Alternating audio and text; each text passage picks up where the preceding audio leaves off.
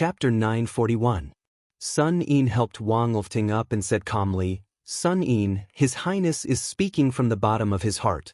In the future, don't worry about your golden thread weaving, don't feel guilty towards me. Now that things have come to this, Sun Yin will also speak from the bottom of his heart. After meeting His Highness, my life has already been thrown on the chopping block. I might not be able to keep it. If nothing goes wrong, I will most likely die quietly. Only with Sun Yin's death can you, Wang Lifting, Bailiang, and the imperial court have an explanation. Back then, when you kidnapped me to Lingzhou and asked me why it was like I was going to die so generously, this is the reason. Su Fengnian looked at Sun Yin. I can give my dragon-slaying skills a chance to be used, but I can't guarantee that it will be 10 or 20 years, or that it won't be successful in the end. However, for you, Sun Yin, at least there is a glimmer of hope. Do you want to make a big deal with me? Unlike Wang Lifting, who looked like he had lost his parents, Sun Yin remained calm and said with a smile, if it was before today, Sun Yin wouldn't believe it even if he was beaten to death. However, at this time and place, I am willing to listen to His Highness' opinion. If Sun Yin feels that there is profit to be made, then this deal is done. In any case, Sun Yin only has one life. He has a stomach full of knowledge that is inappropriate for the times, so he won't lose much. Su Fengnian, who appeared alone, turned around and left. Sun Yin slowly followed. Wang Lifting, whose limbs were weak, could only lean against the wall and gasp for breath. Wang Lifting, who stood in the same place, originally thought that Sun Yin's life and death were uncertain. The best scenario would be him coming back alive. He didn't expect Sun Yin to return with a smile in just the time it takes for a stick of incense to burn. His eyes were bright and full of spirit. Sun Yin held the young master of the Wang family of Zijin's hand and said with a smile, Lifting, this is the last time we will see each other in this life. Wang Lifting said in surprise, His Highness still wants you to die? Sun Yin shook his head and smiled. Bad plan. Wang Lifting heaved a sigh of relief. Could it be that he wants you to be his trusted aide? In the future, I'll give advice and suggestions to His Highness? Sun Yin still shook his head. Medium strategy.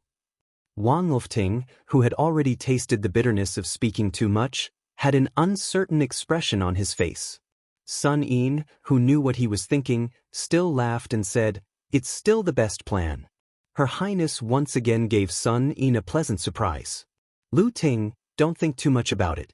You won't be able to figure it out even if you break your head. If not for this, how could you deceive Zhang Julu, these old foxes? Wang Lifting gripped Sun Yin with all his strength and said with a laugh, I'm not going to make a fuss over nothing as long as you're living well. Wang Lifting will be waiting quietly in Bailiang for you to go to the capital and win 3 prizes in a row. At that time, who in the world won't know you? Sun Yin said in a low voice, Earlier, I was watching the fire burning across the river and had nothing to do. In my mind, I have a set of 6 strategies to deal with the situation in Bailiang. Come, let's go back to our residence. Sun Yin will write it out for you. With this, you'll have the right to be a golden thread weaver. After that, there are also some rough drafts regarding the trend of the imperial court. I'll write them all for you.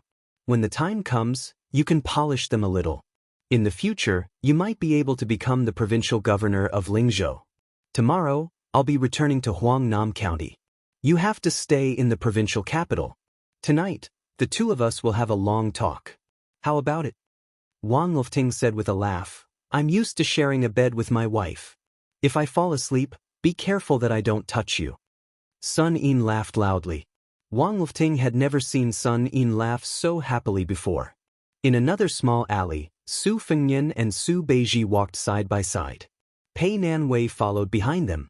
Su Beiji said slowly, according to the information from the spies around the 2 of them, Sun Yin learned the rare dragon-slaying technique and not the dragon-riding technique.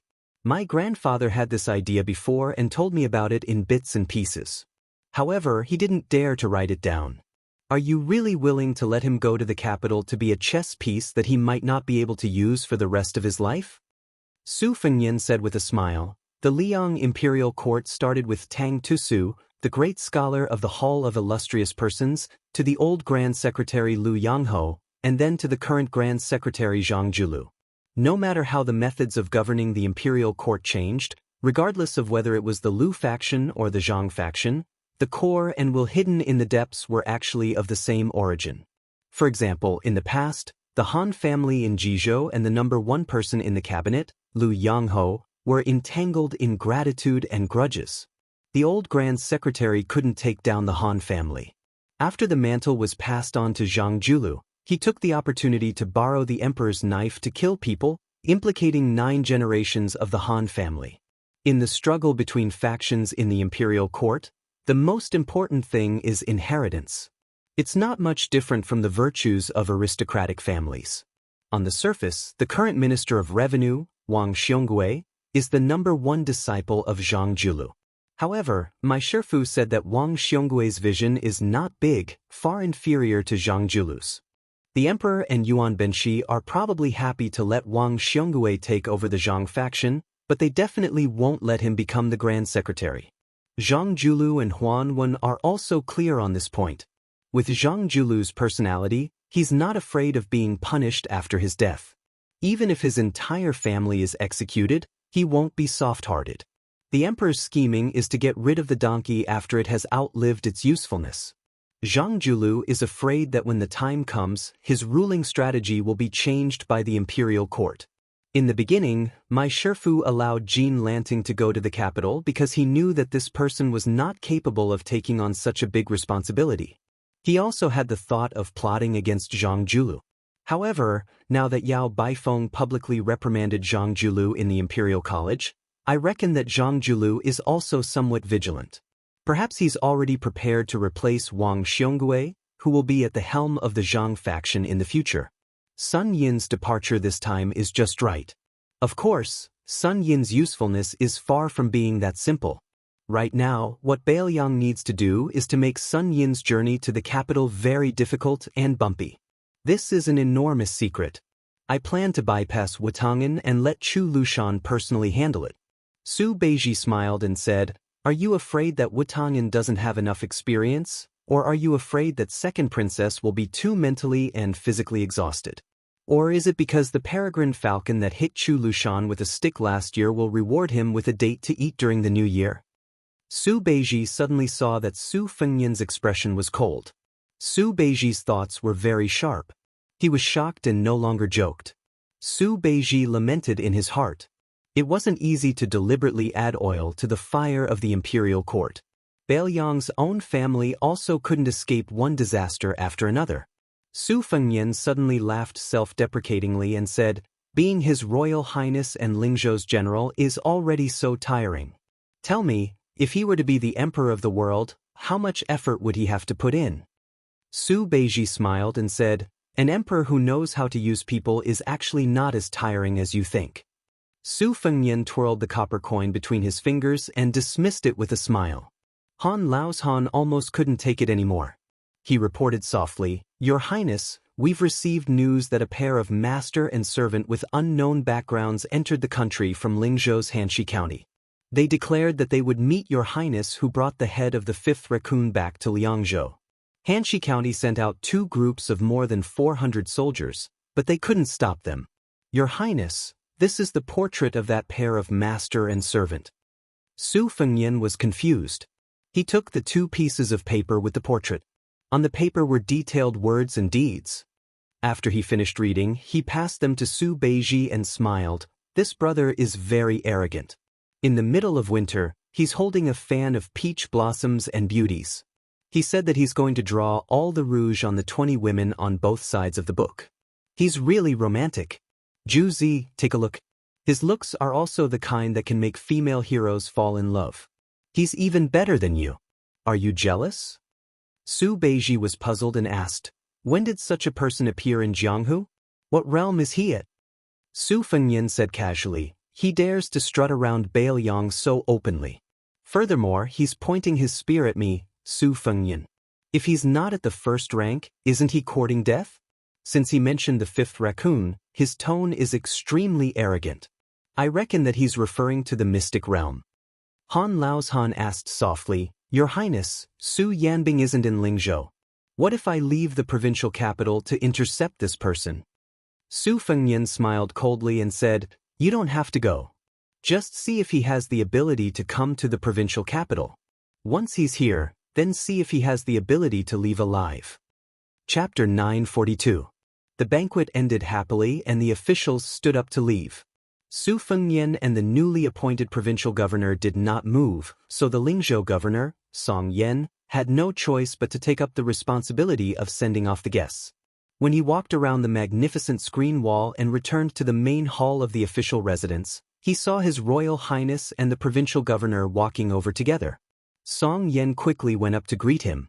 Su Fengnian said with a gentle smile, "Song Biejia will probably have to stay here for half a day. Your official residence still needs some time and manpower. Go buy things and clean it up. If it was someone else, it would be fine, but Song Biejia is an important guest that I have invited to the provincial capital. I cannot neglect him at all. I hope that official Song can be more tolerant." Song Yan said in fear and trepidation, "Your Highness is thinking too much. This lowly official is not boasting, but it is true that I do not care about these worldly possessions.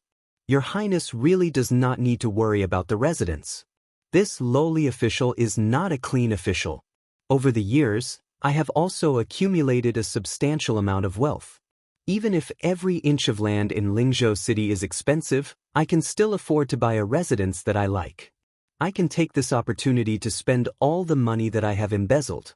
In the future, if this lowly official dares to extort the people's wealth in Lingzhou, I will have to trouble your Highness to send people to confiscate the residence. Just treat it as contributing to Lingzhou's tax collection." Su Fengnian said with a smile, "I cannot say this to others. I can be honest with you, Song Yan. If other officials are corrupt and take bribes, as long as they are caught by me, even if I don't take off their official status and punish them, I will make them spit out whatever they have taken. However, you, Song Yan, can be lenient. As long as you have contributed to Lingzhou, it is not a big deal to take the money and put it in your personal pocket. I'm not the kind of person who can't tolerate sand in my eyes. I'll leave these words here today. In the future, if Su Beiji dares to use this to threaten you, you can complain to me. This prince will definitely support you. Also, the reason why I bought you a mansion is not to buy your heart. I am not that free and you will not be bought by me so easily. It is just that I have no choice. You should know the reason behind the two disasters in Huangnam County, Qing Rongguan and Liantang. If you get close to me, the general of Lingzhou, you will have a high position and a good salary, but there will also be many hidden dangers. So, remember to remind Miss Song that you can go out of the city in the future, but it is best not to be too secretive. I am afraid that the Peregrine Eagle Guard in Lingzhou City will not be able to stop some disasters if they are careless. Of course, generally speaking, Lingzhou City is already very clean. I'm just afraid of what might happen because for many things, as long as there's a what if, then everything will be gone." Song Yan clasped his hands and bowed. His tone was solemn and emotional as he said, "Since your Highness loves the Song family so much, I will definitely do my best to assist the provincial governor to help your Highness solve your problems and bring benefits to the people of Lingzhou." Su Fengnian nodded his head. When Song Yan raised his head, he asked with a smile, "Miss Song went to meet with her friends next door?" Song Yan was in his own territory, Huangnam County, and could still put on some airs in front of His Royal Highness. At this moment, he did not have any arrogance and replied respectfully, "Your Highness is wise." Su Fengnian had a helpless expression as he joked, Song B, you have only been in Lingzhou City for a few hours and you are already willing to be my servant. Can't you have a bit of the demeanor of a famous scholar?" Song Yan had a natural expression as he smiled leisurely. "If there is a day when provincial governor is promoted again, when I successfully take over, I will definitely have to bow and bend my knees a little more." Su Fengnian gave a gratified smile. "That's right. This is the Lingzhou B that I want." Su Beiji also cupped his fists and said, "In the future, I will have to trouble Song B." Song Yan quickly returned the greeting, "Of course." After saying their goodbyes, Su Fengnian and Su Beiji continued to stroll around the residence. Su Fengnian said softly, "Right now, the Lingzhou officials are looking at you, Su Juzi, just like how they looked at me, the Lingzhou general. Maybe you are even more pitiful." After all, I am the legitimate Baelyang, His Royal Highness. On the other hand, you are an untrustworthy northern barbarian. If it was not for this, I would not have helped you find so many people. Persimmon, Juzi, we are in the same boat. Luckily, I can leave immediately. If you find it difficult to move forward in Lingzhou, I won't care about you. Su Beiji suddenly said, actually, you can just put Sun Yin in the position of provincial governor of Lingzhou. Su Fengnian shook his head and said, let's not talk about first come first serve. Just based on our relationship, there is no reason for him to take your position. If you do not take the position of provincial governor of Lingzhou, it is even more impossible for you to take the position of provincial governor of Baelyang.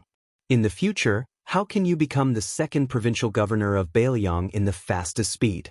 Sun Yin's current future is a win-win situation for both of us. Su Beiji said softly, have you heard of a saying? Su Fengnian nodded doubtfully. Su Beiji sighed and said, the ancients said that extreme wisdom will be hurt, deep love will not live long. In the end, you have both of them. Su Fengnian casually put his arm around Su Beiji's shoulder and laughed heartily. The ancients also said that good people do not live long, scourges live for thousands of years. What are you afraid of? Su Beiji smiled. Su Fengnian was surprised and said, Juzi, this is the first time you have praised me. No, I have to go to the firecrackers to celebrate. Su Beiji broke free from Su Fengnian's arm and said angrily, get lost. His Highness really did run away like a wisp of smoke. After Su Fengnian met Li Gongda on the night of the 4th day of the 1st month, he never went to the study again. He did not allow anyone to enter either. Even Huyen Guanyin, who looked at the impatiens outside the window every day, was not an exception. In front of Su Beiji, Su Fengnian walked out of the study alone. With a serious expression, he pushed open the door. That secret letter was placed on the table, unopened.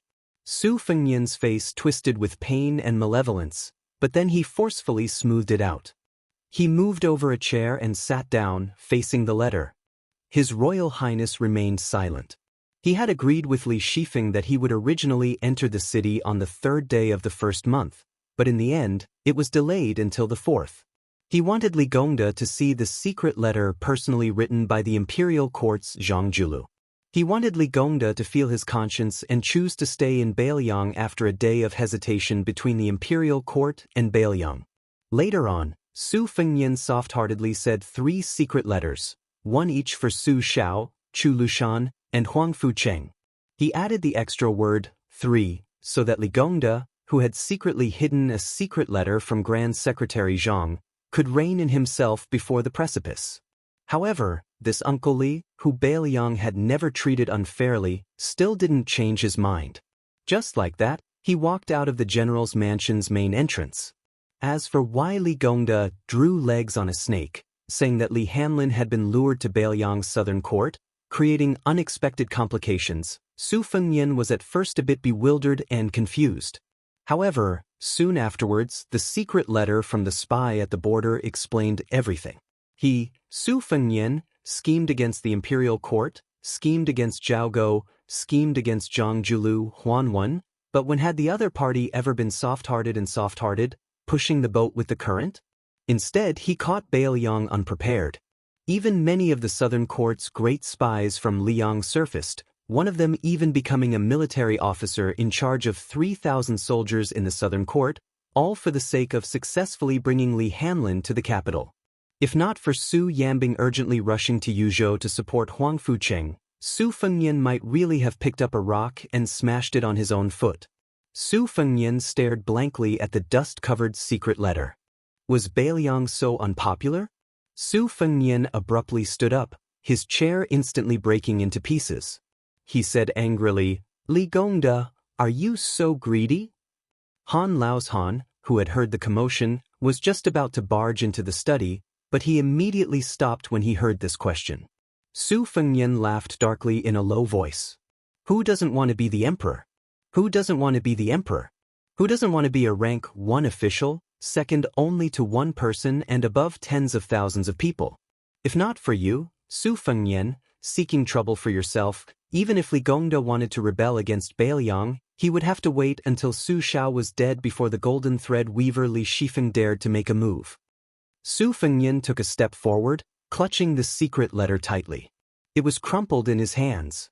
All of a sudden, Su Fengnian's eyes widened, his face filled with disbelief. The seals of the two secret letters were different in weight.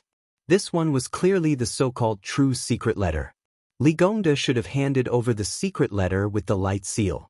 Su Fengnian rushed out of the study, left the corridor, and rushed toward the administrator's residence. He directly jumped over the towering wall between the two large residences. He landed lightly in the Li residence's garden. When they saw the two figures in the air, the two women were scared out of their wits. Su Fengnian calmly asked, "Where is Uncle Li?" Of the two women, Li Fuzhen opened her mouth wide and did not come back to her senses. On the other hand, Song Huangmei, who had been practicing martial arts since she was young, had a look of longing and reverence on her face. She swallowed her saliva and said with a smile, "Your Highness, Sister Li and I just drank a pot of spring spirit tea with the administrator. He said he was going to the study to read." Su Fengnian smiled and nodded. Then he left in a flash. After Song Huangmei recovered from her shock, she jumped up and grabbed onto Li Fuzhen's sleeves, saying excitedly, Look, Sister Fuzhen, I told you His Royal Highness is a top expert filled with killing intent. He must have killed many people, but you didn't believe me. Now you believe me, right? With His Highness's mysterious movement technique, one wouldn't be able to use it without being at Master Realm. I think that the rumor that His Royal Highness personally killed the fifth raccoon of the Bing-carrying mountain is true. Before I get chased out of the general's residence, I have to go and learn from His Highness. Even if I have to serve him tea, I am willing to do so. Compared to Song Huangmei's excitement, Li Fuzhen lowered her eyes and was dejected. Chapter 943. Hearing the knock on the door, the administrator, who had been flipping through a book from the previous dynasty, raised his head and gently put down the book. He straightened his clothes and said calmly, "Come in." The familiar figure pushed open the door and entered. He said to Li Gongda, "The general of Lingzhou greets the administrator."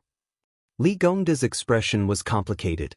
This second-level official, who was known for his skill in flattery, rose and said in a low voice, "His Royal Highness came at the right time, but he came later than Li Gongda expected." The reason he said this is because the matter of the two secret letters was indeed secretly planned by His Highness. Bailiang needs this kind of king of Bailiang, so he said, "He came at the right time." He came late because he was dissatisfied with His Highness' soft-heartedness. After Li Gongda handed over a secret letter, he didn't immediately turn hostile and didn't immediately open the letter. He knew that the secret letter was the real one. This means that His Highness has been hesitant these days. Even if he mistakenly believes that Li Gongda has decided to join the court, he still doesn't want to kill him. His Royal Highness like this is more than enough to be the general of Lingzhou or the provincial governor of Lingzhou. If he is merciful, how will he command the 300,000 Bailiang cavalry that are the best in the world? Su Fengnian didn't refute this. Li Gongda smiled and brought out two chairs. The two of them sat across from each other.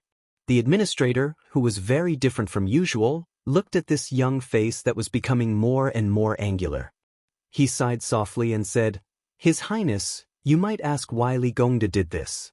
Since he clearly didn't join the court and wasn't tempted by Zhang Julu, why did he deliberately hide a fake letter? It's very simple. His Highness carefully planned this time and almost passed off the fake as the real one. He wanted to test Li Gongda, the head of the civil officials in Bailiang. Li Gongda also wanted to know whether it was wise for him to stay in Bailiang. Your Highness." At this point, Li Gongda stopped talking. Unlike the previous time in the study, this time, tears flowed from the bottom of his heart. Li Gongda did not wipe them away and slowly said, "Your Highness has come late, which means that Your Highness is not an ambitious and ruthless person who would kill anyone for your own achievements." Li Gongda felt regret in his heart, but he was even more grateful. I had entrusted Hanlin to such a king of Bailiang. Even if he really died on the battlefield one day, Li Gongda would grit his teeth and not have half a word of complaint. Li Gongda had been an official for 30 years, but he had never seen anyone who was truly heartless. In the end, they did not suffer from evil retribution. Even if they were honored before their death, it would be a disaster for their descendants. If the upper beam was not straight, the lower beam would be crooked. His Highness's methods were sinister, but he did not lose his kindness and mellow heart. He was exactly the same as the general. This was the new King Liang that Li Gongda truly wanted. To be honest, your Highness might not believe it. It was not that Li Gongda was cunning and saw through your Highness's plan at a glance. It was because Li Gongda believed that the general's son would not treat the Li family unfairly and would not let Hanlin down. That was why he never thought of going to the court to be some bullshit first-rank official.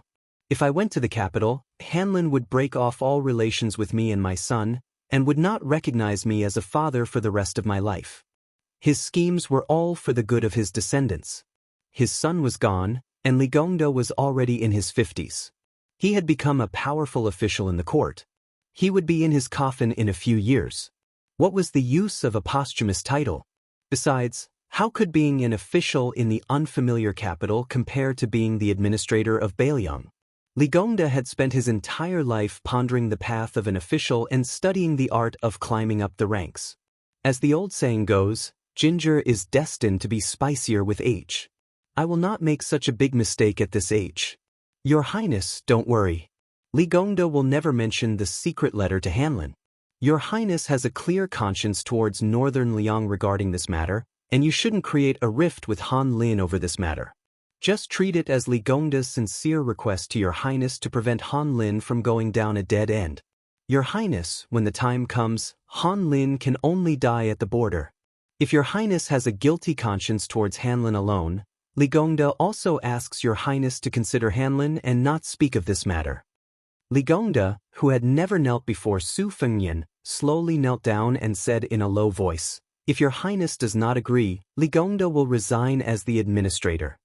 Su Fengnian handed the secret letter to the administrator and said calmly, "Uncle Li, Su Fengnian promises you one thing. If I have the chance to tell my descendants my last words in the future, I promise that as long as the Su family is prosperous, regardless of whether the descendants of the Li family are loyal to the Su family, even if they commit treason, I will ensure the safety of the Li family. The Su family will not kill anyone." Li Gongda's body trembled. He lowered his head and said with a choked voice, "This old official thanks your Highness for your kindness." At the door, Li Fuzhen saw the scene of his father kneeling and screamed, "Su Fengnian, what are you doing?" Li Gongda, who was being helped up by his Royal Highness, shouted, "Jin, don't be rude."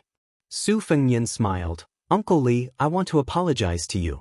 From today onwards, Su Beiji will be the provincial governor of Lingzhou." Li Gongda wiped his face and chuckled, "This is not a big deal. It's not worth your Highness to tell me personally. Also, Hanlin has safely returned to Yuzhou." Su Fengnian said this in a low voice and left, brushing past Li Fuzhen. Li Gongda, who was overjoyed, carefully hid the secret letter and stared at his daughter. "You don't know the severity of the matter." Li Fuzhen said angrily, "Father, you are the administrator of Bailiang. You kneeled to Uncle Su and flattered him. When did I say anything? But Su Fengnian is just a general of Lingzhou. He is not even the hereditary king of Bailiang and he wants you to kneel. What right does he have? He calls you Uncle Li and it sounds nice, but when has he ever treated you as an elder?" Li Gongda narrowed his eyes and stared at his daughter. He smiled. "What right does he have? Just because His Royal Highness is stirring up trouble in Lingzhou. He has already made me, the administrator, unable to make ends meet and flustered. Just because he dared to take down Zhong Hongwu in the Bailiang army and not pick on a soft persimmon to become a laughing stock. Just because he has lived until today." Li Gongda saw that his daughter's face was covered in tears and his heart ached.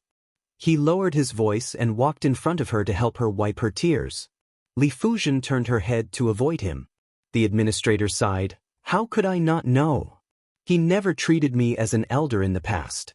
Besides, I also never treated him as His Royal Highness. However, it will be different in the future. You don't be angry with your father. The stupidest thing a woman can do in the world is to be angry." Li Gongda seemed to feel that his words were too harsh and laughed softly. "Jin, Today is a double blessing for the Li family. It is even happier than when I became the administrator. Want to have a drink with me? Li Fuzhen was silent. The old fox Li Gongda said casually, I recently found out about the details of His Highness going to Beimang. Sigh, it is a pity that Child Hanlin is not here. I have no one to talk to. Zhen, why don't you listen to me? Otherwise, it would be boring for me to drink alone. Li Fuzhen made a sound of acknowledgement. Sir Zhou returned home. When he got off the carriage, his face was still glowing. Zhou Jianchu's son, whose white-hoofed shadow had been slapped to death by His Royal Highness, Zhou Kongwen, was afraid that something bad had happened to his father in the general's manor. He waited at the door for an hour. When he saw his father's happy face, his heart that was in his throat finally relaxed. He was about to ask when Zhou Jianshu smiled and said, Let's go back to the manor and talk. After the father and son sat down, they waved their hands to disperse a few beautiful servants who were good at serving them. Zhou Jianshu tugged at the collar of his official robe. Zhou Kongwen hurriedly asked, Father, what did that person say after entering the manor? Will our Zhou family be hated? Chapter 944. Zhou Jianshu frowned, but since it was just the two of them talking in secret, he was too lazy to argue with his son about how His Royal Highness was addressed. He said slowly, Why are you so impatient? What did I tell you in the past? Only by smiling and talking calmly can you achieve big things and become an official. I won't keep you in suspense. The Lingzhou General's manor has no intention of pursuing the matter of Wenquan Street. His Highness has a big plan and doesn't have the time to fight with these soldiers who don't know what's good for them. During the banquet, His Highness pushed out Huangnam County's Song Yen and Longqing County's Su Beiji to become the Lingzhou Provincial Governor and Lingzhou Provincial Governor. This is a good thing and a bad thing. Let me test you, tell me what is good and bad about it? Zhou Kongwen, who was not unfamiliar with the conflicts in the officialdom, began to think carefully. After a long silence, he said, The good thing is that Father is one of the first officials to enter the general's official residence. The new provincial governor and His Excellency are not looking at the monk's face, but at the Buddha's face. If they want to take control of Father's position in Lingzhou, they have to consider His Highness' eyes. The bad thing was that His Highness did not settle the score with Dong Yueqi and that group of old men. Then, their positions were temporarily stable. The connections that Father had built up in the Lingzhou military, according to Father's instructions, most of the captains had been hiding like turtles. It seemed like they did not have a chance to take advantage of the situation to rise up. I'm afraid that I will have to make up for it to appease them. At the very least, it will be a few hundred to 1,000 taels of silver. We have received quite a lot of gifts this new year, but we have already given out 70 to 80% of it. With that, our family has no income at all. Ever since I became an official, this is the first time that I haven't earned any money. Zhou Jianshu twirled his beard and smiled, Not bad, not bad. I have never cared about money. As long as I continue to be an official, I will get what I need. A lot of idiots, even if their family background isn't thin, once they see shining silver, it's like a hungry man seeing a beautiful woman. If they eat too badly, it's tantamount to neglecting the essentials and chasing after the trifles. They won't go far in the officialdom. Zhou Kongwen mocked angrily, That Dong Yueqi and the other two are really funny. That person just said one sentence and one knelt, one cried, and one was beaten. This bunch of uneducated general seeds don't think they are embarrassing. However, at least they know how to act according to the wind, but they are too stiff. They are not as simple as you are, Father. Lord Zhou, who was flattered by his son, smiled even more brightly. The corner of his mouth curled up. These people rely on the military merits they have accumulated to be arrogant. Don't look at how I am friendly with them in the past. In fact, I don't think I have any respect for them. Let's not talk about others. Just that military officer, Huang Zhong, until today, I only know the 10 words in his name. Can this old man manage Lingzhou's political affairs well? He has 4 sons and a bunch of grandsons, but none of them are promising. They bully men and women and do all kinds of evil. Most importantly, it is fine if they do bad things, but they do it so openly. Aren't they stretching their necks and begging the Su family to chop off their heads? Luckily, His Highness still remembers their old relationship and is too lazy to bother about it. If it was any other master, they would have already chopped off their heads and made them into candied haws to show their might. Zhou Kongwen sneered, "This Lingzhou general is too soft-hearted. If it was me, I would have already killed the chicken to warn the monkey in Lingzhou. I would have killed a few hundred people from his family. Anyway, they are all people who deserve to die. When that time comes, the entire city will be frightened and no one will be convinced. I can also make a good name for myself among the ignorant people." Zhou Jianshu laughed heartily before retracting his smile. He said solemnly, "During this period of time, don't show your face outside the manor. His Highness is about to leave Lingzhou. When you meet up with those family members, remember, you are only allowed to say good things about His Highness. If anyone refutes you, you will fall out with them on the spot." Zhou Kongwen hesitated for a moment, then said with a smile, "I'll listen to you, father. Those generals who call me brothers might still be useful in the past, but in the future, they won't be worth much. Sooner or later, I'll fall out with them." Zhou Jianshu's face was filled with gratification. Dong Manor. Dong Yueqi, who had lost all face on Wenquan Street, closed the door and refused to see any guests. Dong Zhen watched as her father, who could talk and laugh in front of General Zhong, became depressed. He put on his clothes and no longer exposed his chest and back. However, he continued to stare blankly at the Yueqi military officer's armor. Dong Zhen tried to persuade her father to eat a few times, but he did not listen. She could only heat up the food again and again. Dong Zhen, who was originally a little stubborn and did not want to admit her mistakes, cried as she knelt at her father's feet. Dong Hongqiu sighed heavily and reached out his right hand that was covered in calluses and scars. Back then, even when he slept, he had to hug the Baoyang blade with both hands to sleep peacefully. Dong Hongqiu rubbed his daughter's head and said softly, "Do you think that 600 old soldiers sent His Royal Highness out of Baoyang and into the capital because I was blind? I just did not want to admit it. Do you think that I would not believe the rumors that His Royal Highness went to Beimang alone? I just did not want to believe it. Not only Lingzhou, but the entire Baoyang is the same with all the old generals and officials like me. However, when I knelt today, I was still not kneeling to the young prince. I was kneeling to the general and to the Baoyang soldiers who died in battle. If I did not take off my armor today, even I would have forgotten how many scars and arrow wounds I have. Do you still remember what I told you in the past? The reason why I joined the army and risked my life to fight with my life on the line was not because I had nothing better to do. Father's ancestors were all officials, and their ranks were not low. Your great-grandfather was a deputy imperial censor of Northern Han, and your grandfather was a county magistrate.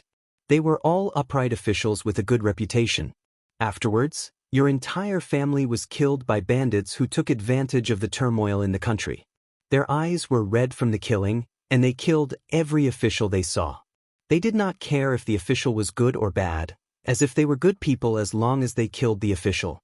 When I first joined the army, I only felt that there was hope in joining the Su family's army, with its strict military laws and strict rewards and punishments. By killing more bandits who willfully slaughtered the innocent, not only would I be able to take revenge, I might even be able to restore the Dong family's name to the annals of history. Perhaps there are some things that I have never told you. In the past, I felt that there was no need. As a girl, even the general said that children should be raised in poverty, and daughters should be raised in wealth. Since you have an official as a father, you should be born to enjoy a life of prosperity. Father will not nag at you about those things. Only after today's unforeseen event did I realize that I was wrong. When I was young, the family rules were still in place. When I was young, I knew to look down on those children of influential families who used their power to bully others. Why is it that, in the blink of an eye, my own daughter has become someone that I dislike? Do you remember Meng Ya, who grew up in our family? She's your Uncle Meng's orphan. Originally, they were betrothed when we were little. However, you were unwilling no matter what, disliking that he did not have a scholarly rank or a family background. Even if I had to betray you, I would accept it for you. Back then, if it wasn't for your Uncle Meng blocking the stab in the back for me at the western Shuchunshan Pass, it would have been you living under someone else's roof for 20 years. I'm not saying this to persuade you to marry Mengya. I just want to tell you that before Uncle Meng, who was born in the marketplace, died, he often told me that if he became an official in the future, he had to be a good official who would not bully the commoners. Whoever dared to commit crimes in his territory, he would kill them all on sight. If the general did not agree, he would even dare to scold the general. Once, he was bragging with father and his old subordinates and was caught red-handed by the general who was patrolling the military camp. At that time, your Uncle Meng was still a junior military officer. He was so scared that he almost peed his pants. Guess what? Not only did the general not teach this junior military officer who had a big mouth and a heart higher than the sky a lesson, he even squatted down to chat with us about daily life. He said that when your Uncle Meng became an official in the future, he would definitely be a good official. The general even said that he could not bear to scold him. Tell me, how did your father become someone who would definitely be the first bastard he would kill as long as your Uncle Meng was alive? Dong Zhen, who was used to being arrogant and unruly in Lingzhou, could only cry. It was as if the sky had collapsed as she sobbed uncontrollably. Dong Hongqiu walked in front of the old and mottled armor. His gaze was desolate as he said in a low voice, "Don't cry. Father will bring you to that cenotaph. Give Uncle Meng a few toasts of wine. If father remembers correctly, after you were 11 years old, you never went there again. All these years you looked down on Mengya. How did he look up to you?" Chapter 945. When Su Fengnian returned to the mansion, he did not climb over the wall again. This greatly disappointed Song Huangmei, who had been waiting at the foot of the wall. It was very late when she learned from the steward that His Royal Highness walked out of the mansion step by step. Miss Song exclaimed and ran out of the Li mansion. The steward saw this and muttered to himself. This Miss Song was too rash. Compared to the quiet and virtuous Miss of the Li mansion, she was thousands of miles away. The steward then began to daydream. Everyone in Bailiang knew that Master Hanlin and His Royal Highness were brothers who grew up together. If Miss Song could become the consort of the king of Bailiang in the future, in addition to the fact that Master was already the administrator, then the Li family would be worthy of the title of the most powerful family in Bailiang. The old steward shook his head. Alas, it was a pity that Miss Song was fooling around with that Guodahan disciple. A peony flower stuck in cow dung. Su Fengnian lay on the bench in the pavilion and looked up at the starry sky. He turned a blind eye to the girl who had sneaked into the pavilion. The girl was really a hard-working heroine. She was able to control her temper. She gritted her teeth and endured the cold for an hour without making a sound. Su Fengnian sat up and asked with a smile, "Miss Song, do you need something from me?" Song Huangming, who had shrunk to the side of the pavilion to avoid the cold, jumped in fright. Her face, which was not too beautiful, turned red. She lowered her head and clutched the corner of her clothes. She no longer had the heroine demeanor that she had when she blocked him with her sword at the governor's mansion in Huangnam County. Su Fengnian did not want to embarrass her. He took the initiative to ask, "How many years have you practiced the sword? Do you want me to teach you a few easy sword moves?" After Su Fengnian asked the question, he did not know whether to laugh or cry. The girl stared at him in a daze and muttered to herself. She seemed to be saying that His Royal Highness's eyes were better than someone else's, but she still only liked that guy. Su Fengnian coughed heavily. Song Huangmei sat down on the other side of the bench and hugged her shoulders with both hands to ward off the cold. She quickly regained her original straightforward personality and laughed. "Your Highness, I know you are an expert and a good person. I have someone I like. He is an outer disciple of a gang in Huangnam County. His name is Do Yangguan. His biggest wish in life is to wear a Bailiang saber and marry me. But my father does not seem to like him very much. How about your Highness be merciful and casually give that Do Yangguan a saber? My father will definitely not object." Su Fengnian knew that this girl definitely did not know that Lotus Pond was almost completely wiped out from Lingzhou's Jianghu. However, the spy report did mention that a young man named Do Yangguan had escaped. He was the lover of Song Yan's daughter, Song Huangmei. Not only that, all 18 generations of Do Yangguan's ancestors had been thoroughly investigated. Su Fengnian had given instructions at the time for the Eagle Guard to give up on this person. An outer disciple who had just entered Lotus Pond for a few days could be killed or not.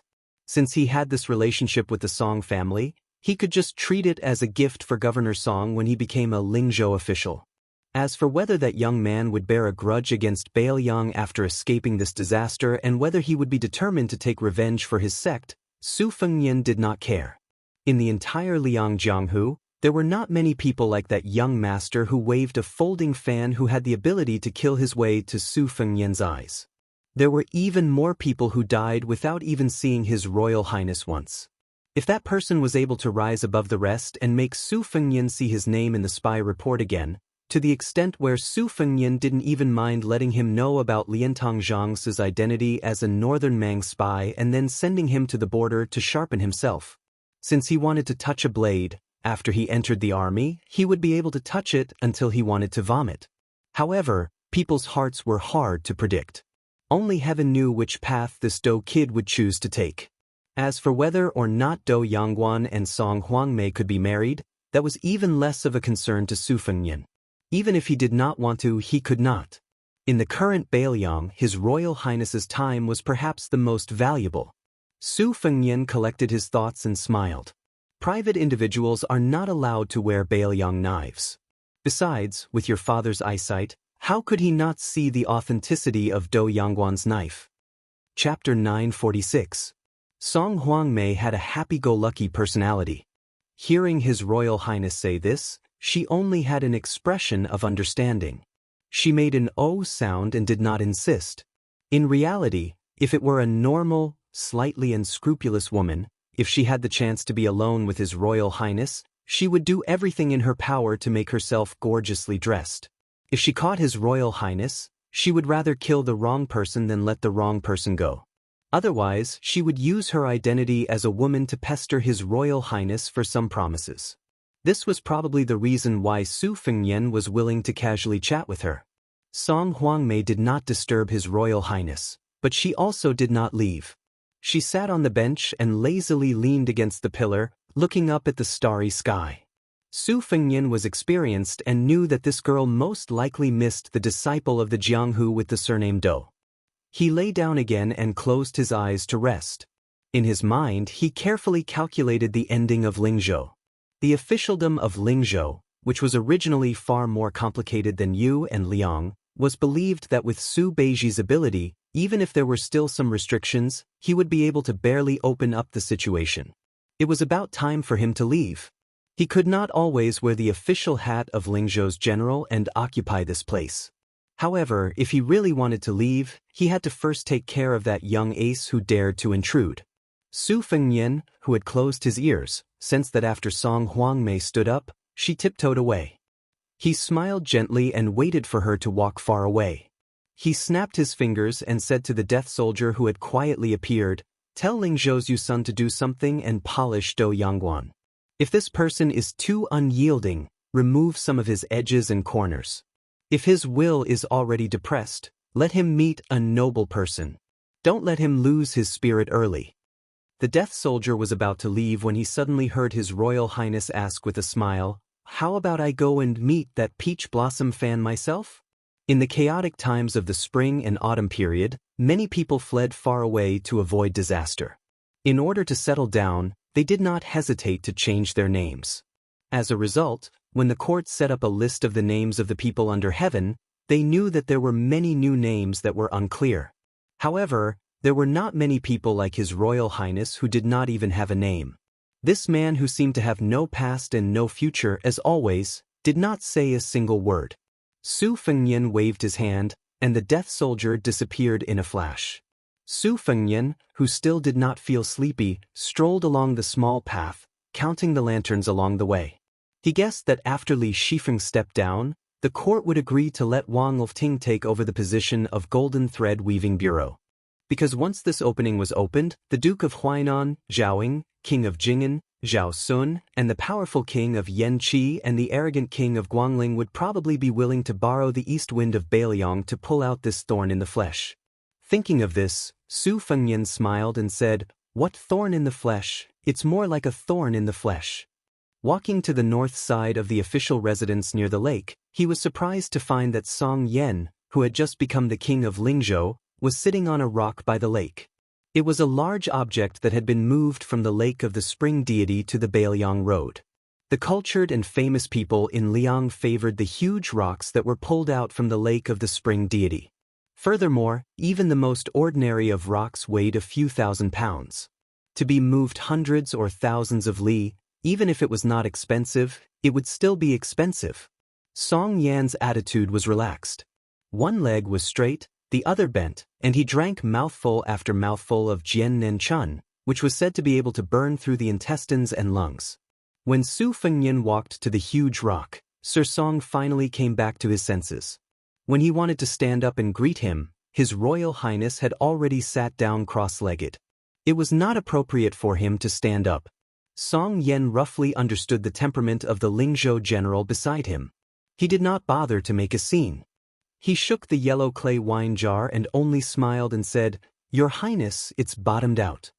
Su Fengnian smiled and said, "What bottomed out?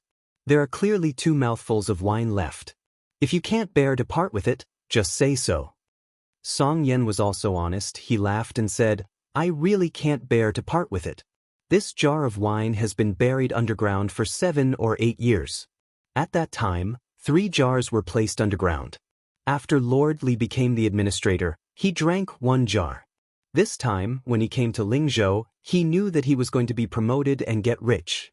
Plus, he had to leave Huangnan County, so he wanted to bring the remaining 2 jars here and give one to Your Highness despite the pain. Unexpectedly, when I went to the backyard to take a look, there was only the jar in my hand left. After thinking about it, I knew that my daughter, who sided with an outsider, stole it and gave it to someone else. This made me so worried that I had a few more strands of white hair. Your Highness, please don't blame me." Su Fengnian joked. "The reason has been taken by Sir Song. What else can I say?" Song Yan sighed with emotion. "Your Highness hasn't had it easy these past few years." Su Fengnian was silent for a moment. He waited for Song Biejia to raise his head and drink a big mouthful of wine before he laughed softly. "You might not believe it, but I went to Beimang to meet the king of the northern courtyard, Zhao Huainan. I also went to the capital to meet the emperor. There were many twists and turns in between these 2 trips. However, the one time I felt the most wronged was the first time I left home in a sorry state. In Hezhou, I met a son of a rich family who was carrying a Bailiang saber that he had bought privately. That fellow knocked a big bump on my head. If I was in Bailiang back then, this kind of trash would have been bitten to death by dogs. It was also at that time that I realized that there was a world of difference between having Su Xiao as a father and not having a father like him by my side. Later on, I also suffered some losses. However, it was probably because I was used to being treated like a rat on the street, so it was no longer difficult for me to get over it. At that time, I found some fugitives to be my training dummies. The horse bandit leader slashed my body with his saber. The pain was so excruciating that I almost rolled on the ground. At that time, I did not have the courage to lower my head to look at the wound. When I uncovered the scar, I told myself not to practice the saber anymore. Fortunately, I clenched my teeth and persevered. Since then, I have never been able to forget it. Even though my life has been hanging by a thread many times over the past few years, which was indeed a torment of hovering between life and death, I still feel that it is not as memorable as that stab. Song Yan was startled. He raised his hand and lifted the wine jar. He sighed and said, "This lowly official has never been afraid of the intrigues of the officialdom. However, if someone put a saber on his neck and really had to watch himself bleed, he would most likely not care about the integrity of a scholar." The phrase, "without the strength to truss a chicken," refers to scholars like Song Yan. Su Fengnian joked, "No man can be without the strength to truss a chicken. Some brothel girls are even better at trussing chickens." Song Yan spat out a mouthful of wine. He lowered his head and looked at his crotch. He laughed until tears came out. He did not care about wasting the last bottle of Jian Nanchunyan. After laughing, Song Yan turned his head to look at His Royal Highness. "Life is not as you wish. It is a bitter thing." Su Fengnian looked at the lake and smiled indifferently.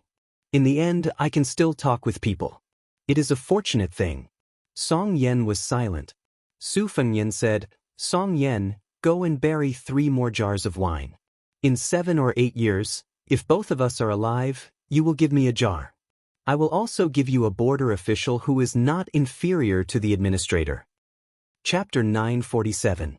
His Royal Highness, who had just stabilized his position as Lingzhou's general, left. The entire city was in an uproar. This made the provincial officials whose ranks were lower than Zhou Fulu's stand outside the general's residence and look at each other. They were extremely vexed. These officials really had a stomach full of bitterness of not being able to find a temple to worship Bodhisattva. Fortunately, there was still a Lingzhou provincial governor and a guest temporarily living in the general's residence. It was a pity that the new provincial governor, Su Beiji, had put on airs in broad daylight and refused to see any guests. Only a few scattered officials who had waited bitterly until dusk refused to give up. They were told by the residence's head steward, Sun Fulu, that they could enter the residence for a chat. This made these people excited like they had been injected with chicken blood. They all felt that the ancient saying, "Where there is sincerity, metal and stone will open," was true. However, there was only one congratulatory gift in their hands. Once the master of the general's residence left, even though the provincial governor's rank was a full rank lower, he was a local snake. They really did not dare to slight him. Fortunately, the young provincial governor was understanding and waited outside the hall with the guest, Song Yan, for everyone, giving them enough face. The congratulatory gift was naturally given to His Royal Highness who had already left the provincial capital. That provincial governor Su was truly worthy of being His Royal Highness's most trusted aide. He joked that when he had a provincial governor's residence, he would ask for a gift from everyone and would not be lenient. Everyone looked at the calm and reserved Su Beiji and felt like they had eaten a large calming pill. As long as this person did not use His Royal Highness power to start a massacre in Lingzhou and followed the rules to become an official, then everything would be fine. Right now, no one dared to cause trouble. Since everyone had accepted their fate and submitted to His Royal Highness, then they had a way out. They did not need to worry about being the first to be cut. They could go help the new master of Lingzhou pass firewood and make the flames burn a little higher. They saw that provincial governor Su and Song Biejia did not seem to be united on the surface but divided at heart. They spoke many times and seemed to have a tacit understanding. This made everyone feel fear. Even though they did not know what Administrator Li Gongda's plans were, as long as these two worked together for a period of time, even if they were newlyweds, they would still be separated. However, if Sir Li wanted to stir up trouble at this juncture, the general's residence would at least be able to put up a fight at the very least. They would not be completely helpless. As for the situation in Lingzhou, that was a matter for the future. The group of 5th, 6th, and 7th rank officials would just deal with it as they saw it. After sending off this group of guests, Song Yan raised his head to look at the sky. He smiled and said, "Provincial Governor, looking at the situation, it is going to snow again. Let's drink a little wine and wait for the snow together?" Su Beiji shook his head and said with a smile, "I just handed over the matters in Lingzhou to the neighboring side. It is a mess and there is not enough manpower in the residence. I am someone who cannot sit still, so I will not drink wine and admire the snow with Sir Song. If there is really a day when we are free, we will make up for it together. At that time, Sir Song will not be able to escape even if you want to." Song Yan smiled and nodded. Looking at Provincial Governor Su Beiji's lonely back, he thought to himself, is Su Beiji going to be like Zhao Yuling in the Liang Temple, a lonely official who is favored by both civil and military officials? Su Fengnian left the capital of Lingzhou and had already arrived in Green Snake County. He did not travel in secret this time. Instead, he brought along 600 Lingzhou elites. The number of captains with real power in Lingzhou could be counted on one hand.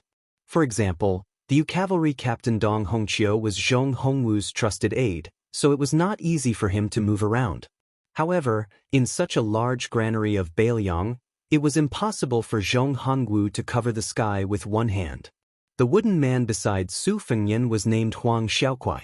After his father died, he made an exception and inherited the position of captains with real power. It was a rare title, Pearl Captain. It originated from the war during the spring and autumn period.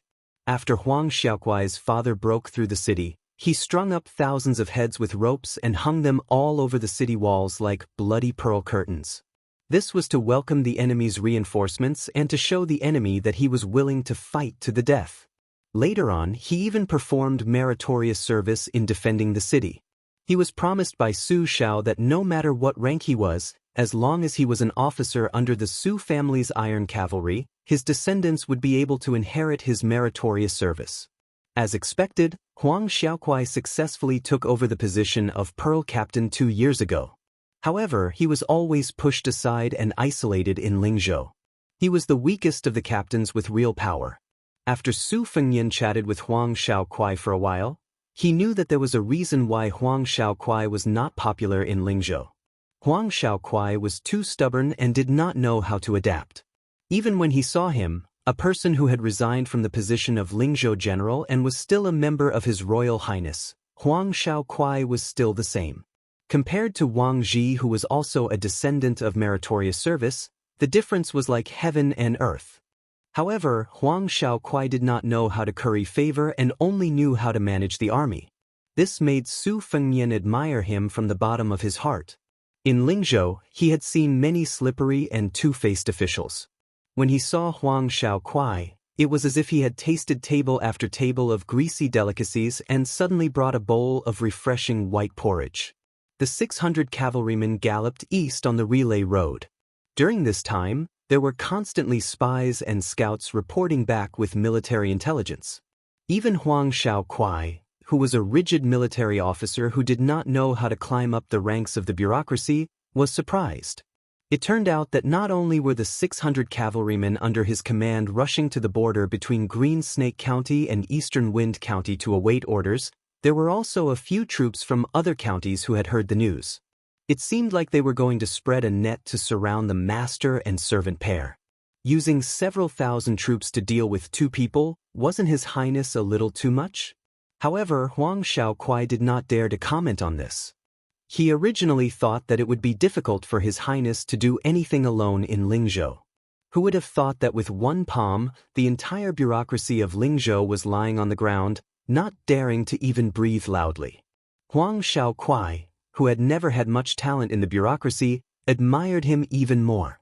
Behind Su Fengyan was the Lingzhou Deputy General Han Laozhan. In the cavalry, there was a carriage.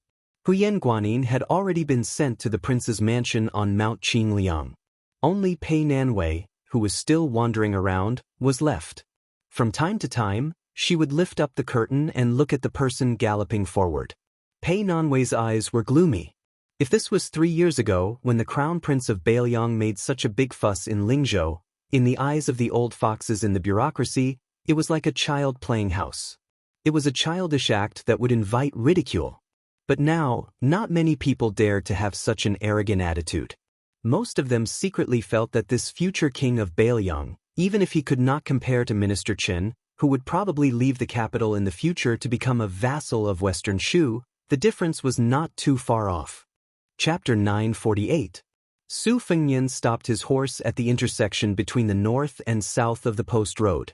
Soon, an extremely majestic green horse appeared. This rider clearly came alone, but it still gave people the illusion that the horse's hooves were like thunder. In Huang Xiaokuai's field of vision, Su Fengyan gently squeezed the horse's belly and slowly moved forward. Huang Xiaokuai was speechless. The burly man with a spear in one hand did not wear an official's uniform or armor. It could be seen that His Royal Highness had an illustrious status. He also did not dismount from his horse. Huang Xiaokuai was impressed by the bearing of a martial arts grandmaster and a general on the battlefield. Su Fengyan calmly said, "Uncle Su, you've worked hard." Su Yanbing, who went to the border of Yuzhou to kill his way back and forth, smiled gently.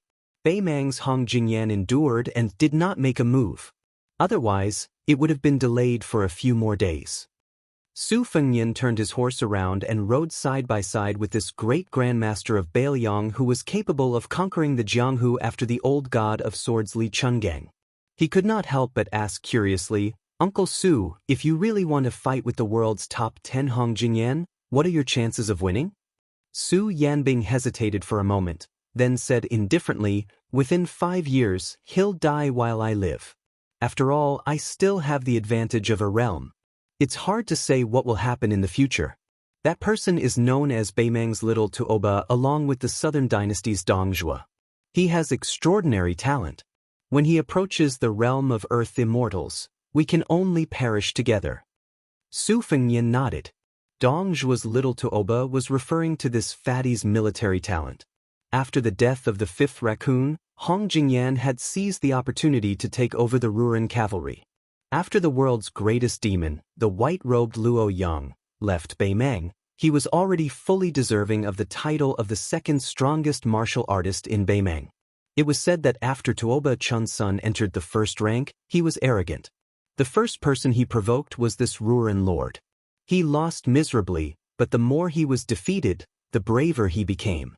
With a public 3-year agreement, he announced that he, Tuoba Chun's son, would break through one realm every 3 years. For every breakthrough he would fight with Hong Jingyan, causing the Beimeng court to look at him in a different light. The Jianghu was just this cruel. Anyone could be reduced to a stepping stone for the next legendary figure. Other than the old monster Wang Xianji, who could compete with Lu Zhu 500 years ago, there was no one who was truly invincible. The beauty of the Jianghu was precisely this kind of cruelty and ruthlessness. It was just that if one wanted to become famous in one fell swoop, practicing the sword was comparatively more difficult. Putting aside the fact that Dong Tai was too immortal and there was no news of him, there were still many grandmasters of the way of the sword who overlooked the world's forest of swords. They were slightly better at practicing the blade. Only Gu Jiantang was a threshold that could not be bypassed. If one did not defeat them, it would be very difficult to claim that one's swordsmanship and blade techniques were the best in the world.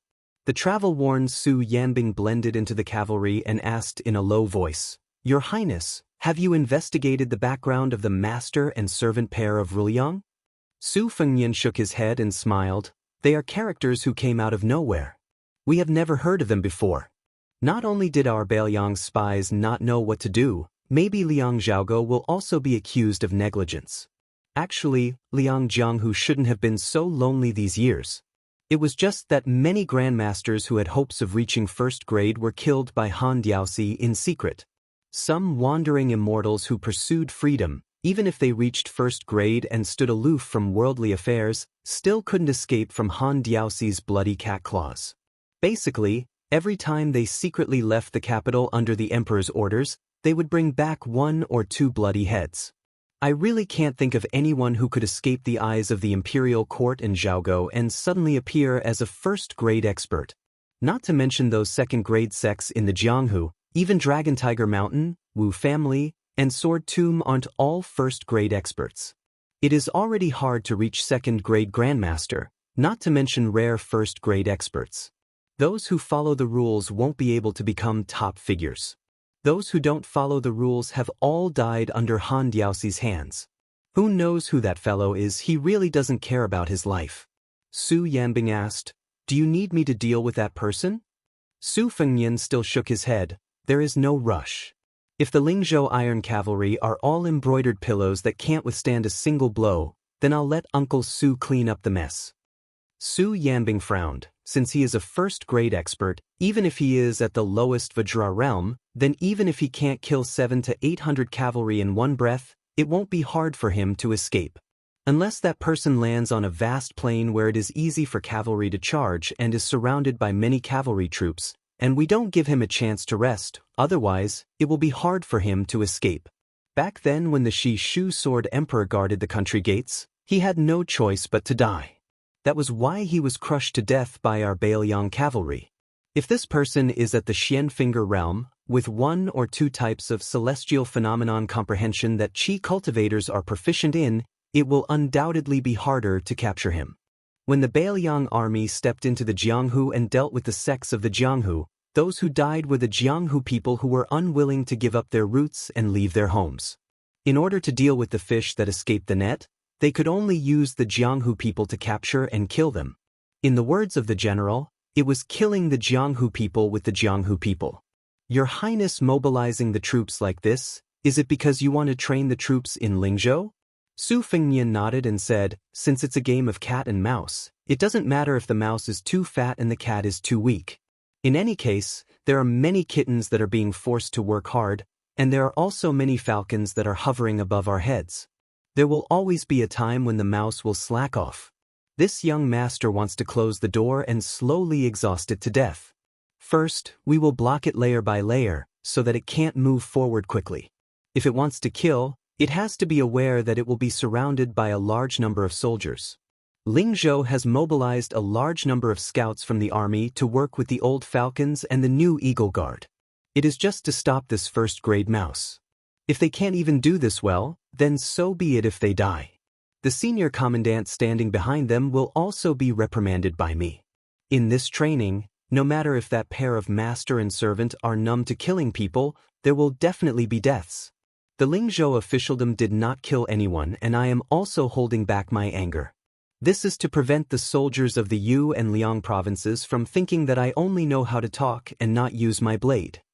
Su Yanbing smiled. Your Highness, it is best that you take away my Lingzhou Deputy General position. Just hearing about your Highness's complicated officialdom is giving me a headache. Su Fengnian smiled and asked, Uncle Su, can you tell me about the first grade 4 realms? Su Yanbing smiled. Just talking is useless. Your Highness needs to be able to take a beating.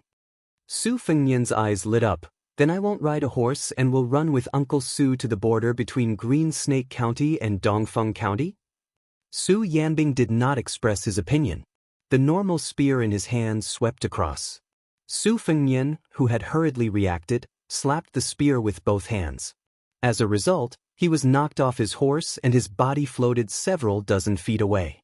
Su Yanbing leapt high into the air. At the same time, he raised his arm and threw out a spear.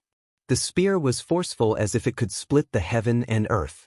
However, this martial artist was faster than the spear and arrived in front of His Highness, who was in a sorry state. He stepped on His Highness' left arm and His Highness slid down once again. Coincidentally, the tip of the spear was pointed at him. The Bailiang blade at his waist came out of its scabbard and blocked the might of the spear. Su Yanbing, who was holding the spear, shook his wrist and the spear blossomed.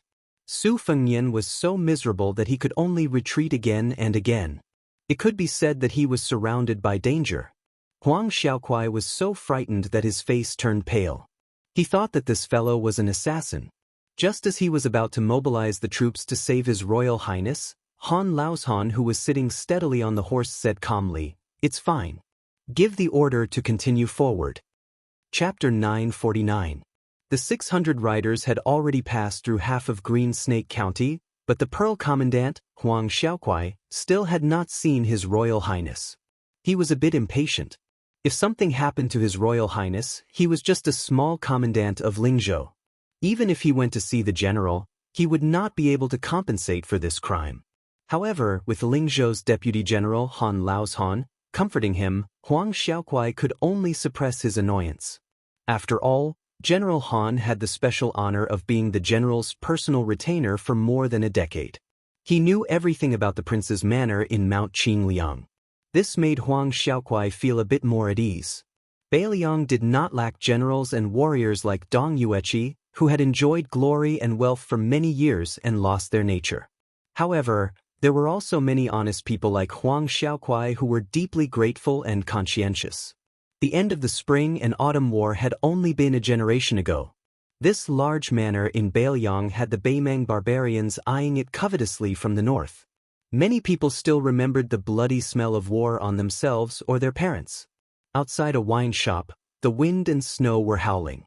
Large snowflakes rustled down like goose feathers. Two men, who were a generation younger than each other, sat opposite each other. They ordered 2 pots of extremely hard to drink but very good at warming their stomachs. They each drank slowly. There were very few customers in the wine shop. A long spear without tassels was placed on the table. This made the wine shop's shopkeeper's desire to ask for a sky-high price somewhat dwindle. The heroes of Jianghu who could openly carry weapons on the northern Liang path were not simple. The owner covered his hand and couldn't help but take a few more glances at the shabbily dressed young master. He didn't look like a poor person. Why would he go out in such a shabby outfit in the bitter cold? Was he not afraid of freezing to death on the streets? This unreasonable god was a pitiful person who couldn't make it through the winter and spring socializing every year. Su Fengnian, who had been beaten up miserably along the way, drank a mouthful of strong wine. His entire body felt relaxed. Su Yambing slowly said, "100 rivers flow into the sea, 10,000 streams return to their origin. Practicing the sword, the blade, and the spear, in the end, is all about forging the body, spirit, and will. However, to put it nicely, it's a summary. To put it bluntly, it's just empty logic." However, he had no choice but to say it. When Su Yanbing left his sect to roam Jianghu, his senior apprentice brother Wang Xiu and Li Chungang of the Spring and Autumn Sword and Armor were at the peak of Jianghu. He heard a lot of praises. Among them, Huang Longshan, who had monopolized the Spring and Autumn Sword Armor, said, "It's laughable that people are short-sighted. They didn't know the sword qi." At first, when he heard it, he only thought it was some literary praise. Later, when he really stepped into the mysterious finger realm from Vajra, he realized that these words were not without purpose.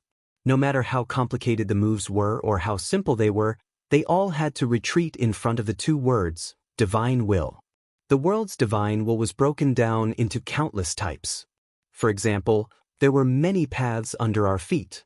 Among them, the sword will path was the most eye-catching, because there were too many swordsmen walking on this path.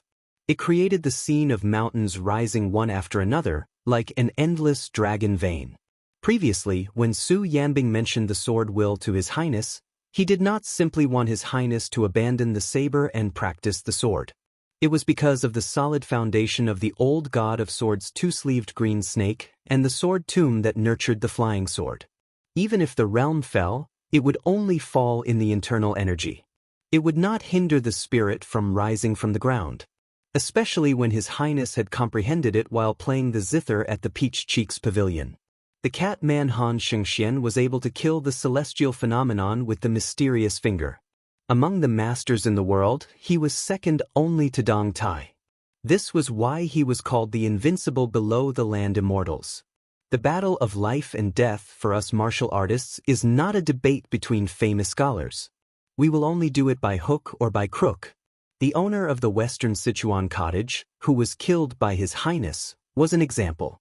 He could be regarded as a land immortal if he was an armchair strategist. However, in front of the real top martial artists who had been tempered in blood, he was not worth mentioning. He was like a paper tiger that would be smashed with a poke. It was said that a poor family could not produce a noble son, and a gentle village could not produce a first-class master. These people walked the Jianghu. Even if they had a high starting point and were very fancy, they did not understand and disdain those unorthodox methods that did not conform to the rules. When facing a master of the same realm, they would only be humiliated. If not, how could they, who were born with famous teachers and secret manuals, not be at the top of the Jianghu? His Highness made Su Yanbing feel very gratified. It was because of the trip to Beimang. He put himself on the line of certain death and slowly cultivated the realm. He stumbled along the way, but once he got it, it was the real thing. His Highness was not like the younger generation of many famous families in the Jianghu. They had countless secret manuals in their hands, but none of them were written by their own painstaking efforts. If one followed the footsteps of others for a lifetime, how could one become a talent? Back then, Su Yanbing, left the sect for two reasons. Firstly, I was a disciple with a different surname, so I didn't want to compete with my senior brother Wang Xiu for anything. Secondly, I didn't want to be a frog at the bottom of a well. I wanted to see the local customs and customs of the Jianghu with my own eyes, as well as the various immortals who had come out into the world. All these years, when I was drinking and chatting with my senior brother Han Laoshan, he also said that he entered the Jianghu too late, which was why he was stuck at the Finger Xian realm for so many years. Perhaps he would never be able to ascend to heavenly phenomenon in this lifetime. Back then, among the 4 direct disciples of my master, the one with the highest talent wasn't me, nor was it Wang Xiu. It was Wu Jinling, who had never appeared in the Jianghu before. He entered the grade at the age of 9, second grade at the age of 12, and Vajra at the age of 17. Su Fengnian smiled and said, "It's quite a pity. Otherwise, Bailiang would have one more great grandmaster who reached the peak." Chapter 950. Su Yanbing, who was rarely sentimental, sighed. In Jianghu, every time a stone is thrown, there will be ripples on the lake or huge waves on the river. There will definitely be people who will drown in it. Who knows when it will be my turn? If Wu Jinling is like Zhao Ningxin of the Taoist master's residence in Longhu Mountain, he will be at a higher level than me, Su Yanbing. Su Fengnian shook his head and said, some people are fine as bystanders in Jianghu, but they are not naturally suited to mingle in Jianghu. This is like those top scholars in the imperial court. In fact, not many of them can make it to the second rank. They will be disbanded after a few years. They are far inferior to those ordinary jinshi. Su Yanbing nodded and said, it's hard not to believe in fate. Especially after entering the celestial state, only then do I know that the illusory concept of fate is not a preposterous word used by the ancestors to scare people. Su Fengnian drank the wine in the bowl in one gulp and said in a low voice, previously when I was playing the zither, I was enlightened. After thinking about it, I only understood the word, come and go. Su Yanbing was very interested. He put down the bowl and asked with a smile, Your Highness, what do you mean? Su Fengnian put his hands in his sleeves and looked out of the window at the fierce wind and snow. His eyes drifted and he said leisurely, I once fought with Wang Xinji by chance. It was not a satisfying fight. Old Wang only used 70 to 80% of his strength at the last moment. After that, I was alone in the wilderness. I don't know if it was because I was in an out-of-body state or because I was possessed by the devil. Anyway, the first thing I did was to disperse mountains, rivers, and many things in the world in my mind. That kind of feeling was wonderful. It was as if the world was in my hands, but I could throw it away at will. It was as if the world was the king of the world. Then, without any external objects, I was bored to death. I took back those things one by one. But in this process, I was just a spectator at the beginning. I didn't catch anything. It wasn't until I was playing zither in the Peach Cheeks restaurant that I remembered the injustice of playing zither. In addition, I saw Song Nianqing's 14th sword. I vaguely felt that the Earth Immortal's sword was crying out for someone. Back then, I did a lot of ridiculous things like squandering money. Now, I was just picking them up one by one. But I didn't want to cry out for injustice. Instead, it was because I was in an out-of-body state. The last place before I collected my thoughts was above the clouds of the ninth heaven. In a trance, I seemed to see a flood dragon surging, moving clouds and summoning rain. There were also many immortals sitting in various positions. No matter how the clouds moved, they always held fishing rods in their hands. They didn't have hooks, but they sat high above the heads of all living creatures. They swung their fishing rods again and again, fishing up strands of the world's fate. Especially above the Bailiang, the number of times they raised their fishing rods was especially frequent. I was clearly familiar with the back of the immortal who was singing loudly, but I just couldn't remember who it was. I couldn't cry out for injustice. What should I do? So, I really want to know if there's really someone above us. Is there a way to try slaying a dragon and killing an immortal? Only then can I vent my anger. Even Su Yanbing, whose cultivation realm was unfathomable, was dumbfounded when he heard such crazy words that were loud enough to blot out the sky. Su Fengnian suddenly stood up and looked to the east. The spring and autumn sword that was hovering outside the East Sea Martial Emperor's city finally moved. To the east of Dongfeng County was Gui County. An elegant young master wearing a black robe rode slowly on a horse. A long saber with a white scabbard rested on his shoulder. His hands lazily rested on the sword, which rose and fell with the horse. A folding fan was inserted into the jade belt on his waist. He looked relaxed. Beside him was a retainer who didn't ride a horse. His figure was strong and healthy, and he was running wildly behind the man and the horse. The handsome young master suddenly stopped his horse and turned to look to the east. The strong retainer asked carefully, Young master, that Bailiang's son can't hold back anymore? The young master's slender and fair fingers gently tapped the scabbard, as if gently comforting the famous saber in the scabbard. He smiled charmingly and said, Not yet. But that person from Suacia Valley's sword has eaten its fill. He's preparing to fight Wang Xinji with a sword. The retainer grinned and said, Young master, if His Royal Highness really kills Mount Bubank's leader 5th Raccoon, he won't be easy to deal with. You have to be careful. The young master rolled his eyes like a woman's coquettish eyes. Slap him. The retainer, who reminded him out of kindness, immediately kept quiet out of fear. He slapped his face hard, and scarlet blood flowed out from the corner of his mouth. Only then did the satisfied young master continue to urge his horse forward. He muttered to himself, "Everyone says that the previous leader of Wudong, Hong Shixiang, is the reincarnation of the devil-slaying platform's Qi Xianzheng. As for me, I can barely be considered relatives with those uncles and aunts who were killed by the great spiritual master Qi Xianzheng. Even if their seniority is the same as mine, their age is still there. I don't know why Hong Shixiang killed himself. Since that person surnamed Su has a deep relationship with Wudong Mountain, if I don't find trouble with him, who else can I find trouble with? Wait until this young master takes care of Su Fengyan and stays in Bailiang for a year or two. Then, I'll be able to take control of Zhulu Mountain. It's not a good feeling to have a woman of unknown origin ride on top of my head. This young master has never had the hobby of women on top of men. I'll let her fight with Mount Huishan Xinyuan Qingfeng first. If it doesn't work out, I'll personally go to Zhulu Mountain and clean up the sect. Although I'm still not that woman's match in a one-on-one fight, I'll bring a few thousand cavalry and 100 inner court experts. Even that Wang Xianji, I'll be able to cause trouble for him. This demonic sect, sooner or later, it'll be this young master's rightful possession." The retainer snickered. "Young master, you'll be able to sit firmly on the dragon throne." The young master loosened his grip on the scabbard, and the scabbard spun out a large circle. With him and his horse as the center, the snowflakes within 100 feet radius were crushed into pieces. The retainer clearly heard the young master on the horse sneer. "You Zhang, you're a Vajra realm expert after all. You even managed to escape from the hands of a human cat.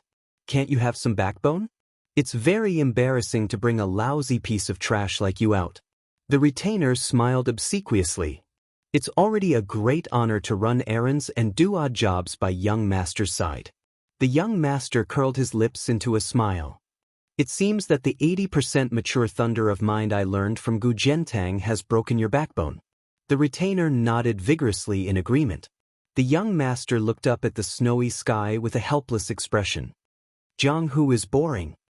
Chapter 951. Huang Xiaokuai's 600 riders were about to enter the eastern Wind County, but they still did not see His Highness the Crown Prince's figure. Even though Lingzhou's Deputy General Han Laoshan was still calm and composed, this Pearl Commandant also secretly sent a trusted scout back to Lingzhou's capital to report the military situation. Huang Xiaokuai did not know if Dong Yueqi and the other commandants were the same. In any case, he had an old turtle in the city that kept in secret contact with him all year round. Every year, they would, coincidentally, bump into each other a few times. Han Laoshan, who was watching from the shadows, retracted his gaze. Seeing the elite scout leave, he admired Huang Xiaokuai a little more. Han Laoshan's martial cultivation was far from his junior brother Su Yanbing, who was not very famous. However, Han Laoshan knew that he had no hope of reaching the top of Jianghu, so he placed most of his ambition on the battlefields at the border. Over these years, he had been influenced by the great general and had a unique understanding of the situation in Bailiang. The geographical advantage of Bailiang had always been widely criticized. However, in Han Laoshan's eyes, Bailiang's land was narrow and barren, and the people's livelihood was not great. However, this disadvantage was not necessarily a bad thing. There was a saying in the countryside that exhausted one's strength. Bailiang made enemies on all sides, and this unknowingly created the bravery and fierceness of the people. Compared to the rich Jiangnan, the people who grew up in the barren mountains and turbulent rivers were all valiant and did not fear death. If this was not the case, how could there be such a rich source of soldiers at the border of Bailiang? No matter how valiant and good at fighting soldiers were, if they were thrown into a safe place where they did not have to worry about food and clothing, and their morale would be worn down for 10 to 20 years, they would not be considered valiant soldiers. This was an important reason why the Guangling Prince Zhao Yi was not as good as the Yanqi Prince Zhao Bing. Guangling Circuit was located under the armpit of the imperial court, while Yanqi Circuit was like the right foot of the imperial court. They had to travel every day and interact with the barbarians of Nanjiang. Han Laozhan knew that he only needed to wait until His Highness left Lingzhou before he would become a general with real power in one of Beiliang's 3 prefectures, Yuliang and Lingling. He would be a third-rank official in the Liang dynasty and share military and political power with the provincial governor, Su Beiji. Moreover, as a general, he was only a person who managed the Beiliang's backyard. However, when that traitorous martial nephew, Chen Zhibao, left the capital and went to the western Shu Dao, it would be a fight that would not be inferior to the bloody massacre at the border. As for Chen Zhibao, who had betrayed his sect, as his martial uncle, Han Laozhan did not hold a grudge against him. There were rules in Jianghu, and senior martial brother Wang Xiu's death was not as aggrieved and wronged as the outside world thought. Thinking of this, Han Laozhan could not help but laugh. If his junior martial brother, Wu Jinling, who had unfortunately died in the Vajra realm, their sect would successively produce spear immortal Wang Xiu, Su Yanbing, who was even better than eldest martial brother, Han Laozhan, who had reached the mysterious finger realm, Wu Jinling, and the new Confucian sage Chen Zhibao. In the future, there might even be Blue Bird, who had taken over the handbrake spear, who would also ascend to the first rank. In just 2 generations and 2 generations, they had produced 6 first-rank experts.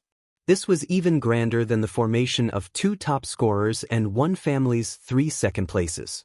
In Liang and Beimang, only the Wu family sword tomb and the chess and sword music school could stand shoulder to shoulder in Jianghu. Han Laozhan wondered if he should ask His Highness to raise the banner of the Wang family. Perhaps this would attract many Jianghu experts to join Beiliang and join the Wang family. In the future, the Beiliang army might have a Wang faction of the Wang family spear. The 600 cavalrymen stopped briefly in Dongfeng County. They did not enter the city, but stayed where they were to rest and reorganize. Huang Xiaokuai only ordered a dozen or so elite cavalrymen to escort the carriage. He found a first-class restaurant so that the woman would be more comfortable. Huang Xiaokuai did not work in the bureaucracy. It was not that he did not understand, but he did not want to be in the same company as his colleagues who were not worthy of their Beiliang armor. Since this woman had a deep relationship with His Highness, and they were not in a hurry, he was happy to go with the flow. It was just that the road to happiness was strewn with setbacks. When Huang Xiaokuai saw the silhouette of a horse carriage at the city gates, other than the Pearl Cavalry under his command, who were dressed in casual clothes, there was also a large group of local knights who had somehow hooked up with them. Unable to escape the vulgar path of a profligate young master, there was also a large group of Jianghu disciples swarming over.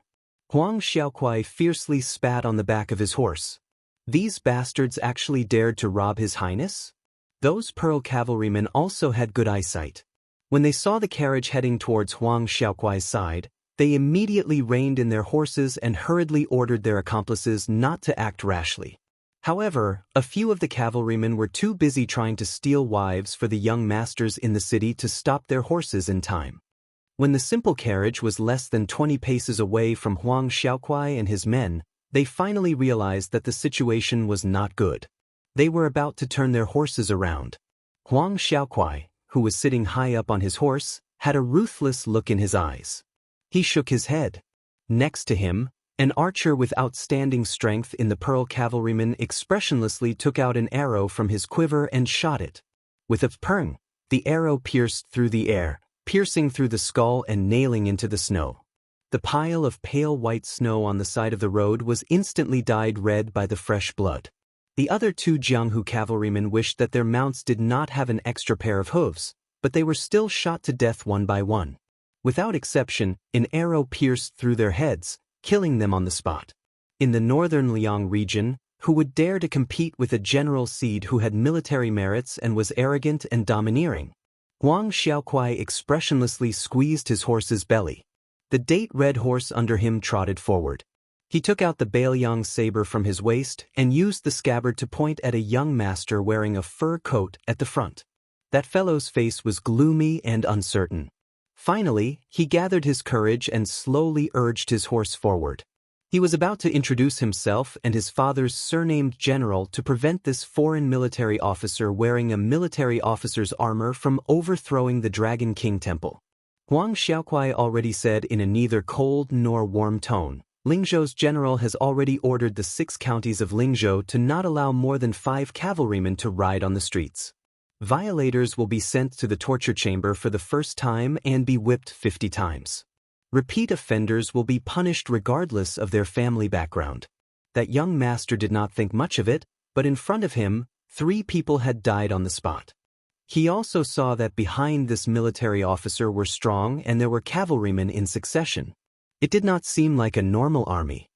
He could only obediently smile and say, "General, this is my first offense today. I will go to the yamen to surrender myself. I hope the general will not be angry." Huang Xiaokuai paused and asked, "You're called Gu Rund? Who is Dongfeng County's Shiwu General Gu Yunshi to you?" The young master was delighted and quickly said, "He is my father. I wonder who the general is?" Huang Xiaokuai smiled eerily and put away the Bailiang saber from his waist. He raised his arm and waved it.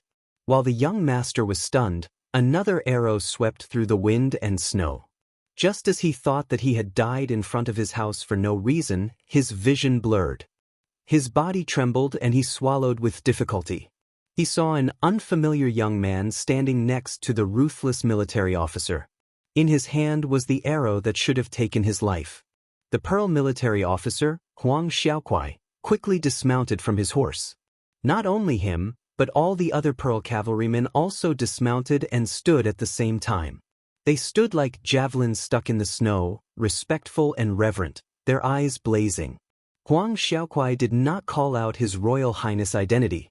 He only saw that the dumb goose had the guts to sit on his horse and not move. He was about to draw his saber and kill him personally. The young master, whose tattered clothes were not as luxurious as Gu Run's, shook his head and threw the arrow back high. It just so happened that it was thrown to the archer. He smiled warmly at the young master of the Gu family, who had finally regained his senses and had rolled off his horse to kneel on the ground. "I've heard that you, Gu Rund, once had a dispute with a group of rich young masters from Yenzhou. You taught them a lesson. After that, you said that no matter who they were, if they dared to behave atrociously in our Bailiang, you would teach them a lesson. It's a pity that your father had to privately compensate a Yenzhou general for this matter. Young Master Gu, I wonder if you still have this kind of backbone these past 2 years?" Gu Rund raised his head. His mind spun rapidly as he tried to guess the identity of this person. At the same time, he tried to find a way out of the situation. This is all learning from His Highness the Crown Prince. His Highness said that only hedonistic sons who dare to point their spears at men from other places can be said to have reached the Grandmaster level in the competitive business of hedonism. This time, it was Gu Rund who was reckless and wanted to puff himself up at his own cost. He wanted to protect that Lady Yong Rong on her journey, and he definitely didn't want to do the despicable business of snatching people away. He only wanted to let the lady in the carriage leave safely. Gu Rund had been observing the situation the whole time. When he saw that person nod with a smile, he finally felt relieved. He heard that person's mellow voice say with a smile, "Let's forget about today.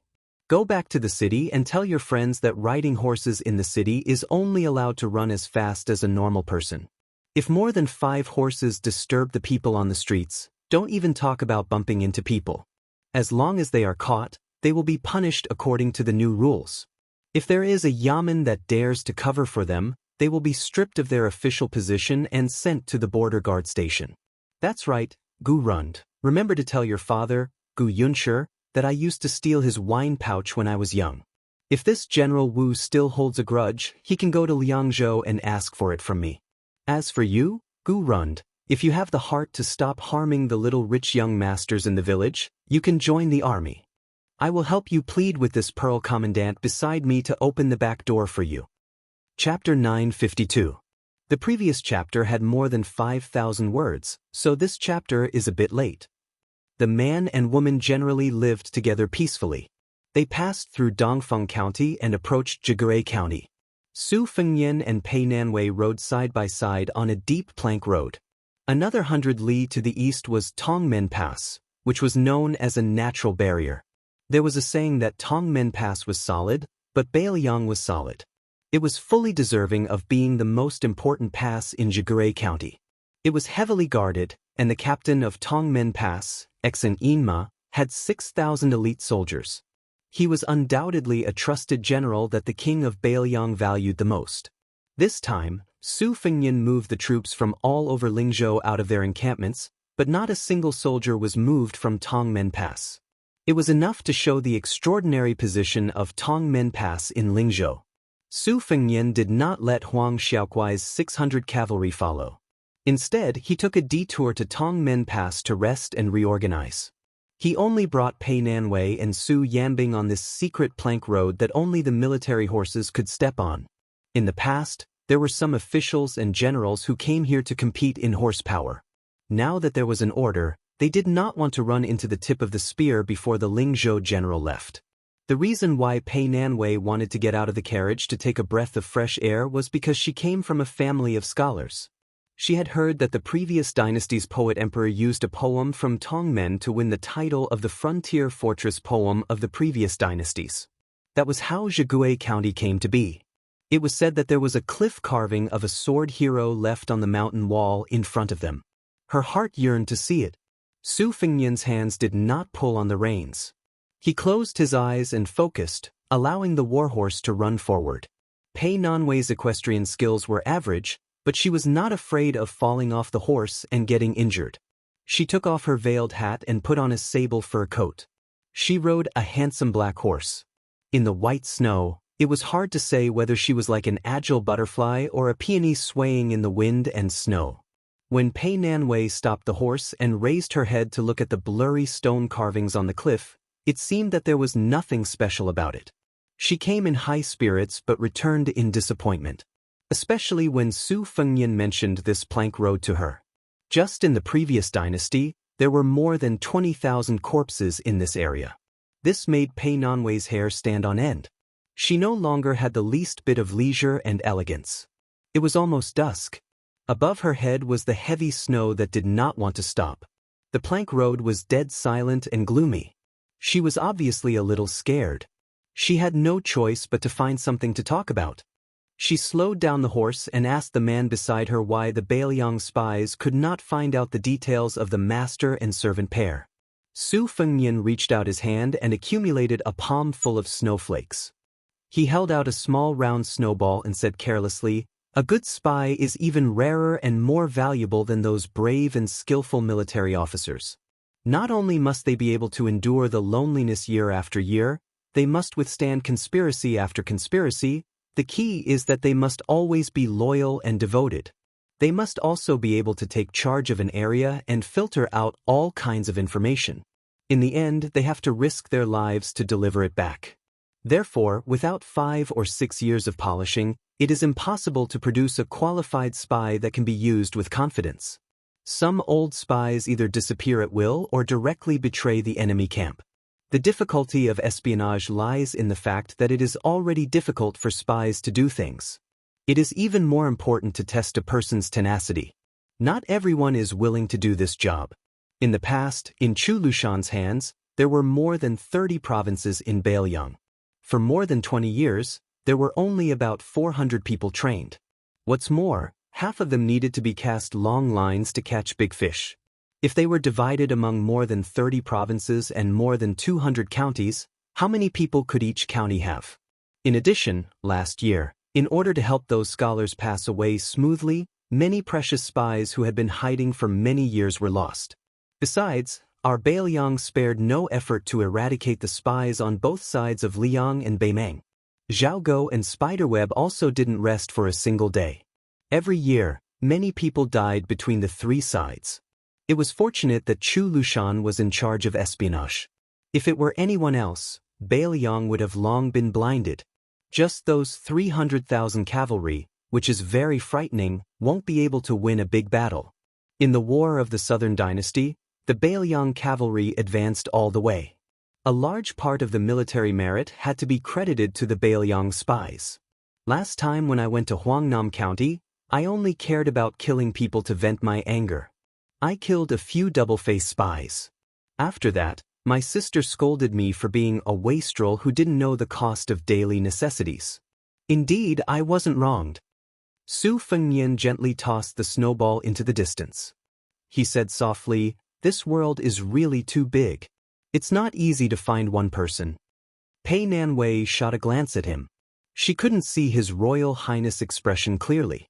She only felt that there was a faint sense of desolation that was rarely seen. The wind and snow whistled. They were still dozens of li away from Tongmen Pass. Normally, the journey wouldn't be long, but at this moment, the snow on the plank road was thick and the horses' hooves were sinking. Even though Pei Nanwei was wearing a warm marten fur coat, she began to feel that the suffering was not light. Moreover, in the eyes of an expert, her equestrian skills were really shoddy. Su Fengnian looked at the sky. There were signs that it was getting heavier. The three of them were riding against the wind, but Pei Nanwei insisted on riding alone in the wind and snow. Su Fengnian looked on coldly from the side. When her horse suddenly slipped, her hands were already cold and numb. She didn't have the strength to hold the reins tightly. Just like that, she fell onto the plank road and rolled. Fortunately, the snow was soft and there was no injury. Su Fengnian reined in his horse and turned around. He stretched out a hand. She was stubborn. After standing up, she turned around and reached into the collar of her marten fur coat. She used her body temperature to warm her hands. She gritted her teeth and continued to ride forward. Su Fengnian was too lazy to ridicule her. He urged his horse to speed up and blocked in front of her horse to block the biting cold wind. When they finally saw the towering walls and flickering lights of Tongmen Pass, Pei Nanwei, who had endured to the end, finally fainted and fell off the horse. Su Fengnian then carried her onto the horse and quickly rode into the city. Chapter 953. His Highness the Heir of Tongmen personally led the way and led His Highness the Heir into that simple official residence that did not have the slightest bit of extravagance.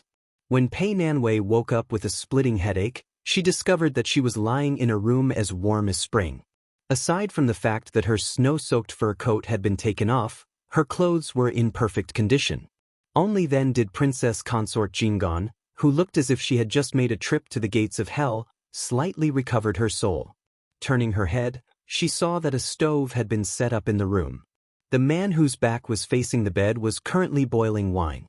The aroma of the wine wafted through the air.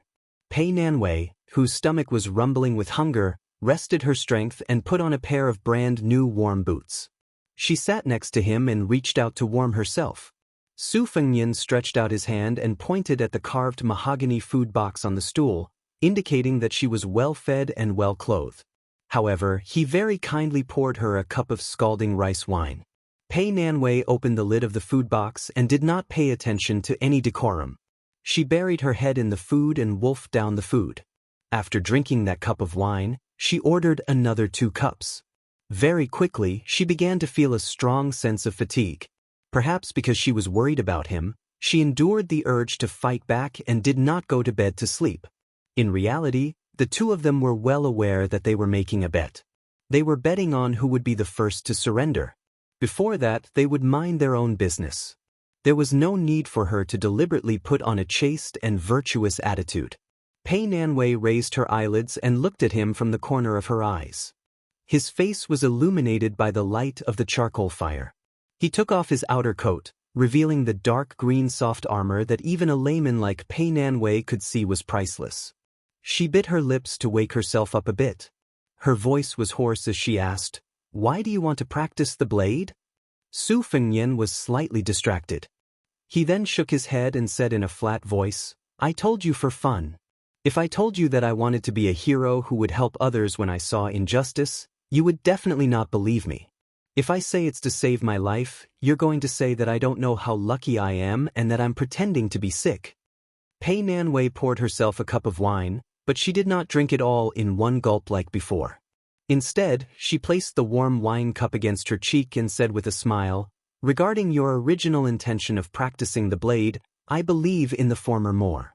She finally had the mood to chat, but Su Fengnian's mood was bleak. He said indifferently, "We still have to hurry on with the journey tomorrow morning. You sleep. Don't worry, I'll go out when I'm done." Pei Nanwei frowned her naturally charming brows, but still went to lie down on the bed. She held onto the corner of the blanket with both hands. She didn't hear any movement for a long time, so she turned around and looked at the back of the figure in the room. Not long after, he used a pair of tongs to stir up some ash and covered it with the charcoal so that it would burn slower. Then, he got up and quietly left the room. Su Fengnian came to the top of the wall of Tong Men Pass. Su Yanbing and Wei Shaking were standing far away. They were sensible enough not to disturb him. The snow continued to fall for an entire night. At the first glimmer of dawn, the green hills turned white. A rider and a servant entered Jigui County without any obstructions. Ever since they entered the borders of Bailiang and intimidated a few squads of government troops that were as insignificant as ants, it was as if they had entered a no-man's land. The retainer with the strength of the Vajra realm couldn't help but ask, "Young master, is this Bailiang heir so scared that he's hiding? Does he really think that everything will be fine just because he's hanging a no-war sign?" The handsome young master who was gently patting his palm with a folding fan was enjoying the snowy scenery along the way. He mocked, "Yuzhang, oh Yuzhang, you really think with your butt? Back then, Han Diaoxi didn't kill you. Was it because he thought you'd dirty his hands?" The robust retainer chuckled softly and didn't dare to talk back. The young master opened and closed the peach blossom beauty folding fan in his hand. He smiled and said, "His Royal Highness won't be so cowardly as to avoid the sharp edge. However, this young master really doesn't put him in my eyes. I still want to experience White Bear Yuan Zuozong's left-handed saber. Everyone only knows that Yuan Baixiong is the world champion in horse combat, but they don't know that he had once sparred with Gu Jianteng. After that, he switched to using his left hand to practice his saber, thinking of getting back at our General Gu someday. However, it's not easy for this young master to meet Yuan Baixiong, the commander of the cavalry. No matter how useless the Bailiang cavalry in Lingzhou is, they still can't be underestimated. Let's see how big of a welcoming party Su Fengnian can put up. Yu Zhang, if it's just a small fight with a few hundred cavalry, I'll leave it to you. Remember, it's okay to break an arm or a leg, but don't kill anyone." The Vajra realm servant twisted his neck, and it cracked like a string of soybeans. He nodded and smiled sinisterly. "If His Royal Highness is stingy and uses 300 to 400 cavalry to fool you, no matter how thick the formation is, it won't be able to withstand a few attacks from me." The young master didn't wear a saber on his waist. Instead, he used a long vermilion rope to tie the famous saber. The other end of the rope was tied to his wrist, and he just hung it on the side of the horse's belly, swaying. Yu Zhang glanced at the saber, and there was some fear in his eyes. This thing was a heavy weapon that was on par with the world's #1 talisman saber, Southflower. He didn't know which senior came up with the name, but he didn't care at all. It was simply called Crossing the River. Yu Zhang was a famous figure in the Devil sect. 60 years ago, a few sky devils went to the devil-slaying platform to challenge the great immortal of Mount Longhu, Qi Xianzhu. In the end, not only did they fail to divide the world, but they were also slaughtered. Since then, Zhulu Mountain has been in decline. Yu Zhang, as an outer mountain disciple of the Devil sect, could barely be considered a first-class master. Especially after reaching the first rank, Yu Zhang became complacent. He refused the recruitment of the last remaining Duke of Mount Zhulu and did not enter the mountain to be conferred the title of Marquis. Instead, he led a group of people to revolt, calling himself the leader of the Devil sect. He set off a bloody storm in the martial arts world, but before he could make a name for himself in Jianghu, he was stopped by a big eunuch in a bright red robe. This human cat came alone, and except for him, everyone else was skinned and had their tendons pulled out. If Han Diaoxi hadn't spared his life to find out the secret location of Mount Zhulu, he would have died a long time ago. However, after Mount Zhulu no longer invited him to enter the mountain, Yu Zhang was like a rat on the street. He was always on tenterhooks, afraid that this human cat would treat him like a piece of trash and kill him. When news of Han Diaoxi's death came from the capital last year, he cried tears of joy. He was wondering if he could make a comeback in Jianghu, but in the end, he was beaten up by this young master who claimed to be from Mount Zhulu. He was even able to use General Gu's Thunder Heart Square, and many secret techniques of the Wu family's sword tomb and Dongyue sword pool. His own skills were all seen by this young man once, and he was able to use them for his own use. So what if Yu Zhang was a first-rank master? How could he not be shocked? Yu Zhang had to admit that there were indeed martial arts geniuses that were hard to come by in 100 years. In the past, it was Wang Xianji, Li Chungang, and the other seniors of the Jianghu. In the future, it would most likely be the young owner of the crossing the river, Saber. The young man raised his head and saw a peregrine falcon fly by. He smiled charmingly and said to himself, "It's a bit slow." Chapter 954. Peregrine falcons constantly flew above the master and servant. Yu Zhang was only a boorish man and was not familiar with military formations. He did not know what these 7 or 8 military falcons meant, but he could clearly feel the cold aura of dark clouds pressing down on the city. Yu Zhang squatted down and pressed one hand on the ground of the post road. He wanted to report the situation of the enemy to the young master with the folding fan. There were 200 riders charging toward them, but Yu Zhang quickly remembered that the young master's realm was much higher than his, and the Xian finger had the mysterious power of divination, so he did not want to flatter him. Yu Zhang picked up a snowball and weighed it in his hand, wondering if he should smash an eyesore falcon to death. Out of the corner of his eye, he saw a particularly bold scout. The other scouts in all directions all stopped their horses at a distance. Yu Zhang stood up with a grim smile and swung his arm. Remembering the soldier's order, the snowball shot out and hit the warhorse's head. It suddenly exploded into a cloud of scarlet blood, and the warhorse died instantly. The scout rolled on the ground. Instead of running away in panic, he quickly took out his short crossbow and ran toward the man who killed the horse. After a dozen steps, he finally remembered the military order and turned around to retreat resentfully. On the way to his beloved warhorse, the young scout's eyes turned red. He took off the Nanmu horse tag tied to the horse's neck and put it into his pocket before running away. The young master with the folding fan did not pay attention to Yu Zhang's small quarrel. His line of sight followed the mountain ridge and looked at a mountain peak that was not too tall in the distance. According to his original plan, they would be intercepted by a group of cavalry stationed in Zhigui County. There would be at least 300 to 400, and at most 600 to 700. He would let Yu Zhang warm up and crush the courage of this Bailiang cavalry. After penetrating the formation, he would use his speed to charge straight into Tongmen Pass. Then he would personally engage in a fierce battle with the elite cavalry of Tongmen Pass. No matter who won or lost, he would become famous overnight. Unless it was absolutely necessary, he would not show his life-saving talisman.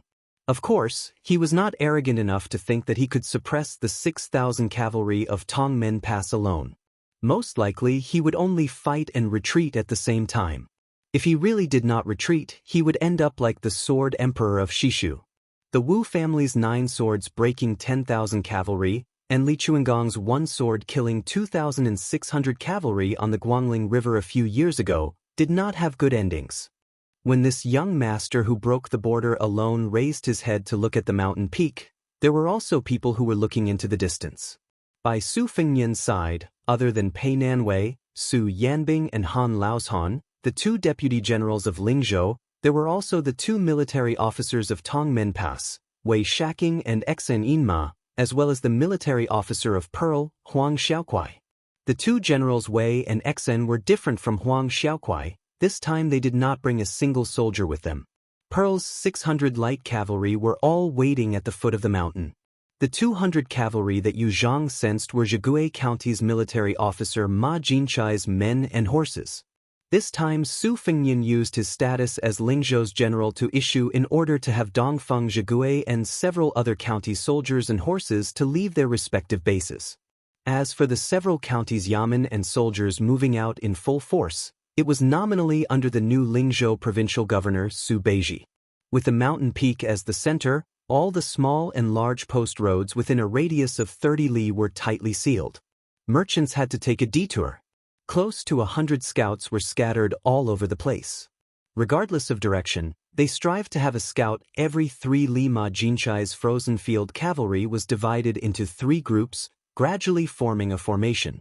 The 200 cavalry took the lead to spy on the situation. Other than that, there was also the Dongfeng Northern Country captain, Ren Chunyun, who brought 400 soldiers and horses. They were waiting for orders in the southwest. Fengqiu captain Zhu Boyu personally led 500 cavalry in the northwest, eyeing covetously. The troops of the various government offices, military offices, and torture chambers weaved through the gaps in the northwest. The ranks of captains in Bailiang were very messy, and there was a huge disparity in the number of soldiers they could command. For example, Tong Menpas's Wei Shaking and Xan Yinma each led 3,000 men, but their ranks were still one rank lower than Pearl Captain Huang Xiaokuai, who was also a rank 4. Frozen Field Captain Ma Jinchai, Northern Country Captain Ren Chunyun, and Fengqiu Captain Zhu Boyu were of the same rank as Wei Xian and Fengqiu Captain. However, all the soldiers under their command added together could not compare to a single captain in Tong Men Pass. The military officials of northern Liang were strong and powerful, suppressing the civil officials to the point that they could not raise their heads. However, they themselves also had many factions with mountains in great numbers. Other than the long-standing disputes at the border, there were also disputes over the passes and counties, and within the counties there were disputes over who was truly lacking in merit officers. Being caught in it was like falling into a spider's web. The slightest movement would affect the entire body, causing a shock and rebound. When Su Fengnian was trying to clean up the officialdom in Lingzhou, he was not looked upon favorably because of this. Han Laozhan raised a jujube with spear named Xiaoman's shoulder and laughed softly. This person definitely did not expect your highness to be so bold, directly mobilizing 4 captains and close to 3,000 cavalry to crush him in Jigui County. You did not give him a chance to go to Tong Men Pass, much less enter Lingzhou to steal his reputation. Su Fengnian laughed. If he can use the methods of the Jianghu people and take the head of a general in the midst of tens of thousands of soldiers, do you think the court will bestow him the title of general? Tong Men Pass's Wei Shaking sneered. Based on this kid's ability, he can't even go up the mountain. I heard that this fellow is very tender and has the appearance of a beautiful woman. Brother Exin, you have a variety of tastes. When your highness has tied him up, why don't you ask your highness to bring him back to Tong Men Pass to be a concubine? Tong Men Pass's Captain Xen Yinma, who had a feminine appearance, was mocked by Old Wei. He did not retort and said softly, I do have such an idea, but how would I dare to act on my own and ruin your highness's plan? Old Wei, since you're interested in drinking horses, why don't you give me your little son, and we'll become in-laws? In the future, I'll call you father-in-law. It doesn't matter if I'm 1 generation younger than you. Chapter 955. Wei Shaking, who had been checkmated, was so angry that he kicked Lieutenant Xian's horse in the stomach and cursed. He and Xen Yinma came from different mountains in the Bailiang army. Wei Shaking was a general who was close to the general, while Xen Yinma had moved through various armies. He had held a military position under Zhong Hongwu, Chen Zhibao, and other old Bailiang giants. Later on, he was involved with the infantry commander Yan Wenlun. Now, Xen Yinma could be considered half a member of the Yan family. However, he had gotten along well with Wei Shaking in Tong Men Pass these years. Inside the pass, they had schemed and plotted against each other.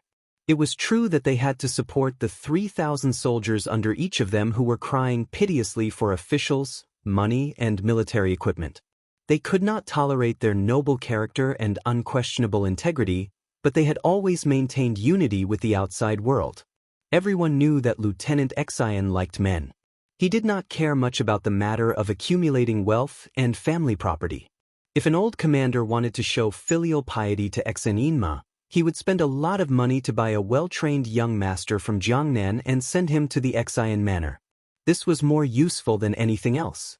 Fortunately, the king of Bailiang had never been a harsh and merciless master. He had never made a fuss about these dirty things that did not affect Bailiang's military and politics. Xen Yinma glanced at the young man who had already left his post as Lingzhou's general. After hearing the conversation between him and Wei Shaking, he turned a deaf ear. His smiling face was still the same. He looked down at the courier road at the foot of the mountain and slowly said, "It's starting." Exen focused and straightened his back to look into the distance. Ma Jinchai's 200 riders had already charged toward the master and servant pair. Exen had always looked down on Lieutenant Dong Yi and Ma Jinchai's soldiers. In his opinion, the 3 legs of these soldiers were all weak. It was said that circling around to block the retreat path should have been Lieutenant Zhu Boyu's military mission.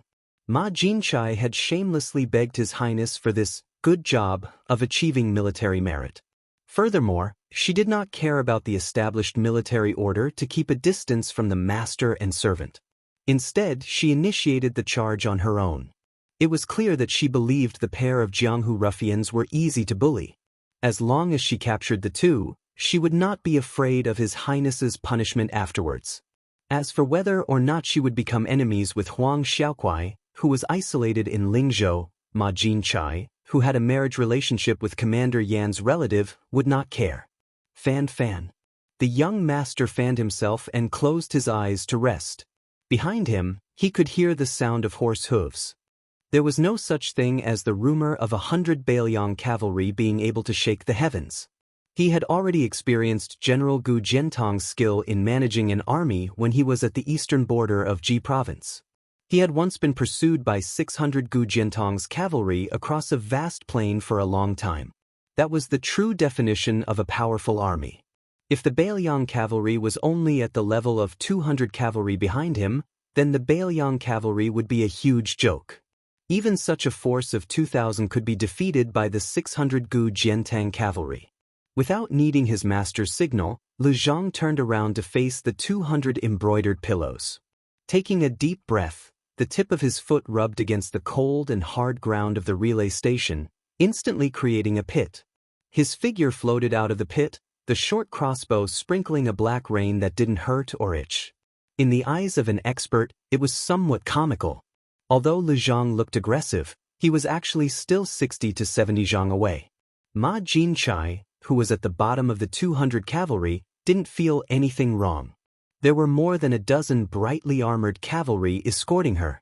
Among them, there was actually a charming and petite retainer wearing a gorgeous light armor. She was clearly a woman with a graceful figure. It turned out that in addition to snatching the credit, Ma Jinchai also wanted to show off his commanding skills in front of the doting beauty. However, Ma Jinchai's expression changed drastically. She saw that the 200 riders were only focused on charging forward, but that Jianghu man's speed was far faster than a warhorse's. The second wave of crossbows splashed down on his head, but it could not be said that they missed. It was just that the man did not even bother to reach out his hand to block the crossbow bolts, allowing them to hit his body. Like a reed pole hitting iron or stone, the crossbow bolts broke off and slid down. He did not give the riders a chance to continue playing. He had already come face to face with the 3 riders in the lead. The 3 riders were shocked and immediately threw away their crossbows. They hurriedly raised their spears and rushed into the gap between 2 galloping riders. Yu Zhang jumped high, his body flattened, punched his horse and kicked it. The rider on the left that was closest to the outside was also affected. The 2 warhorses were stacked on top of each other and were thrown out of the relay station. The warhorse on the right was even smashed 50 to 60 zhang away by the man's fist. It crashed to the ground with a loud bang, causing snow to fly everywhere like willow catkins. Yu Zhang's expression changed drastically. 2 warhorses were stacked on top of each other and were thrown out of the relay station. The warhorse on the right was even smashed 50 to 60 zhang away by the man's fist. Following that, the 3 riders were clearly terrified and wanted to avoid the man's unstoppable momentum. However, they did not have time to do so. One of the riders was quite skilled in horsemanship. In desperation, a violent temperament emerged and he directly urged his horse to crash into the boorish man of Jianghu. Ma Chaowei had already announced that whoever could kill this bandit would be rewarded with 600 taels of silver and a promotion of 3 ranks. Lu Zhang jumped lightly and raised his elbow to smash the horse's head. A tall horse that was charging forward was actually knocked down by the elbow.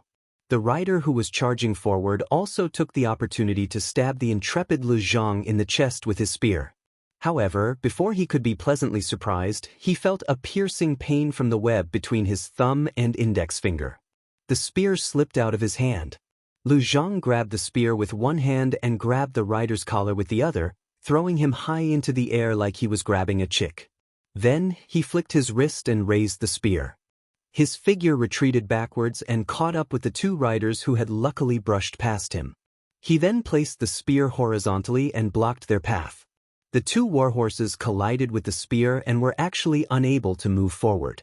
The few rows of riders behind them pushed their spears against each other. The charging formation from before was instantly disrupted. Lu Zhang infused internal energy into the spear with both hands and laughed as he stepped forward.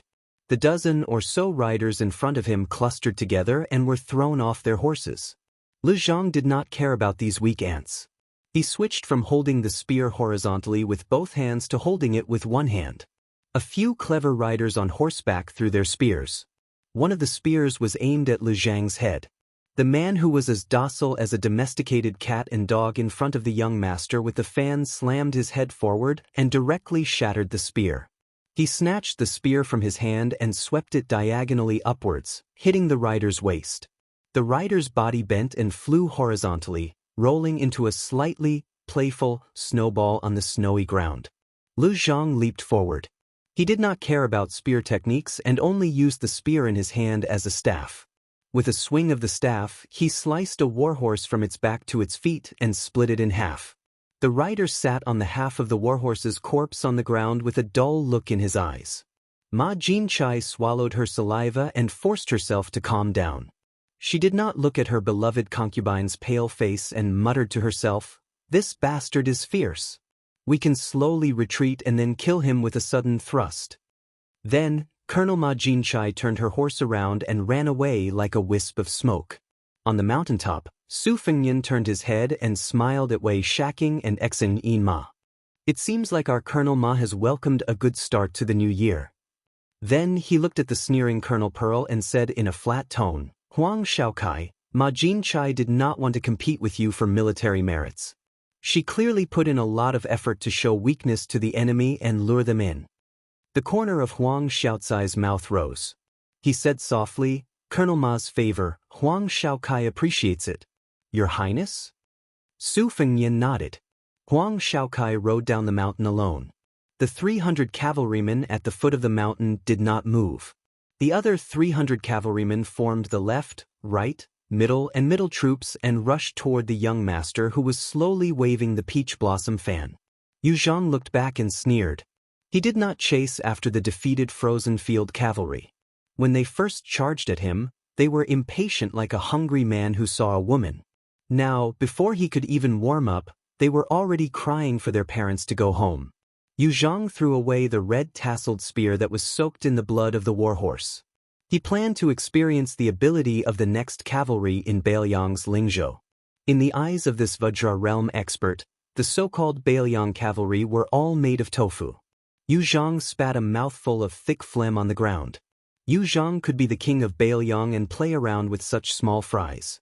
On the mountaintop, Su Fengyan, who had been watching coldly from the sidelines, had his hands in his sleeves.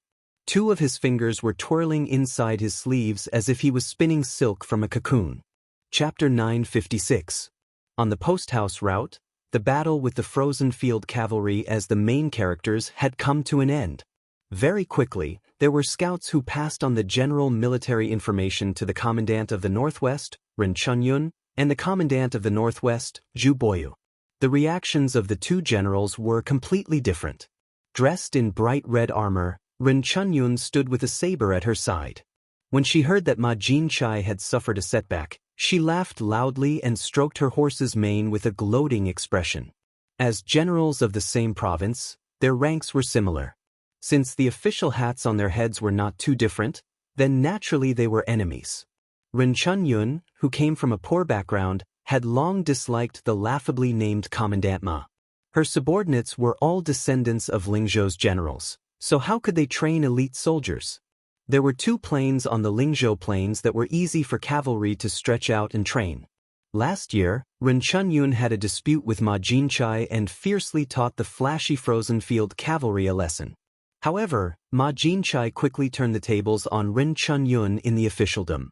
The salary was not bad, and no one dared to do anything to this lightning pool. Rin Chunyun only received some leftovers that did not even have B-grade aptitude. Only after asking around did she find out that it was Ma Jinchai's in-law who was an important member of Baelyang's military depot who had set up as stumbling block. Later on, Ma Jinchai brought 100 cavalry with brand new armor to Rin Chunyun's territory to flaunt her might under the pretext of killing roaming bandits. If it were not for Rin Chunyun firmly suppressing the lower generals to not cause trouble, there would have been a mutiny. On the other side, Zhu Boyu was much calmer. His impression of Ma Jinchai had always been bad, but he never showed it on his face. If he really met her, he would drink and be polite. Therefore, the Windcoat cavalry got along quite well with Ma Jinchai and the other young masters. The main reason was that Zhu Boyu was also a military official who had come out of a general's manor. His father's generation had fought side by side, and there was a life and death relationship as a foundation. However, although Zhu Boyu had never been to the battlefield at the border and his achievements were rather thin, he was one of the few Baelyang youths who could calm down and manage the army. These years, he held real power and was often mocked by many surplus generals who had returned to Lingzhou with military achievements. This made Zhu Boyu more willing to get along with Ma Jinchai and the others. After all, the fake friendship and toasting was better than those old seniors who did not have any descendants who would show off their seniority the moment they met. Right now, Zhu Boyu was worried that His Royal Highness, who had not started a killing spree in the Lingzhou officialdom, would use this chance to make an example out of Ma Jinchai and drag him down.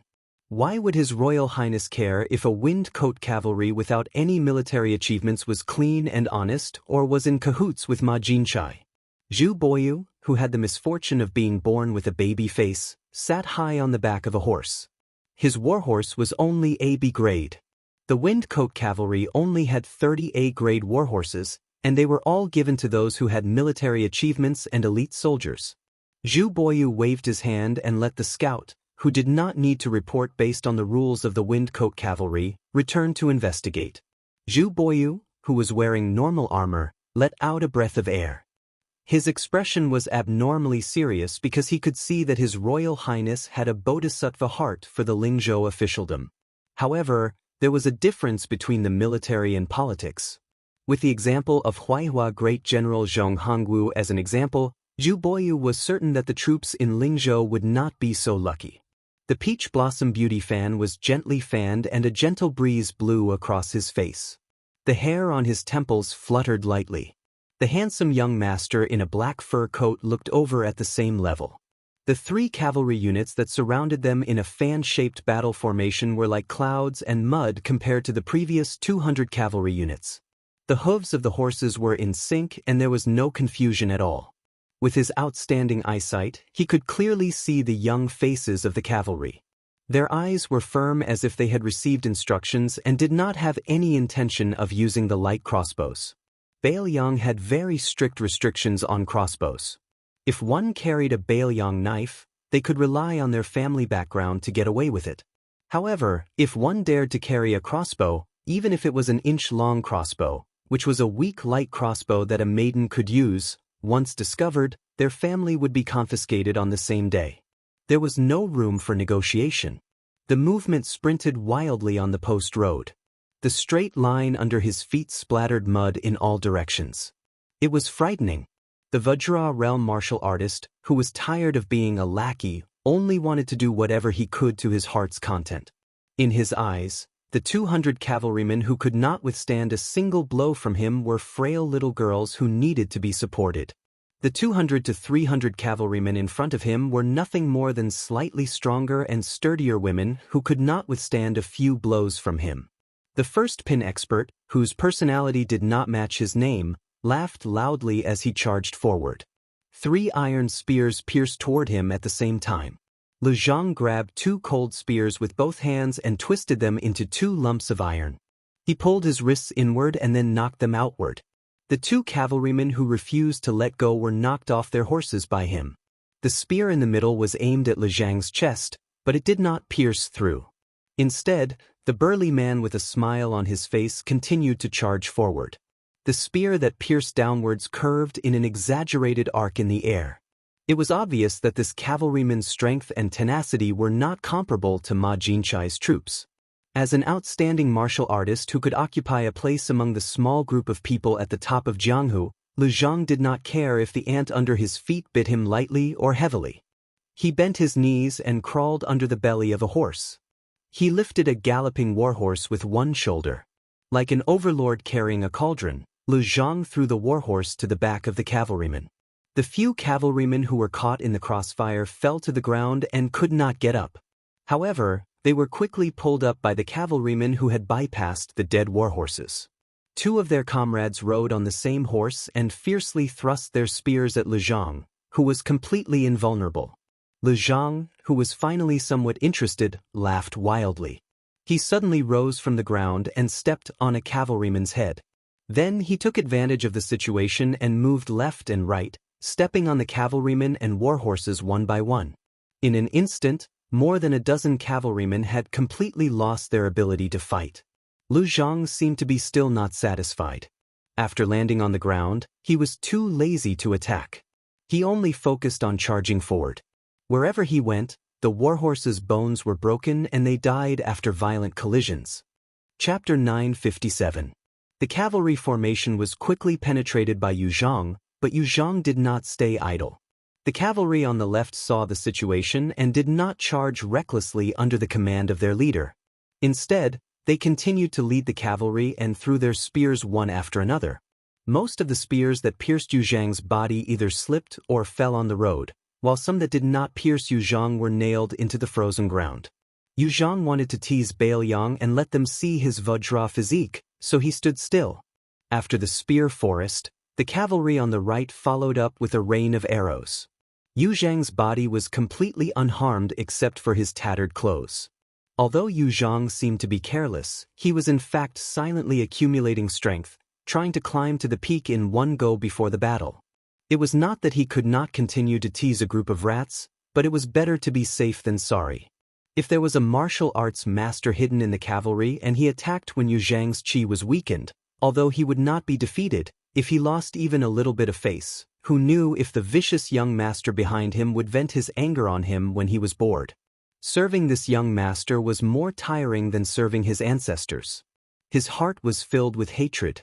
If he could have a higher realm than that handsome young man, Lu Zhang, who had always scoffed at famous scholars, would not mind changing his taste. But Yu Zhang knew very well that this kind of ruthless revenge, which made him feel comfortable, was not something he could count on in this life. Unless that person was suddenly beaten to the ground by an immortal, then he would have the chance to kick him when he was down. However, the northern Liang path had already produced the old god of swords Li Chungang, and Chen Zhibao had already defected to the capital. Only the junior brother of the spear immortal Wang Xiu and Yuan Zuozong, who was the commander of the border cavalry, were left. Could these two top masters still join hands and appear here? Although the 100-man cavalry on the courier road had been pierced through, they quickly resumed their charge. At the foot of the mountain, 100-man cavalry under Huang Xiaokuai's personal command had also joined the battle. The 100-man cavalry on the left and right sides of the mountain switched between crossbows and javelins. Even though they were unable to achieve anything against a Vajra realm expert, their formation was tight and their performance was far better than Ma Jinchai's frozen field cavalry. The fearless Yu Zhang let out a long breath, the fog lingering around him. He stretched out his arms and twisted his wrist joints. As if he was annoyed by the noise of the horse's hooves, he stomped on the ground, the dull rumbling sound faintly covering the sound of the hooves. Yu Zhang stomped on the road, the momentum gradually growing, rumbling like thunder. The horses on the road rose and fell more violently, but still, no one was afraid of the battle. The political strife in northern Liang, especially the strife in the military, had always been disdained by the pillars of the imperial court of Liang as a farce in the countryside. If they could not gain the upper hand in the argument, they would roll up their sleeves and start a brawl. Compared to the imperial court and the capital, where the imperial court's imperial edicts had been passed down for generations, how could northern Liang, which had been built in just 20 years, catch the eye of the imperial court's big shots? However, It seemed that many of the pillars of the imperial court had forgotten that the Liang imperial court had the cultural heritage of the Bailiang cavalry. The impoverished Bailiang also had the unique heritage of the Bailiang cavalry. Dong Yueqi was not a good cavalry, but people like Wang Ji, Ren Chunyun, Zhu Boyu, Huang Xiaokuai, and so on, who were not even qualified to be seen by the pillars of the imperial court, were all doing well. Yu Zhang wanted to break a few spines of Bailiang with his own hands. Of course, he did not know about the heritage of the torch and was too lazy to think too much about it. However, the cavalry in front of him was different from the others. He felt very uncomfortable. It was not easy for him to become a level 1 expert, but in the end, he had to work like a cow or a horse for a junior. Now that he was in Bailiang, he had to vent his anger. Yu Zhang stared at the cavalry general who was wearing colorful armor and had unsheathed his cold saber. Yu Zhang's vigorous qi filled his entire body. He felt like he could take a sword from an immortal. Yu Zhang's spirit was at its peak. His wild laughter echoed throughout the post house as he collided with the cavalry general. When they were 50 steps apart, he leaped up high, stretched out his long arms, and punched down. The Bailiang commandant, Huang Xiaokuai, who was leading the charge, blocked with his saber horizontally. The Bailiang commandant's saber suddenly sank, and the warhorse's hooves were instantly crushed by the unstoppable force of thousands of pounds. The edge of the Bailiang commandant's saber only managed to squeeze out a trace of blood from the man's fist. Huang Xiaokuai held his saber in one hand and the back of his saber in the other, but he was still powerless to stop this Jianghu villain's punch. He swallowed a mouthful of blood and abandoned his horse to move to the side. His saber brushed past the man's fist, but it was still unable to cut the man's skin. The commandant's commandant beside him pierced his spear at the same time, accurately aiming for Yu Zhang's left eyeball, forcing him to stop chasing after their commandant. Another commandant threw his spear at Yu Zhang's crotch. This was the first time Yu Zhang frowned. The essence of killing a Vajra realm expert was nothing more than the 4 words, "The truth will come to light." Only after exhausting the qi that flowed endlessly like water and losing the perfect and flawless invincible Vajra would half the battle be won. If an expert was given enough time to take a breather, slowly replenish the qi and restore the qi in his body, he would have to start all over again. However, the accumulation of an expert's qi was always easier to disperse than to gather. The qi could travel for hundreds of miles in an instant. This legendary realm of Earth Immortals was something that even the Vajra realm and Finger Xian realm experts could only dream of. For example, Yu Zhang's qi had fallen to 80% after 2 consecutive attacks. He allowed the rain of arrows and spears to rain down on him without moving an inch, and only managed to recover to 90% using a clumsy method. The reason why the Jianghu people regarded the death of the Sword Emperor of Shishu as a tragic death was not purely because they felt pity for the expert who was crushed into a pile of minced meat. It was more because this Grandmaster Swordsman, for the sake of his worthless family name, guarded the gates of the imperial city of Shishu all by himself. The enemy he faced was a tide of locust cavalry, and he had no chance to catch his breath at all. He could only rely on his last breath to fight to the death. It was as if he was watching himself walk step by step on the road to the underworld. However, Yu Zhang merely furrowed his brows. He was only facing 100 riders. He casually pushed aside the blinding spear of the commandant, and with a tap of his toes, he stepped on the iron spear thrown by the rider and used the momentum to knee the commandant in the head. Yu Zhang stood on the back of the warhorse. The warhorse continued to gallop forward. Yu Zhang stood proudly on the top of the mountain, and for some reason, he felt a tightness in his chest. A rider was slowly descending the mountain. Faster and faster. Far behind Yu Zhang, the peach blossom fan was closed with a snap. The vermilion rope with the other end of the white scabbard on the young man's wrist was suddenly pulled taut. As the rider descended the mountain, the young man in black sensed that he was being watched by someone on the mountain. He muttered to himself, "Is there such a hidden expert in Bailiang? Why hasn't Zhao Guo's records mentioned him before?" Yu Zhang's scalp went numb, as if he had seen a ghost in broad daylight. He was scared out of his wits. The sleeves of the rider fluttered in the wind. From the cuffs of his sleeves to his arms, there were countless red threads coiling around them, as if they were scarlet snakes crawling all over them. In the past, there had been such a red snake cat riding towards Yu Zhang leisurely. Yu Zhang, who had been hit in the ribs, seemed to have gone mad. With a pained expression, he squatted on the back of the horse and hooked his fingers into his scalp. Then he raised his head, his eyes bloodshot. He clenched his teeth and slapped the warhorse to death. Then he rushed towards the rider. The Pearl cavalry at the foot of the mountain and on the road stopped their horses subconsciously, leaving the rider and the unstoppable unknown Jianghu martial artist to fight. The rider floated down from his horse and continued to move forward. The pair, who had been expected to fight fiercely for a few hours, brushed past each other just like that. His sleeves turned even redder.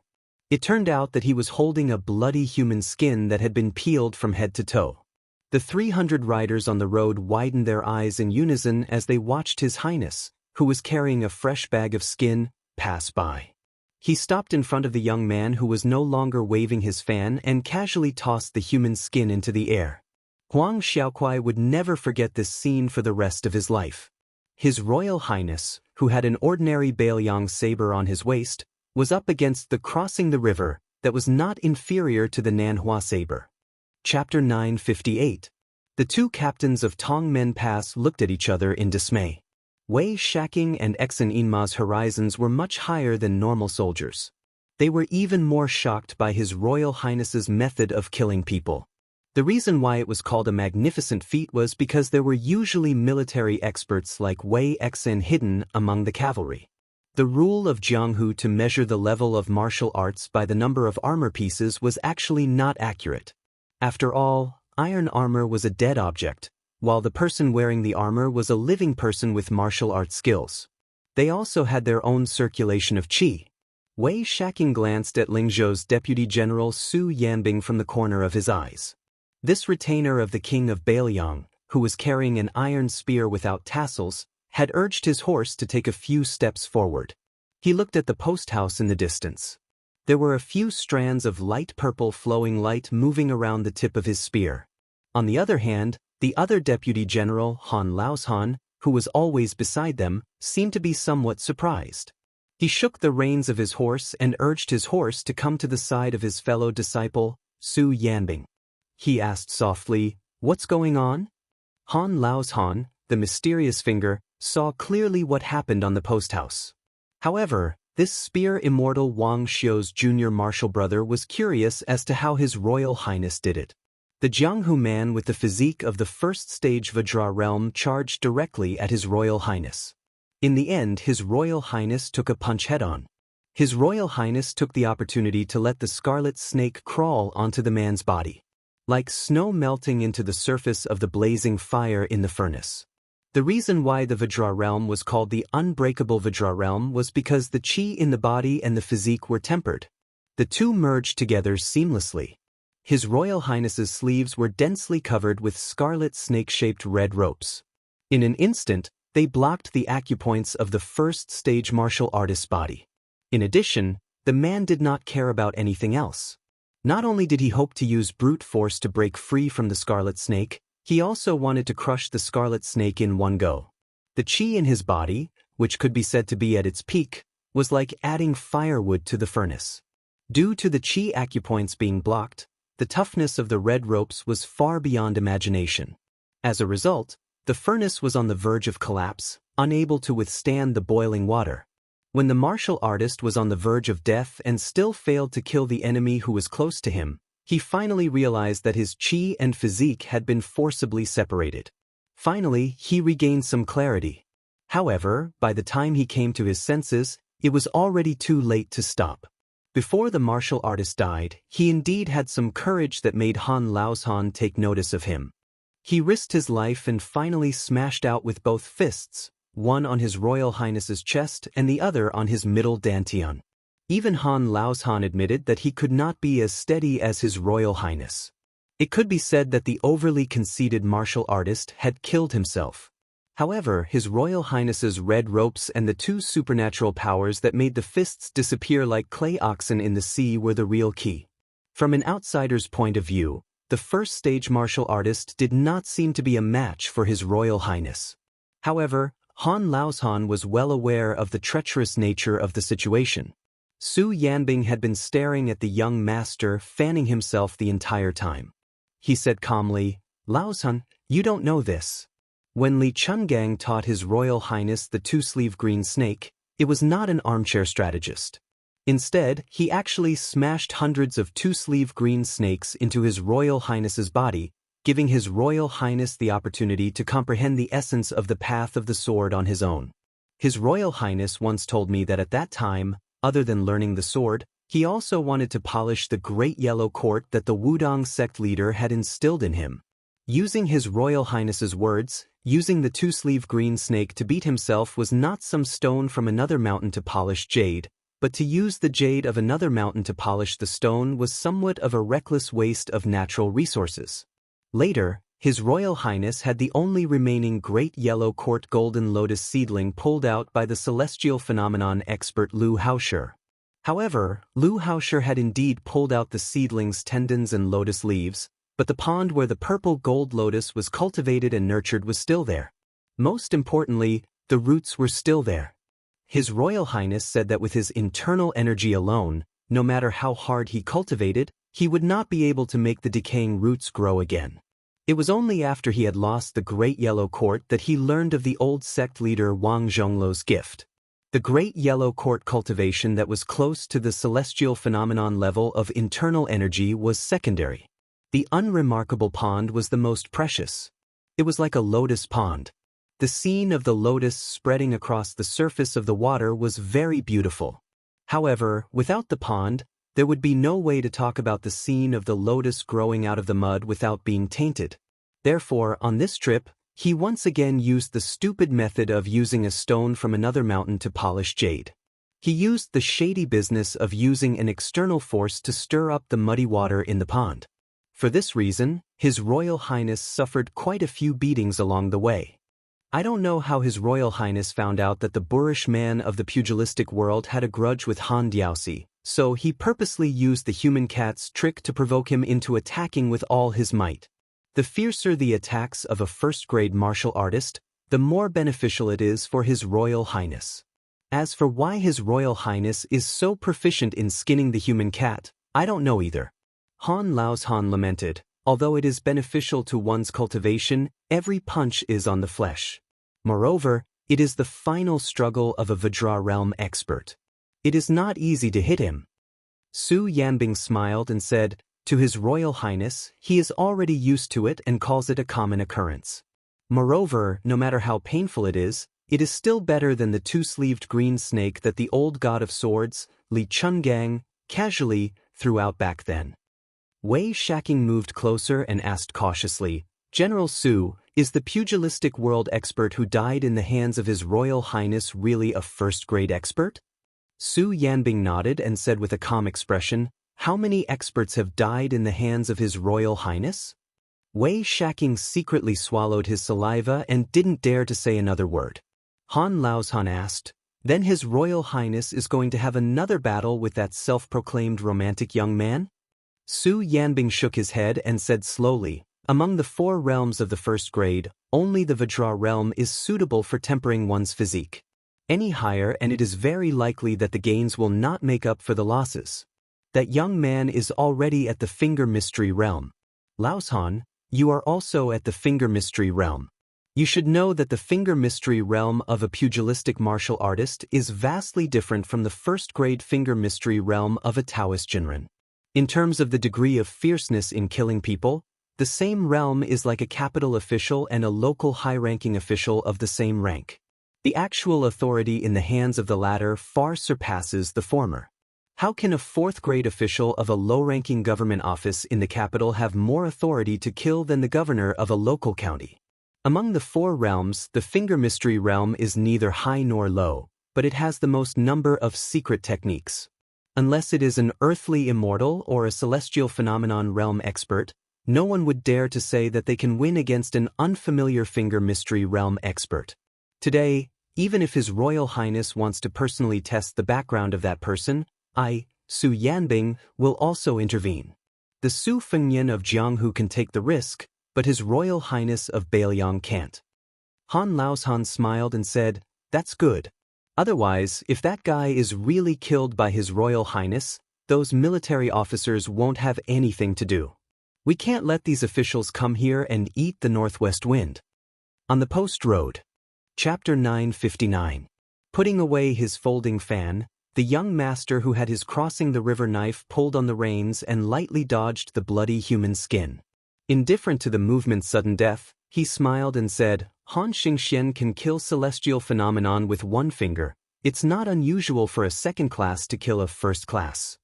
He saw that Su Fengnian was expressionless and didn't seem to be interested in talking to him, so he was happy to talk to himself. "But that's not surprising, but it's very surprising that you're proficient in the art of skinning human cats. I just don't know if you know the last two realms of scraping bones and pulling out tendons."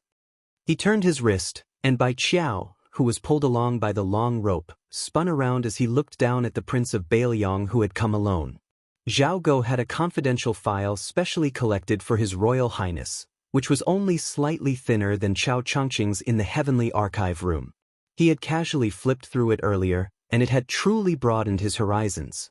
Han Diaoxi, who was said to have died of an illness in the Imperial Palace, had actually been killed by the young man in front of him with a flying sword outside godly martial city. Logically speaking, Su Fengnian's realm had plummeted after Master Lu Hao's beating, so it wasn't too difficult for him to kill a movement at the Vajra realm, but it also wasn't easy. The crux of the matter was how this Su fellow had obtained the unusual finger mystic realm of human cats. He didn't believe that there was anyone else in the world who had been lucky enough to comprehend the finger mystic realm's looking glass technique, which was known as pointing straight to the heart of heaven. Not only did it have a photographic memory, it could also extract the essence. The reason why the female sword attendant in the Wu family's sword mound, the one who carried the Su of Gojoseon on her back, could steal sword techniques and sword intent, no matter how obscure they were, was more of an instinct that only happened once in 100 years. However, she was limited to stealing other people's sword techniques, and was still a little inferior to Jiang Ding's ability to accept everything. If this Su fellow had the same aptitude as Jiang Ding, then Jiang Ding really wouldn't be able to eat or sleep in peace. Since ancient times, one mountain couldn't accommodate two tigers, even if this mountain was the entire Jianghu. The Jianghu was indeed very big, but Jiang Ding was very narrow-minded and couldn't tolerate any potential opponent who had the chance to stand side by side with him. Earlier, Jiang Ding had seen Su fellow kill Yu Zhang very clearly. First, it was Dong Tai's flying sword pinning technique, then it was Han Diaoxi's skinning technique. Both of them were top killing techniques in the world. Yu Zhang's attacks were completely disorganized and he tried to kill Jiang Ding with a single blow using his Vajra realm physique. How could there be such a good thing in the world? However, Jiang Ding didn't find this strange. Yu Zhang had just entered the first-rank state and was immediately scared out of his wits by Han Diaoxi. Since then, he had been as timid as a mouse and had never fought with a master of the same level. Therefore, it was definitely not good to be reckless in the Jianghu, but it was also not good to be overly concerned with one's cultivation and thus cherish one's life too much. Jiang Ding raised his wrist and twirled the red string of his saber with 2 fingers. The crossing the river was still spinning as he bent down to look at Su Fengnian. "There's an extremely powerful master at the top of the mountain. I definitely can't beat him, and even if I wanted to escape, I might not be able to escape alive. However, you and I are about the same age and background. You, Su Fengnian, can be considered a noble family, but I'm not bad either. Those dukes and marquises of Zhulu Mountain are also people who occupy mountains and call themselves kings. However, in terms of seniority, they still have to call me martial granduncle or something.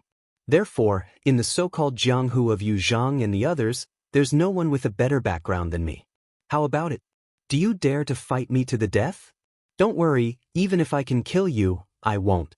I still want to live well and go to Bailiang's frontier fortress to experience Beimang's desert scenery. Su Fengnian, Bailiang is your territory. It's up to you whether you want to fight or not. If you dare, I'll accompany you to the end. If you lose, I'll give you this crossing the river pawn in my hand. If you don't dare and want to be a coward, I'll immediately turn around and run." Su Fengnian laughed. "I dare. But no matter how powerful you are, you're only at the level of the 5th raccoon. Compared to a human cat, you're a long way off. However, whether you dare or not is one thing, whether you want to or not is another. You should run. I'll give you the time it takes for a stick of incense to burn. After that, Lingzhou's Deputy General Han Laoshan will lead the troops to suppress the bandits. Oh, let me tell you, you've been appointed by the imperial court to weave official documents and court bulletins. I estimate that very soon you'll reach the prince's mansion and the administrator's residence at the same time. However, I'll pretend I didn't see you. I'll say this first. While you're on the run, I won't count if you hurt anyone, but if you kill any soldier, I'll make you lose an arm. If you can make any cavalry throw away their armor, I'll remember your kindness. Jiang Fuding didn't panic even though his amulet was so easily torn away. He straightened up on his horse and smiled. I heard you went with Li Chungang to Guangling River. How come I didn't see you learn the old god of swordsmanship? You're quite despicable. Su Fengnian reached out and grabbed the human skin of the movement. He was prepared to hang it on the easternmost city of Lingzhou along with the bones. He wanted to tell the restless foreign Jianghu people what kind of price they had to pay if they wanted to stir up trouble in Beiliang. Outside Shenwu City, Su Fengnian had not only collected some humans, cats, and a few remaining red snakes, but he had also collected some secrets from the skull. Among them was the Vajra movement of Mount Zhulu, who was in charge of waiting for rabbits to find out. Su Fengnian expressionlessly raised the human skin. Jiang Fuding suddenly shook his wrist and tightly gripped this pawn that had never appeared in the Jianghu. After Jiang Fuding made this murderous move, Su Yanbing also raised his spear at the top of the mountain. Finally, Jiang Fuding laughed loudly, his thick killing intent dissipating. Su Fengnian, don't force yourself. Since you've been beaten up badly by the movement, spit out blood if you want to. Don't suffer because you want to save face. Su Fengnian smiled. There's only half an incense stick left. Jiang Fuding smiled. That's not right. There should be half an incense stick left. Su Fengnian said calmly, my incense stick is different from yours. Jiang Fuding sighed and loosened the red rope. The famous blade in its white scabbard hung from it. He stared deeply at this guy, then silently turned his horse around. He was confident that he could win against Su Yanbing, but even if he killed him, he would die at the hands of the master on the mountaintop. It was not worth it. His life was much more valuable than that of the crown prince of Beiliang. A voice suddenly came from behind him. Leave the blade. You don't deserve it anyway. With his back to Su Fengnian, the young man in the black robe looked gloomy, as if he was hesitating whether or not to use the blade. In the end, Jiang Fuding did not turn around. With a shake of his wrist, he broke the red rope, grabbed the pawn, and threw it to the back of his head. Su Fengnian's pupils contracted, and his body did not move an inch. The spear on the mountaintop streaked across the sky, hitting the seemingly slow and leisurely falling blade. There was lightning in the square inch. A huge ravine was blasted open on the road. The momentum of the blade, which contained evil intentions, was shattered by the spear, and it happened to fall on top of Su Fengnian's head. Su Fengnian reached out to take the white scabbard blade and wrapped the human skin in the scabbard. After the dust settled, the horse was still there, but that person was nowhere to be seen. Chapter 960. Once Jiang Fuding left, the peregrine falcons in the sky and the scouts on the ground also moved. Huang Xiaokuai led the Pearl Cavalry in pursuit to the east. Among them was Han Laoshan, who oversaw. The military orders were quickly passed to the northern commandant Ren Chunyun and the Fengqiu commandant Zhu Boyu. Su Fengnian gave Yu Zhang's skin and bones to a few retainers to be sent to the easternmost part of Beiliang's road, Fengxi City. When he slowly reached the top of the mountain, the frozen field commandant Ma Jinchai brushed past the Pearl Cavalry. He brought a few personal guards and retainers with him to the top of the mountain. By the time he reached the top of the mountain, he was already panting. Seeing His Royal Highness, who had a blade at his waist and a blade in his hand, about to enter the carriage, he quickly dismounted and knelt to beg for forgiveness. Based on Ma Jinchai's past personality, if His Royal Highness had not killed one person and driven the other away, and if the master and servant had not tried to kill him, he would have been too lazy to go up and be scolded. He would have just left the mess to his family's elders to deal with. His Ma family, from his grandfather's generation to his father's generation, all had military achievements. They were all old generals who had contributed greatly to the Su family.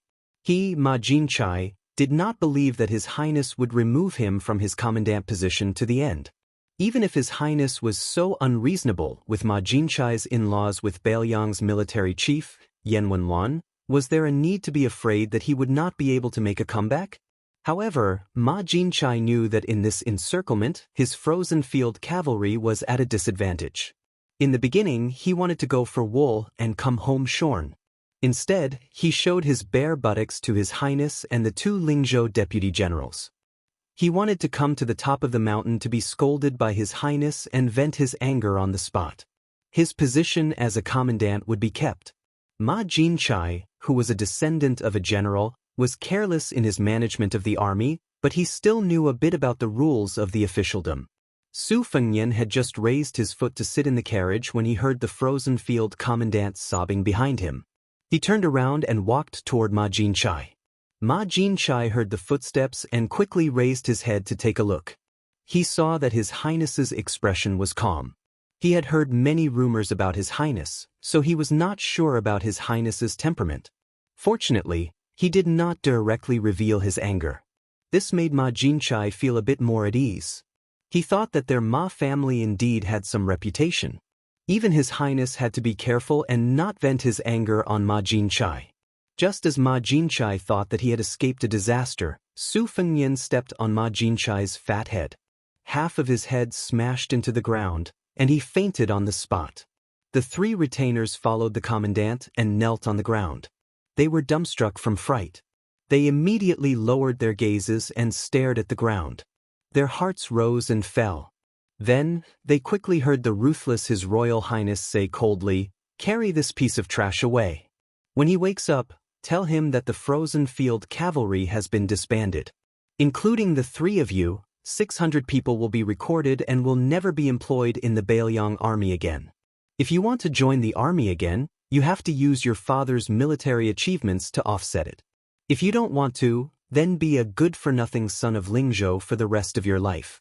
If you commit a crime in the future, you will all be heavily punished. Don't blame me for not reminding you.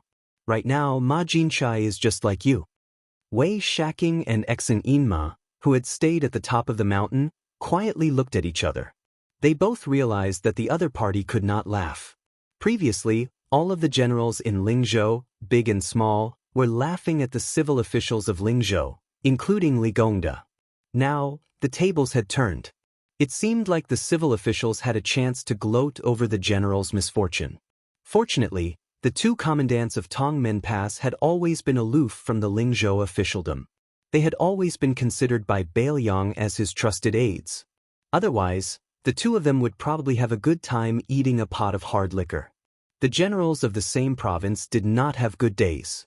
Wei Shaking and Exen Inma, who held elite troops, could not help but feel a bit of sympathy. Su Fengnian stepped on Ma Jinchai and knocked her out. He then turned to Wei Shaking and Exen Inma and cupped his fists with a smile. "I'll have to trouble the two of you to guard Tongmen Pass. In the future, when Bailiang restructures, you might have to call Commandant Wei and Commandant Xian in terms of official titles. However, the ranks will not change. Furthermore, Tongmen Pass is an important location, so the salaries of the generals will also be increased. If you need superior warhorses and military equipment, you can directly ask me." The two commandants immediately knelt down to thank him. Not lowering their ranks meant that they would not touch Tongmen Pass. Furthermore, His Highness' verbal promise was real. In the past, if the Lingzhou military officials wanted to fight over warhorses and weapons with Yuliangzu on the border, they could not even think about it. Those were all things that were left over from other people's mouths. For example, Wei Shaking and Exen Inma would occasionally meet up and drink with their colleagues who had returned home after taking leave. Even if they faced those commandants of lower ranks, they still felt inferior. Looking at the situation, His Royal Highness had recently promoted the new Lingzhou provincial governor and His Highness. It was clear that he was telling Bailiang that he did not like Lingzhou's officialdom. However, it seemed that he would only place more importance on Lingzhou's military town. This made Wei Shaking and Exen Yinma, who hoped to continue climbing the ranks, extremely happy. Su Fengnian purposely left things blank, allowing the two commandants to chew on the aftertaste. Sitting in the carriage, it was still Su Yambing who acted as the coachman to chase after that Jiang Fuding. It was enough to have Han Laozhan, who was at the finger-profound realm, as a stabilizing force. It was not like he was a human cat. An expert at the level of Han Shengxian was roaming around Bailiang. There was no need for him to use Su Yanbing, who had a chance of winning against Hong Jingyan, as a butcher's knife to kill a chicken. He needed to rush north to the border and then meet up with Su Shao. Pei Nanwei saw that Su Fengnian had an additional white scabbard long saber in his hand and was a little curious. Back then, when she was outside, she did not see the scene on the road in detail. Through the rough conversation between the two Lingzhou deputy generals and the two commandants, she knew that after he went down the mountain, he killed that seemingly unstoppable first-rank Vajra realm expert. Regarding this, Pei Nanwei was not that surprised. Back then, this young man brought 200 cavalry and confronted the old king of Jing and Zhao Heng's 1,000 cavalry. He even dared to raise his spear and kill people in front of the formation. Pei Nanwei shifted her position and sat in a corner. She placed the saber on her knees, and blood seeped out of her 7 orifices. It seemed like it was not easy for him to kill people just now. He waited until there was no one around before revealing his weakness. Pei Nanwei smiled.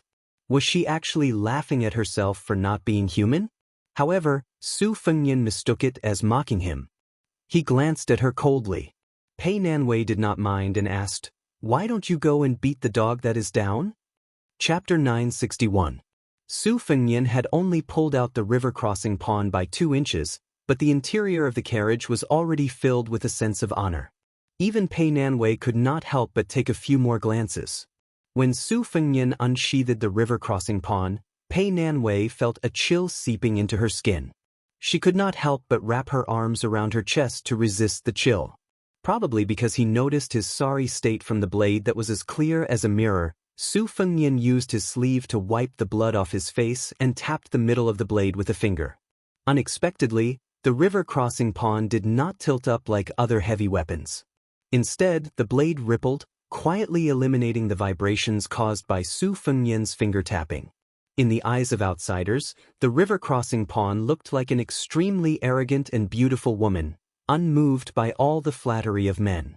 When Su Fengnian mentioned the river-crossing pawn, it was almost in front of his eyes.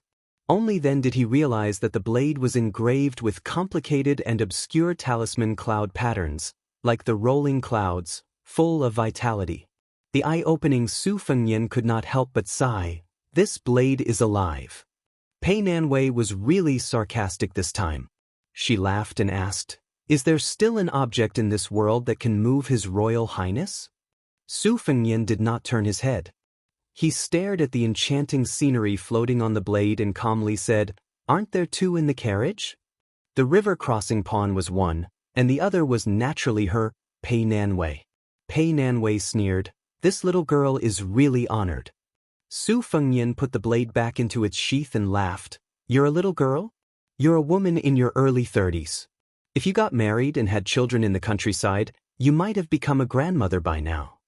These words, when placed in the Jianghu where men and women fought against each other, were no different from the killing power of a sword immortal. As expected, Pei Nanwei was so angry that her chest trembled slightly.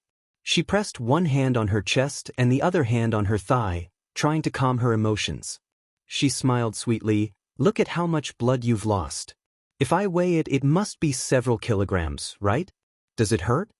Su Fengnian, who was leaning against the carriage, did not say anything. He stretched out 2 fingers and pinched her thigh. Pei Nanwei's eyebrows knitted together, but she did not make a sound. Su Fengnian loosened his fingers. Pei Nanwei heaved a sigh of relief. She did not expect Su Fengnian to repeat his old trick. Pei Nanwei sucked in a breath of cold air. Her dignified and gentle face, which made this Princess Jing and become one of the most beautiful women in the world, looked very painful. Su Fengnian seemed to be addicted. He repeated it several times until Pei Nanwei, who did not say anything to stop him, became numb. Her hatred for him could not be any greater. To this young man, who she wanted to cut into pieces, she, Pei Nanwei, was indeed the same as the famous white sheath saber that was snatched from other people's hands. They were both objects that were snatched because they were moved. When they were bored, they would play with it. When they were not free, they would put it back into the sheath and not even look at it, leaving it to be covered in dust. Su Fengnian finally stopped deliberately letting Pei Nanwei suffer this kind of physical pain. Needless to say, her slender thigh was already bruised and swollen. Su Fengnian switched to his palm and placed it on her thigh.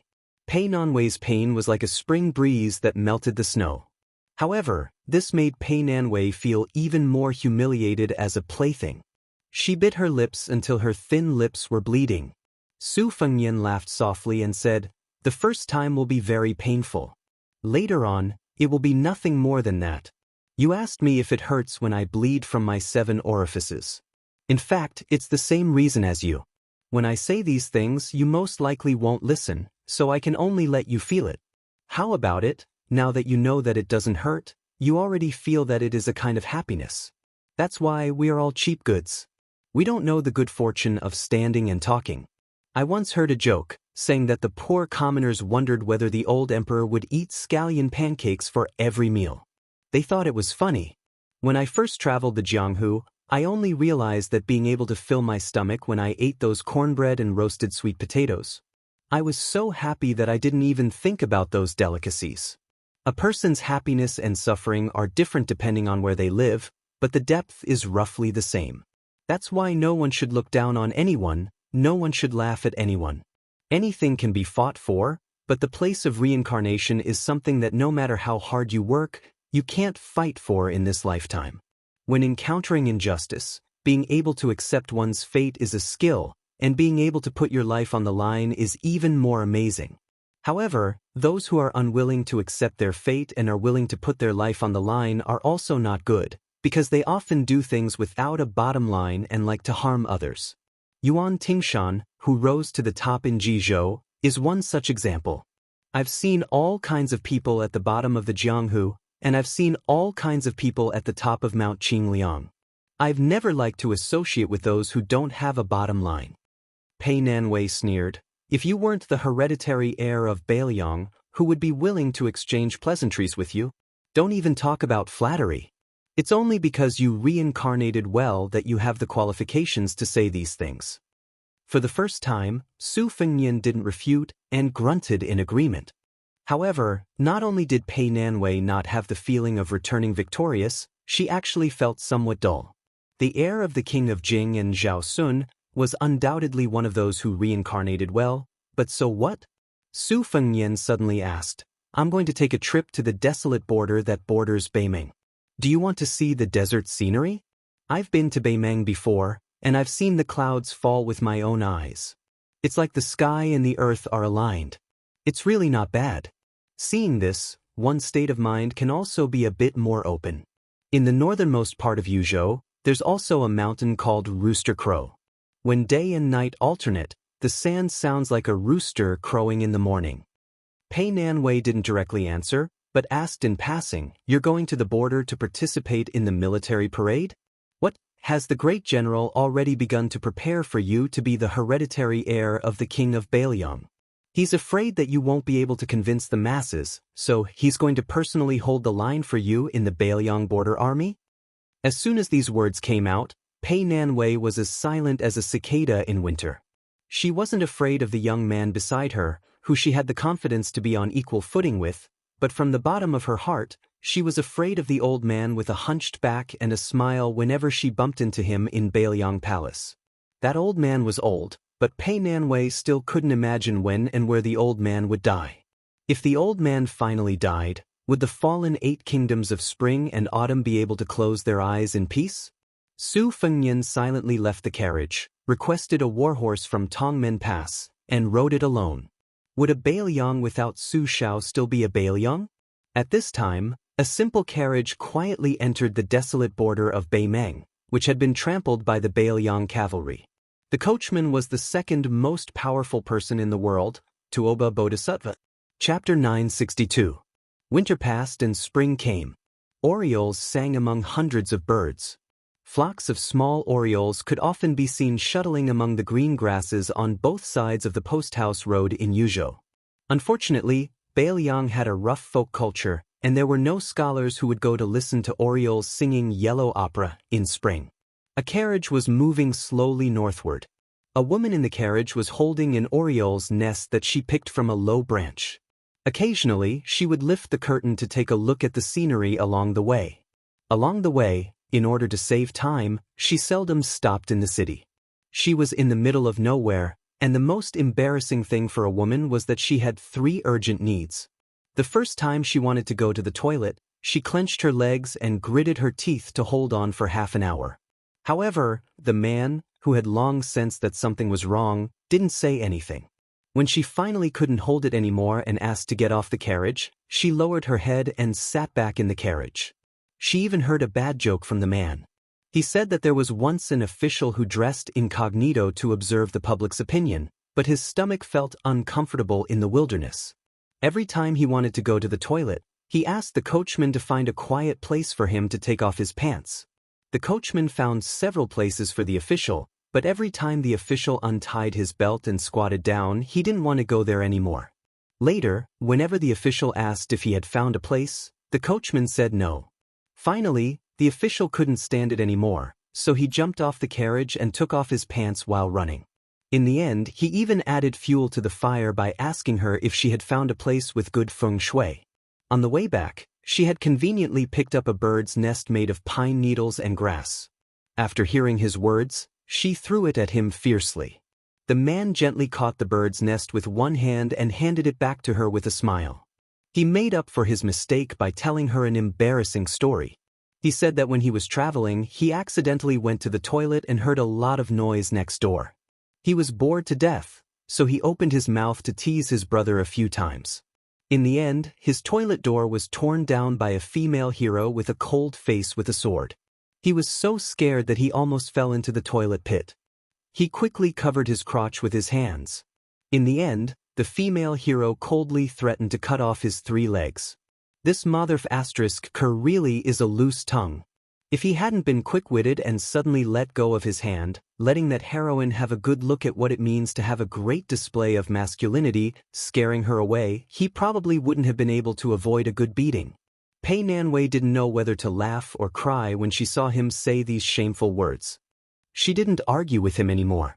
Even the heir apparent of Bailiang was so embarrassed. She, a woman who was no longer the princess consort of a vassal state, was too lazy to pretend to be a heroine. On this trip north to the border, peregrine falcons had been constantly passing on secret reports.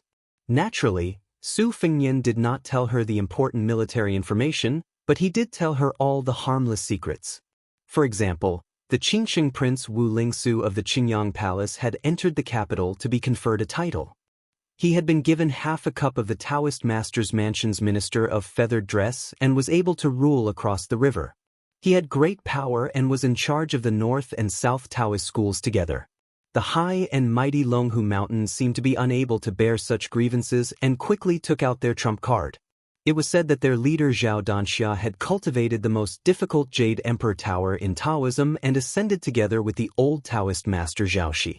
Then the imperial court immediately allowed Prime Minister Qingxi Zhao Danping in the capital to be the leader of the Southern Taoist sect. They also made an exception and granted the young Taoist master of the Taoist master's residence, Zhao Ningxin, to be an official in the imperial court. He became the emperor's personal attendant who was even more envied than Huangmin. There was another thing that had nothing to do with the imperial court.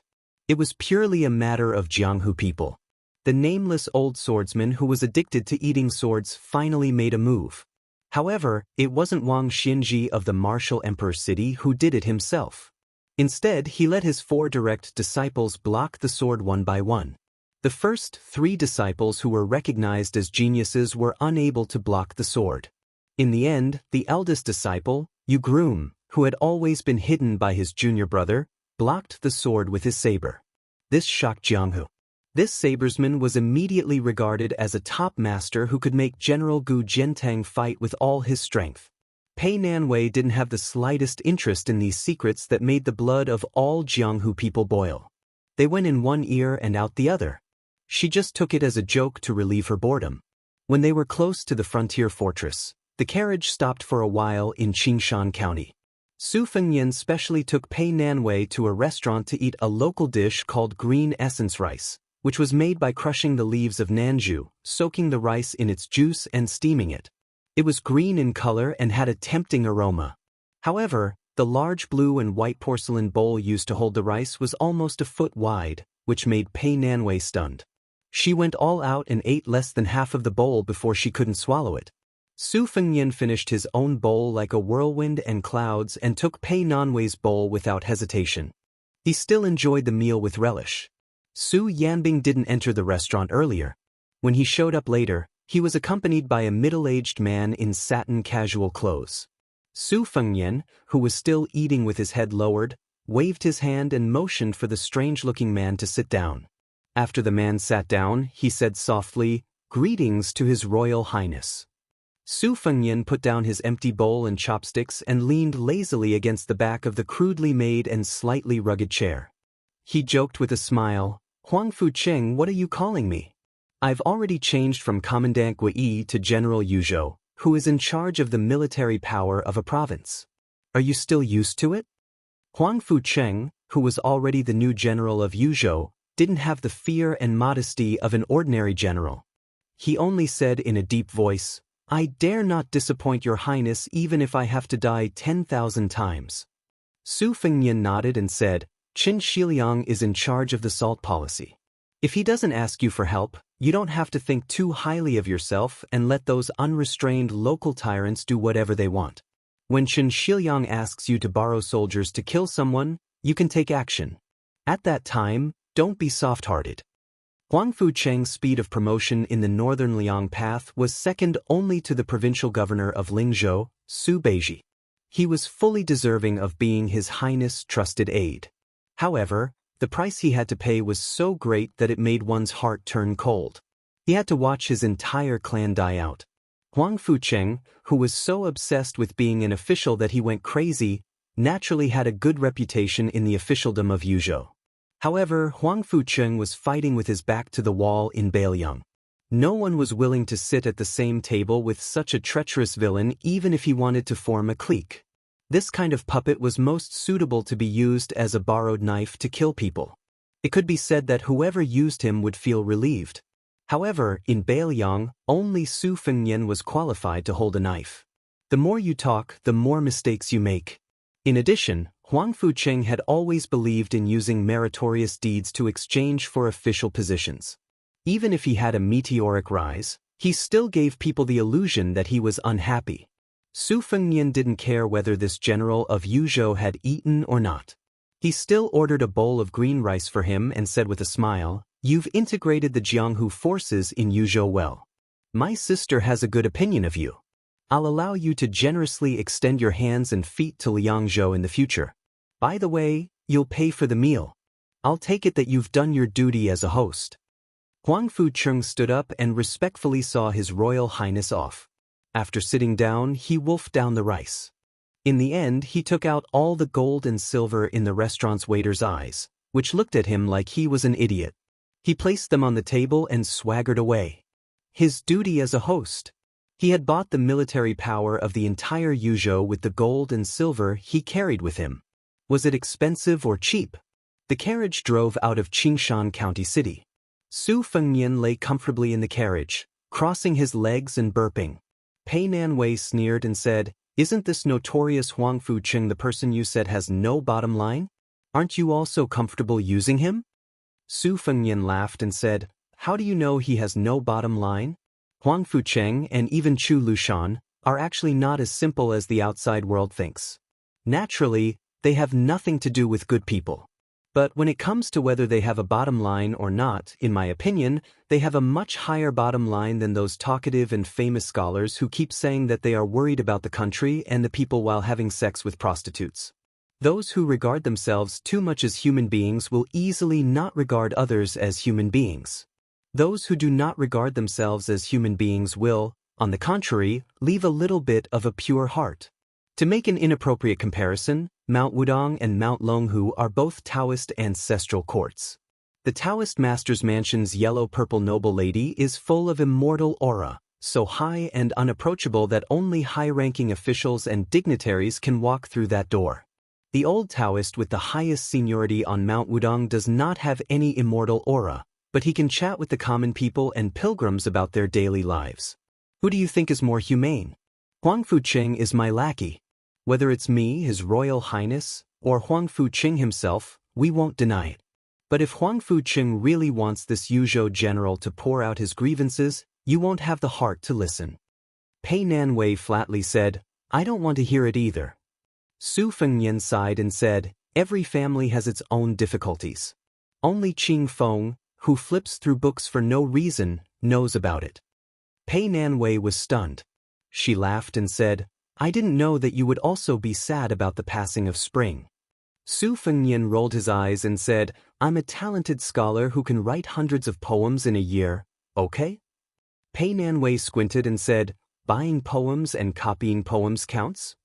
Su Fengnian laughed and said, if I didn't spend a lot of money to buy these poems of Bailiang's poor scholars, do you think they would have enough money to travel thousands of miles to the capital to take the imperial examination? Pei Nanwei asked in return, has anyone ever said good things about you and remembered your kindness? Su Fengnian's mouth twitched. There was a rare awkwardness on his face. It's probably because I didn't hear it. Pei Nanwei sneered and said, moreover, Bailiang is barren and the number of scholars is even fewer. In the end, you gave them all to the imperial court with both hands. You, His Royal Highness, are really magnanimous. Su Fengnian rubbed his stomach, which could fill 2 big blue and white bowls of rice, and said self-mockingly, my magnanimity is not small. But good people have good karma. Didn't nearly 1,000 foreign scholars come to Bailiang to take root? Chapter 963. To the north of Qingan County in Yuzhou was Yanji County. The reason why it was called Yanji County was that Yanji County's wives were famous for their beauty. Even in the Central Plains, some rich old men in Jiangnan Circuit would take pride in marrying a young woman from Yanji County as a concubine. Most of the beautiful women from Yanji County who were unwilling to suffer hardships preferred to leave the border for the rich and fertile Central Plains, never to return. Even though many of them had fallen into prostitution, they would never turn back. Thus, they were mocked by the Liang imperial court as flowers in the wall, fragrance outside the wall. There was another Yanji County with the same name in Yanji County, which was full of beautiful women. It was a man's good fortune to marry a Yanji County woman and bring her home to warm his bed. If an official in Yuzhou didn't have a Yanji County woman as a concubine, he wouldn't have the face to go out and greet his colleagues. Pei Nanwei might have been tired of wearing that cumbersome curtain hat. When she entered the inn in Yanji County to spend the night, she abandoned the curtain hat and was shocked by the men and women who were lucky enough to recognize her face. Today was the Lantern Festival of the first year of Xiangfu. The Lantern Festival was a big festival. Officials and people enjoyed it together and went out to enjoy the lanterns together. Yuzhou was obviously very different from Lingzhou, which had a granary. Although the lantern market was lively, it didn't have a glorious aura. Men and women's clothes were also mostly simple, unlike Lingzhou, which liked to be luxurious. Yuzhou was neither Liangzhou, where the Su family lived, nor Lingzhou, which was relatively stable and comfortable. Yuzhou had always been mocked by the officials of Yuzhou as being raised by a stepmother. Of course, they didn't forget to bring 1 or 2 Yanji County women who were bought with a lot of money. As a stepping stone for the unfamiliar official career, it was tacky to give money. If they gave too little, they would be looked down on. Giving women was both elegant and practical. Su Fengnian and Pei Nanwei walked side by side. They looked like a perfect couple. In the night, they could only see Pei Nanwei's face from afar. Therefore, they didn't cause too much of a stir. However, those who had seen her face and figure didn't want to go too far away. If she wasn't in their bowl, they could take a few more glances at her bowl to satisfy their craving. Some idle ruffians were quite bold. They wanted to take advantage of the crowd to take advantage of her.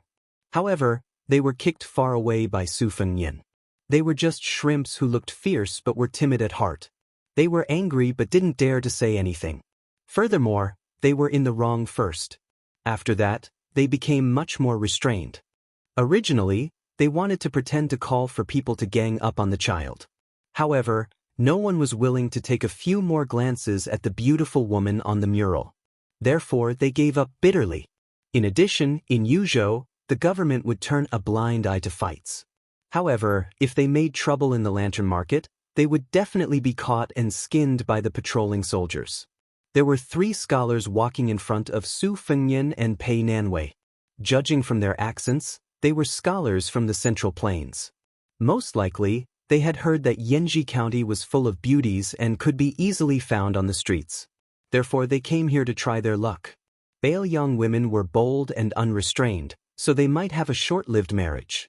The 3 young scholars had already seen the beautiful young woman behind them. Due to etiquette and self-esteem, they didn't have the nerve to strike up a conversation with her. Therefore, they could only slow down their steps and deliberately speak in a loud voice. It was as if they were competing to see who could speak more shockingly. Some said that they were relatives of a certain official in Lingzhou and would soon enter the county government office to become an official. Some said that it had always been the Liang dynasty who had been watching Bailiang with ulterior motives.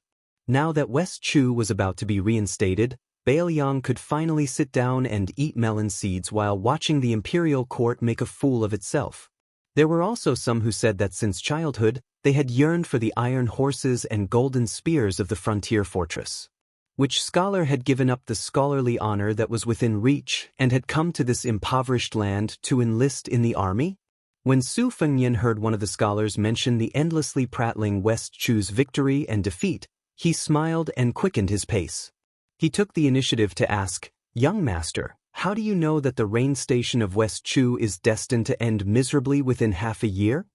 The scholar, who did indeed have a somewhat refined temperament, did not reply to Su Fengnian. Instead, he shot a glance at Pei Nanwei and introduced himself. This young one is a descendant of the Fan family in Huansha County, Gangnam-do. Su Fengnian went with the flow and feigned surprise. The Fan family in Huansha County is the most famous county in the south of the old northern Han. I never imagined that young Master Fan's background would be so illustrious. There are only a few families like this in all of Bailiang. It is certain that even the prefects of Bailiang would treat you as an honored guest. It is an honor to meet young Master Fan. The other scholar also hurriedly introduced himself. He was from the Shizhao Zhou family in Dongyue. The remaining scholar, probably because he was of ordinary birth, was speechless and indignant.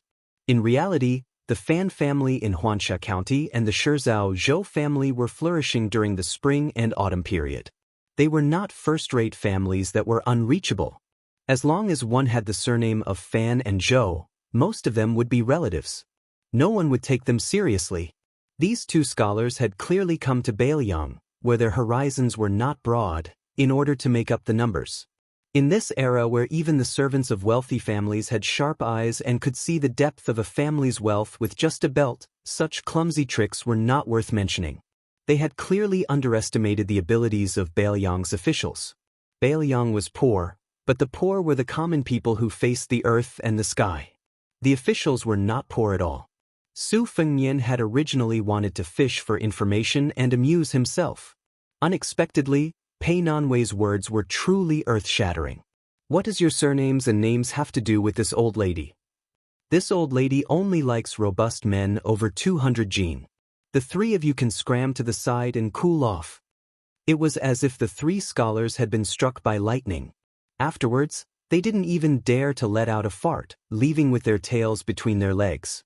Su Fengnian gave Pei Nanwei a thumbs up. She ran her fingers through her hair and turned her head. When she turned her head, the corners of her mouth curled up.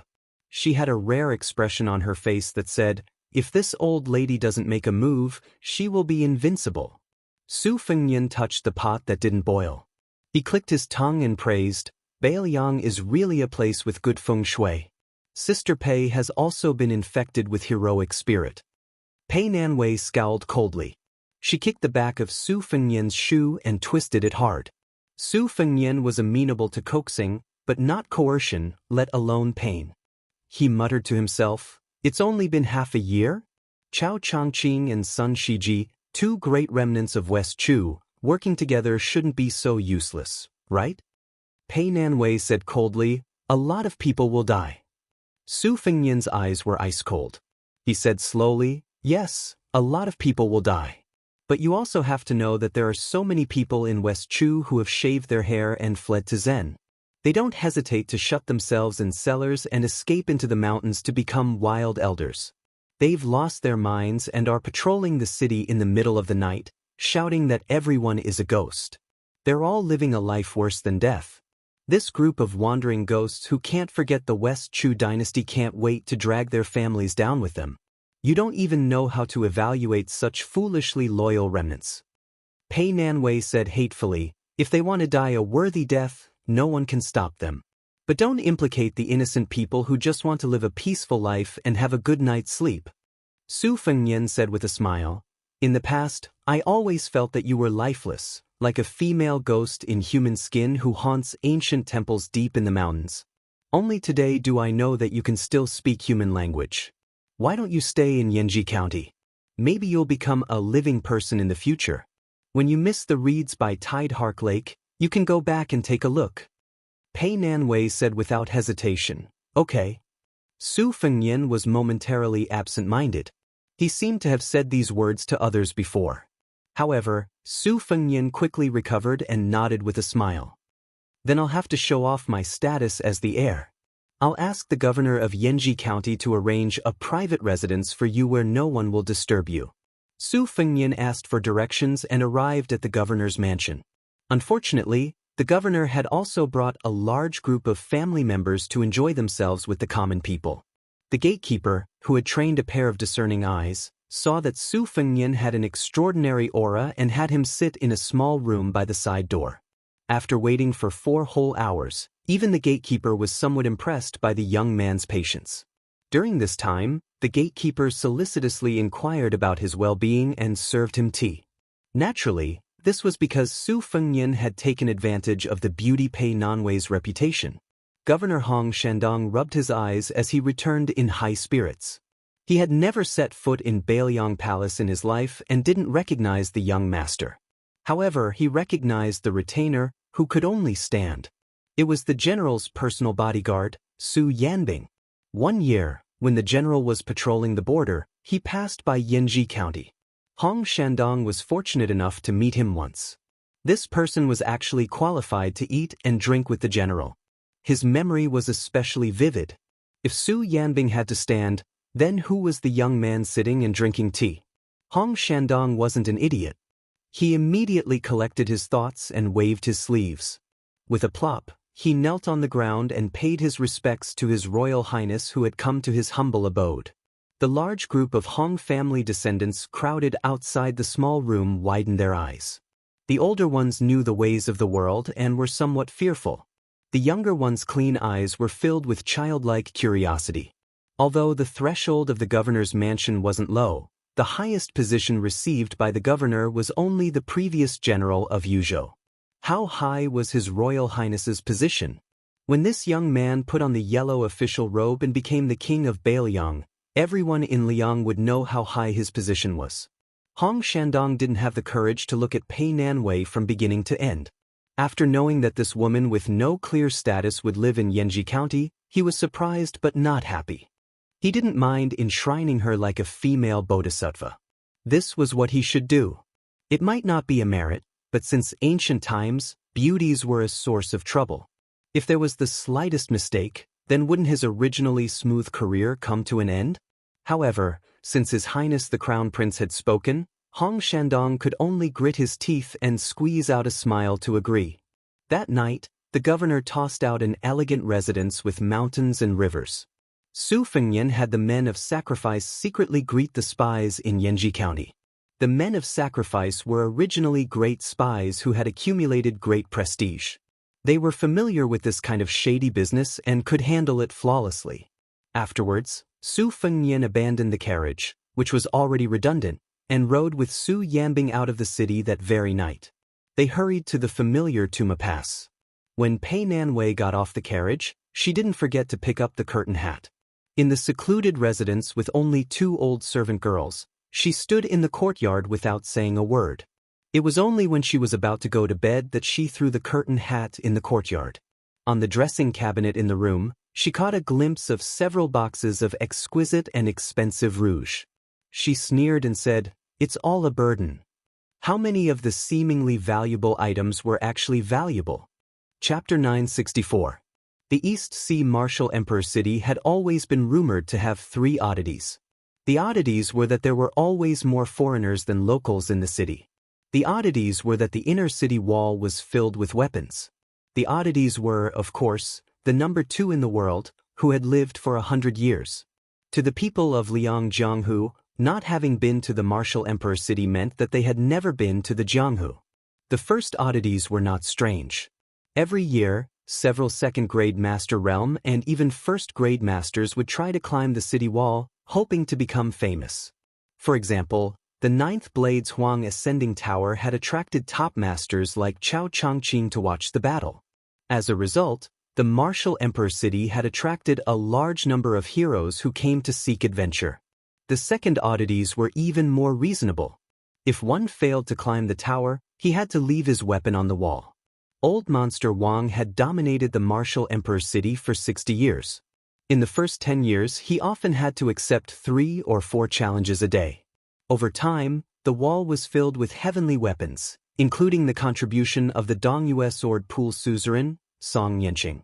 The third oddities were why Wang Xianji, who was the number 1 in the world, still claimed to be the number 2 in the world. No one knew the inside story. There were many weapon shops, pawn shops, and martial arts arenas in the Martial Emperor City. This was even easier to explain. What else could one do in the Martial Emperor City if not fight to become famous? Many of the heroes of today's world had fought their way to fame when they were young. However, the martial arts arenas in the city had been quiet recently. Indeed, the strange sword that entered the city a few days ago was too confusing. Last year, Beimang had overstepped its authority and established a ranking of 10 people. Among the swordsmen, only the Peach Blossom Sword God, Dong Tai, was listed. However, it was rumored that he had gone to the sea to visit the immortals and there was no news of him. However, there was a sword that had been hovering outside the Martial Emperor City for a long time. When all the Jianghu people in the city had lost their patience, the sword finally moved. It was discovered by a child who threw stones at the sword. When the child hurriedly ran back home to tell his father, the father rolled his eyes and ignored him. He just treated it as if he had missed the fun. It was Wang Xinji's 4th disciple, Lu Huang. He was 46 years old and had the sword Bodhisattva Barbarian. Lu Huang could be said to be an exceptional sword art prodigy. He took a crooked path of abandoning the Tao in pursuit of skills. It was like a person walking with a limp. However, Lu Huang only walked with one leg and was already far ahead in the Martial Emperor City. Wang Xianji once had the intention to let Lu Huang guard the pavilion when Song Yanqing ascended the pavilion for the 2nd time. It was a pity that Song Yanqing had died suddenly. However, Lu Huang's attainment in sword arts was imaginable. Wang Xianji once had the intention to let Lu Huang guard the pavilion when Song Yanqing ascended the pavilion for the 2nd time. It was a pity that Song Yanqing suddenly died. However, Lu Huang's attainment in sword arts was imaginable. Lu Huang sat cross-legged with his sword across his knees and waited for 2 hours. When the flying sword arrived at the city wall at the speed of a turtle, Lu Huang unsheathed his sword and used the tip of his sword to block the sword. However, the sword that entered the city was extremely weak. However, Lu Huang's Bodhisattva Barbarian didn't seem to be affected at all. Lu Huang then stood up and rode the Bodhisattva Barbarian. His body followed the unsheathed sword and retreated step by step. 6 hours later, Lu Huang's qi was exhausted and his tendons were broken. However, he still couldn't stop the nameless sword from trembling. In the next 6 hours, it was the city lord's 3rd disciple, Linya, who took over the responsibility of blocking the sword. Linya was 32 years old and was also a beauty on the rouge scale. Her figure was as tall as the men from the northern lands. Her figure was majestic and had a unique charm that made people gasp in amazement. She was the world's number 1 fist master. However, no matter how hard she punched the sword, she still couldn't stop the sword from moving forward at a constant speed. For the last punch, Linya soared into the sky and smashed down. The buildings within a radius of 100 feet below the sword were all smashed into pieces. The violent Linya obviously couldn't accept this result. She ran like crazy and carried a large cauldron back from the martial arts field. She smashed it onto the sword as if it was a joke to her. She still couldn't do anything. Linya sat on the ground dejectedly with a dull look in her eyes. Then, it was the Qi Refinement Grandmaster Gongbong's turn. As the oldest among Wang Xinji's 4 disciples, Gongbong was bald and had 9 rings on his head. Instead of wearing a kasaya, he wore a Taoist robe. It was rumored that he possessed the physique of a Buddha's Vajra, but he also possessed 6 types of Taoist finger mystic arts and was proficient in Qi Refinement mystical arts. Gongbong's moves were indeed dazzling. He didn't come into close contact with the sword like his junior martial brother Lu Huang and junior martial sister Linya. Instead, he stood in the inner city's pavilion. Every time he waved his sleeves, he would pick up a weapon from the wall. As a result, the martial emperor city had to listen to 6 hours of thunderous sounds of bells and drums. Some of the citizens with weak inner strength were in so much pain that they wished they were dead. They all ran out of the city to seek refuge. Gongbong waved his 107 sleeves and picked up 107 weapons. 70 to 80% of them were destroyed in the collision. In the end, the sword was less than 20 feet away from the pavilion. The entire martial emperor city felt that even if the city lord were to personally make a move, he wouldn't be able to block the sword from entering the pavilion unless he used all his strength. Afterwards, Wang Xinji's eldest disciple, Groom Yu, who rarely showed his face, stood in front of the sword. However, no one saw what really happened at the top of the city wall. Only after the outcome was revealed and the rumors were spread that Groom Yu had struck out with his saber and blocked the unreasonable sword that sought not to be fast but to be slow. In fact, Yu Groom did not bring his saber at all. Instead, he floated in front of the long sword and slowly circled it. When the tip of the flying sword was less than 6 feet away from the attic, he stood in front of the long sword again, closed his eyes, and gently pressed his 2 fingers on the tip of the sword. At this moment, on the top floor of the attic, there was a scene that no one could imagine. The burly old monster Wang in hemp clothes and shoes stood at the window overlooking the city. Inside the attic sat the monster who ate swords. What was even more amusing was that the atmosphere in the attic was not tense at all. This was because the old monster eating sword was sitting cross-legged and drinking a pot of wine. A half-squatting girl in green was pulling at the old monster's white eyebrows and tying them together seriously. The expression on her small face was unusually serious, and her movements were even more meticulous. The old monster eating sword, whose real name was no longer known by the Jianghu, was not angry. Instead, he smiled and allowed the little girl to mess around. The way he looked at her was a little strange. When Yu Groom's feet left the ground and his body was suspended in the air, his 2 fingers finally pressed the tip of the sword down by half an inch. Wang Xinji nodded, turned around and sat opposite Sui Xiegu. The little girl in green raised her hand and shook the knot made by the white eyebrows. She smiled brightly at the city master of the martial emperor city as if she was asking for praise. Wang Xinji, who had never smiled in front of his 4 disciples, smiled slightly and waved his hand. The little girl in green shook her head. Obviously, the white eyebrows of the old grandpa were more interesting. She continued to squat and tie the knot carefully. The old monster eating sword smiled and said, "You've done your best for Li Chungang. It's just that with his stubborn temper, he doesn't care about the reincarnation of Buddhism. He doesn't want to be a free and unfettered celestial being, nor is he willing to continue his fate in the afterlife. Li Chungang is Li Chungang. A lifetime of grievances, a lifetime of injustice, a lifetime of justice. This is the sword god that even you, Wang Xinji, are willing to admire. Li Chungang will die in every lifetime, so the green robe of Fengdu will die with him. As for Dong Tai, even if he returns from visiting immortals, his sword skills and sword path won't lose to Li Chungang. To you and me, he's still not as appetizing as Li Chungang." Wang Xianji said indifferently, "You groom can only borrow the remaining power of half of building Wild Forest Crow Palace to block half of your sword. Why did you stop this sword?" The old monster-eating sword ignored him and lowered his head to smile at the little girl in green. "Little girl, go to the wall and get a good sword for this old grandpa to drink with." The little girl, who looked full of spiritual energy, raised her head and made an "oh" sound.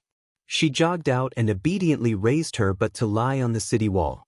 She pulled out a long sword with some difficulty and carried it back into the pavilion while holding the sword hilt with both hands. Sui Xiegu laughed heartily.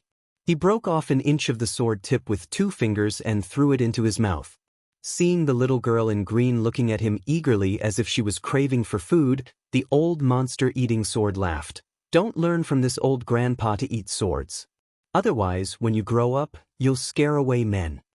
Sui Xiegu saw that the child continued to focus on his white eyebrows and said to Wang Xianji, "Since you let a few disciples block my sword, it's obvious that you don't want to fight with me. It's fine, I don't have the confidence to win now. I reckon that Dong Tai will be back soon. Compared to fighting with you, I'm more interested in knowing if it's worth it for Li Chungang to lend him his sword from 10,000 miles away. If I win against Dong Tai when he's at his peak, my chances of winning will be higher if I fight with you. However, according to your temper of not rejecting anyone, why would you let your disciple show his face like this? You don't look like an old man who's about to die. Why would you do something like entrusting an orphan to someone?" Chapter 965. Wang Xianji said calmly, "I'm waiting for the final battle. After that, I will ascend. After I leave, Wu Wu City will cease to exist." At first, Han Xingxian wanted to learn from Gao Shulu and slaughter all the first grade 3 realm experts in Jianghu. Many scattered people fled to the city. After that, there was a rule that no one from Wu Wu City would be included in the rankings. Among the 4 disciples including the groom, I plan to send Gong Bonk and Lu Huang to the capital, Linya to Nanjiang. As for the groom, I still haven't decided. However, Lu Yi will most likely be taken care of by him.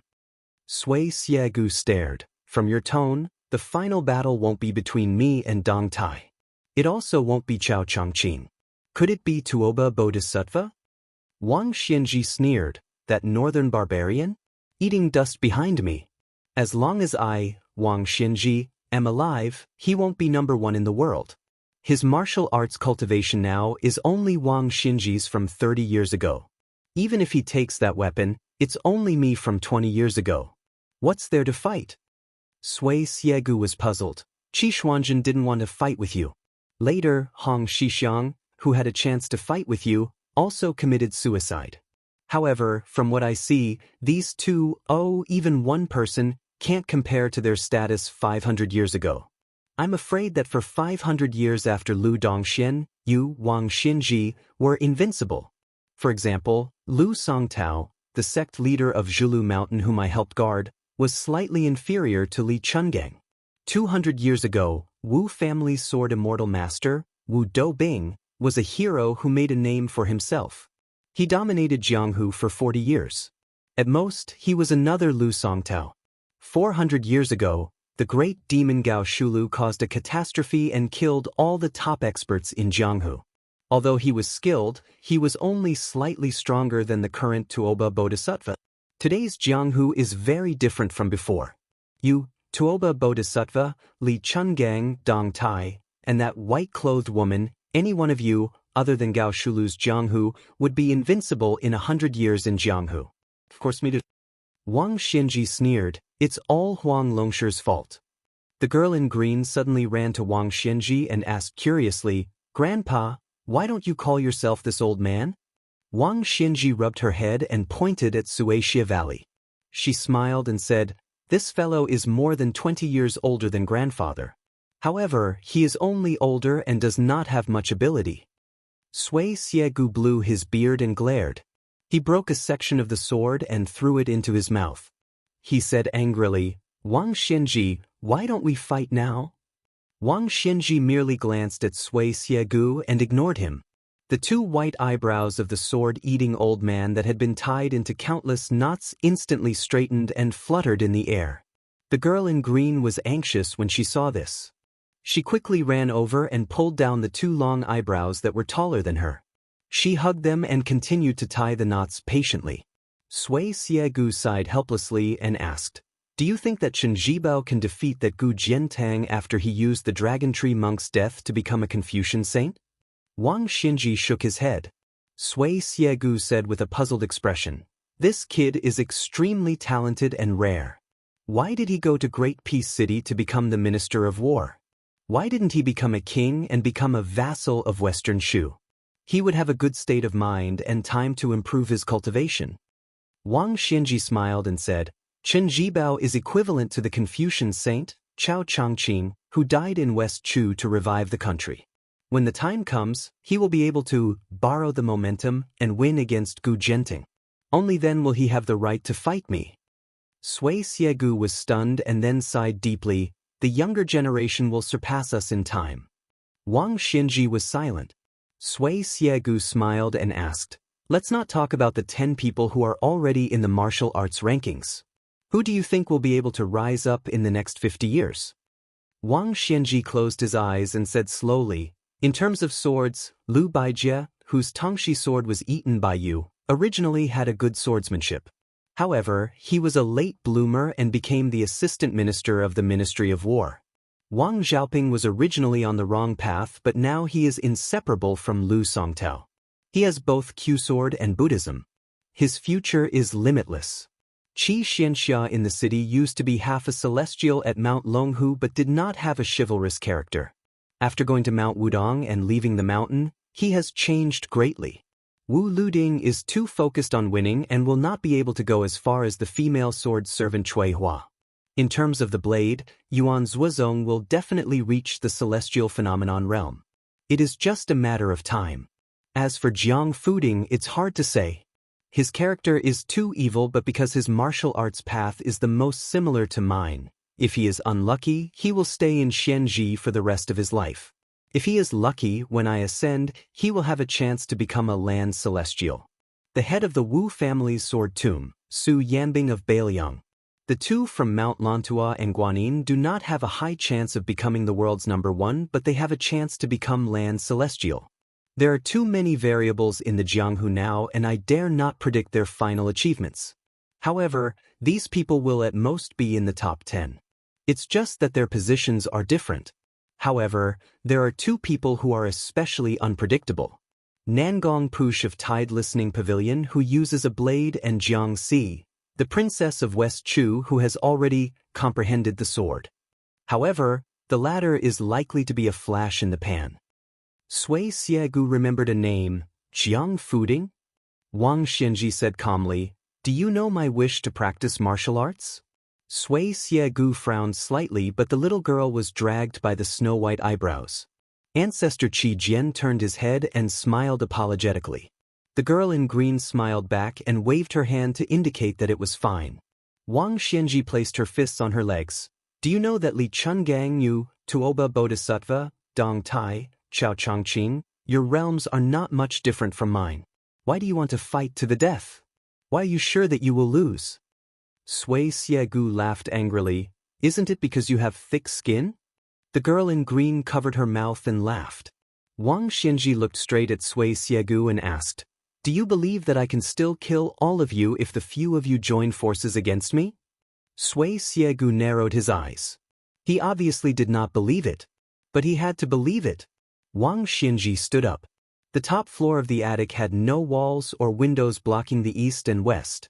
Hence, one could see the East Sea from the east. Wang Xinji said softly, "After I, Wang Xinji, became an earth immortal from the martial Tao and not the heavenly Tao, I have always called myself the second in the world. Not everyone in the world can fight to the death with me. The reason for this is because I missed the Jianghu when Li Chungang was invincible. At that time, Wang Xinji looked up to that sword-wielding green robe and was convinced. It was him who made me understand the meaning of the Jianghu. It was Li Chungang who made me walk the path that I have walked for 60 years. If the Jianghu thinks that I am the second in the world because I am mocking the world, I will not deny it. Whoever has the ability can come and be the world's #1 in their eyes." Sui Xiegu waited for her to continue. Wang Xinji smiled. But more importantly, the enemy in my heart is the entire world. Wang Xianji clenched her fists. Above the East Sea, the tides rose and fell. So even if the 9 people behind Wu Ping and all the rank 1 experts in the world gather at Wu Wu City, I, Wang Xianji, will not be afraid of losing. I will only win. Sui Xiegu pulled his eyebrows out of the child's hands. The girl in green jumped up and down, trying to catch the 2 white eyebrows. Wang Xianji loosened her fists and stood with her hands behind her back. The East Sea returned to calmness. If Jiang Fuding did not die in Bailiang, he would have the spirit to be the enemy of the entire Jianghu. Only then would he have the awareness to be the enemy of the world. At that time, the Jianghu would be his and Nangong Push's Jianghu. At most, there would be a Hong Jingyan. You, Suatia Valley, are hung up on your sword. Chao Zhangqing is hung up on the woman who observed the chess. You all have your own obsessions in your hearts. Instead, you are not as relaxed as the heartless Jiang Fuding. However, your obsessions are coincidentally the foundation for you to become top martial artists. What is even more helpless is that even if you can disperse everything and rise again, you are still unwilling to give up. Sui Xiegu mocked. Do you think everyone is a martial arts fanatic like you? Gao Shulu had only reached the legendary celestial immortal realm by deliberately causing her cultivation to go berserk. Old Monster Wang, you really are a monster. I am puzzled. Why didn't any divine immortals come down to subdue you? If not, a few thousand bolts of lightning would be enough to strike you to death. Wang Xinji laughed it off. Divine immortals? Forget about Dharma form. They could even kill ordinary earth immortals. Wang Xinji did not even care about them. Even if their real bodies came to the human world, they would still have to follow Wang Xinji's rules. Sui Xiegu wiped his brows with his fingertips and asked, "Then who are you going to fight the last battle in the human world with?" Wang Xinji asked back, "Who did you borrow your sword from?" Sui Xiegu raged, "T. Do you think I don't know how strong that Su kid is? He was able to kill Han Shengxian because of my 1,000-mile sword manipulation. If he focused on the Jianghu, he might be able to reach my level. But he has to be the king of Bailiang. How can he be like you, Wang Xinji, who is so focused on martial arts? Not to mention 10 years, even if you give him 100 years, he will not be qualified to be your opponent in the last battle." Wang Xinji said calmly, "I was pushed back 1,000 feet by his 2 punches." Sui Xiegu's eyes widened. The girl in green also widened her eyes. The old and the young were exactly the same. Wang Xianji said slowly, "If he dares to step into the divine immortal realm, I will kill him immediately." Chapter 966. The Tuma Pass was especially cold this year. Although it wasn't to the point where young people were frozen to death, there were still some lonely old people in the villages near the pass who managed to survive the winter with great difficulty. However, they didn't manage to survive the cold that was said to be the gates of hell by the common people. However, this kind of silent death wouldn't cause any waves. Anyway, if they didn't die in the turmoil of war, they would die of old age on their beds at home. Who would be willing to care about them? Only some retired old soldiers could be casually arranged by the government. They could be considered to have died of old age. Compared to Liang, they were already very lucky. The 2 rode to the Tuma Pass and rested for a while before leaving the pass. Taking advantage of the lingering charm of the Lantern Festival, the pass market was still quite lively. The children were all staring intently at the old crow playing chess and other games. The travel-worn Su Fengyan was chewing on a big flatbread as he led the horse forward. His sharp eyes saw a familiar-looking chubby boy among the children. He walked over and lightly kicked the chubby boy's butt. The boy was so engrossed in watching that he didn't even turn his head to look at the thing that kicked his butt. The chubby boy angrily turned his head and was about to curse when he saw that it was a handsome young master leading a horse and carrying a sword. He was stunned for a moment before finally recognizing that it was the knight who gave him a meat bun. He quickly stood up and saluted according to the etiquette taught by the private school teacher. The Su Fengyan smiled and asked, "Where's Yu Song? Didn't he play with you?" The chubby boy looked around and said with a smile, "He was here just now. Song Zi came to the market with his mother to buy some satin. Now his mother must have pulled him away by the ear. Young master, Do you want me to help you call for Song Zi? Su Fengnian shook his head and said, No need. I have to leave the pass immediately. You can go back and tell Yusong when you see him. Then, he saw the chubby boy swallow his saliva and stare at the half-eaten meat bun in his hand. Su Fengnian smiled and said, If you don't mind being bitten by me, take it. The little fatty smiled shyly and shook his head vigorously. Out of the corner of his eye, he caught sight of 2 sabers of different lengths hanging on the young master's waist. He became even more envious. Su Fengnian handed the child a meat loaf. While the child was chewing on the meat loaf, he mumbled, Young master, I heard from my father that it is very difficult to come out of the closed door now. It seems that there are many soldiers outside the Fallen Horse Pass. Around the end of the year, not many people have entered the pass. Su Fengnian smiled and said, I have some connections with the officials who are in charge of closing the door, so I am not afraid. The chubby boy smiled innocently and said, I knew it. Young master, you must be a big shot. Pine Zi often talked about you in the private school, but no one believed him. Only I helped Pine Zi and said together with Pine Zi that you are a hero who roamed the Jianghu.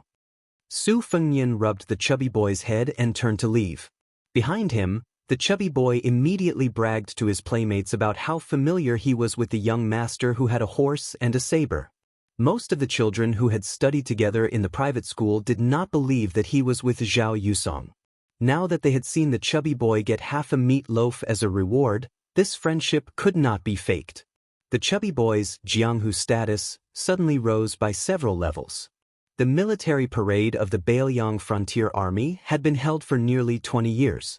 It had always followed the old rule of holding a small military parade every year and a big military parade every 3 years. However, last year's big military parade was delayed to this year for no reason. It was also set at the beginning of spring, which had never happened before. 2 rules were broken in succession. In addition, the scale of this military parade was particularly large, which made many border soldiers feel an unusual atmosphere. The small border pass, Tuma Pass, was small, but there were many bodhisattvas. If Deputy Commander Zhou Xian and Han Tao, who had the meritorious rank of hanging Bao Commandant by his side, wanted to smoothly enter and exit the pass, especially if the goods were valuable, they had to be careful of these 2 sworn enemies. At this moment, the local tyrants of Tuma Pass, Zhou Xian and Han Tao, were standing respectfully on top of the wall. They did not even dare to breathe loudly. Not to mention the 2 local tyrants who had just entered the ranks, even a dragon would obediently lie down. This was because beside them stood 2 big bodhisattvas who could decide a person's life and death with a single word. The deputy commander of Yuzhou, Shi Qiangao, and the special commander of Yuzhou, Li Guiwing, were both 3rd-rank officials. At this moment, Han Tao and Zhou Xian, these 2 old enemies, no longer had any intention of making things difficult for each other. They could only pinch their noses and cooperate, thinking about how to deal with this mission. They did not have the ability to know the inside story. They only received news that an important person was coming out of Tuma Pass. Deputy Commander Zhou Ziru, the son of Deputy Commander Zhe, had the status of a border soldier, so he was also able to stand on top of the wall and wait. However, he was very far away from the 2 powerful officials of Yuzhou. This border general, who had once almost wiped out the fish dragon gang in an instant, cautiously glanced at Shi Qiangao's bright armor, as well as Li Guiwing's official uniform patch embroidered with a peacock design. His eyes were filled with awe and passion. Shi Qiangao was a veteran general. He was old but vigorous. This time, he was the most promising candidate to become a general of Yuzhou. In the end, Huang Fucheng, who was only a military officer at that time, beat him to it. The people of Tuma Pass were trembling with fear, mostly because of this reason. They were afraid that Shi Qiangao, with his fiery temper, would vent his anger on them. On the other hand, Li Guiwing had always been as amiable to everyone as the rumors said. When climbing the wall, he intentionally walked behind Shi Qiangao and took the time to exchange a few warm words with Zhou Xian and Zhou Ziru. For some reason, Zhou Ziru carefully noticed that even General Shi Qiangao, who had a completely different personality, was somewhat nervous. This time, they chose to read Bailiang at the mouth of the gourd. Chu Lushan, the governor of Bailiang, had already arrived outside the pass. Yan Wenluan, the commander-in-chief of the infantry, and Yuan Zhuozong, the commander of the cavalry, had already arrived outside the pass early. The new nobleman of Bailiang, great ancestor Gu, as well as the general of Liangzhou and his 2 deputy generals, who were not part of the border army, had also rushed north on the 3rd and 4th day of the first lunar month. Even the administrator of Bailiang, Li Gongda, was no exception. It could be said that almost all of the big shots in Bailiang had arrived at the mouth of the gourd around the Lantern Festival. Zhou Ziru could not guess who could make sure Qiangao and Li Guiweng treat them so cautiously. Although the general of Yuzhou, Huang Fucheng, who did not have a solid foundation, was half a rank higher than them, he should not have such prestige. At Tuma Pass, Shi Qiangao and Li Guiweng were naturally waiting for His Royal Highness. Actually, Su Fengyan could have entered the Tumbling Horse Pass earlier, but he was stopped by a wandering Taoist who shamelessly wanted to tell his fortune and palm. He swore that not only did he not want to pay if his fortune was not accurate, he even had to pay for it. Su Fengyan calmly glanced at Su Yanbing. For the first time, the latter did not immediately give an answer. Su Fengyan was somewhat amused. To be able to make Su Yanbing unable to tell the depth of the Taoist, either this sloppy Taoist really did not have any internal energy, or he was a heavenly phenomenon expert who was good at disguising himself, or he was directly an earth immortal. What a big prize! Su Fengyan smiled as he followed the shifty-eyed old Taoist to sit in front of a roadside stall. He went straight to the point and teased, "Old Shinren, with your appearance, it's very difficult for people to believe that you're an expert." The old Taoist sighed and said, "It's just like my name, it's all given by my parents. What can I do? I'm really hungry and cold, so I have no choice but to set up this stall to make a dangerous living as a fortune teller. The secrets of heaven cannot be revealed, but if I don't earn money, I'll starve to death. I'm using my life to exchange for a life. No matter how you look at it, it's still a bitter life." Su Fengyan was about to speak, but the old Taoist seemed to be able to see through people's hearts. He sighed and said, "Only when the secrets of heaven leak out one can it revolve endlessly. This one, in my opinion, is myself. Therefore, young master, please don't ask me why I'm good at fortune-telling, but I can't tell my own fate." Su Fengyan smiled and said, "Old Jinren, let's not talk about other things, but your observation skills are quite good."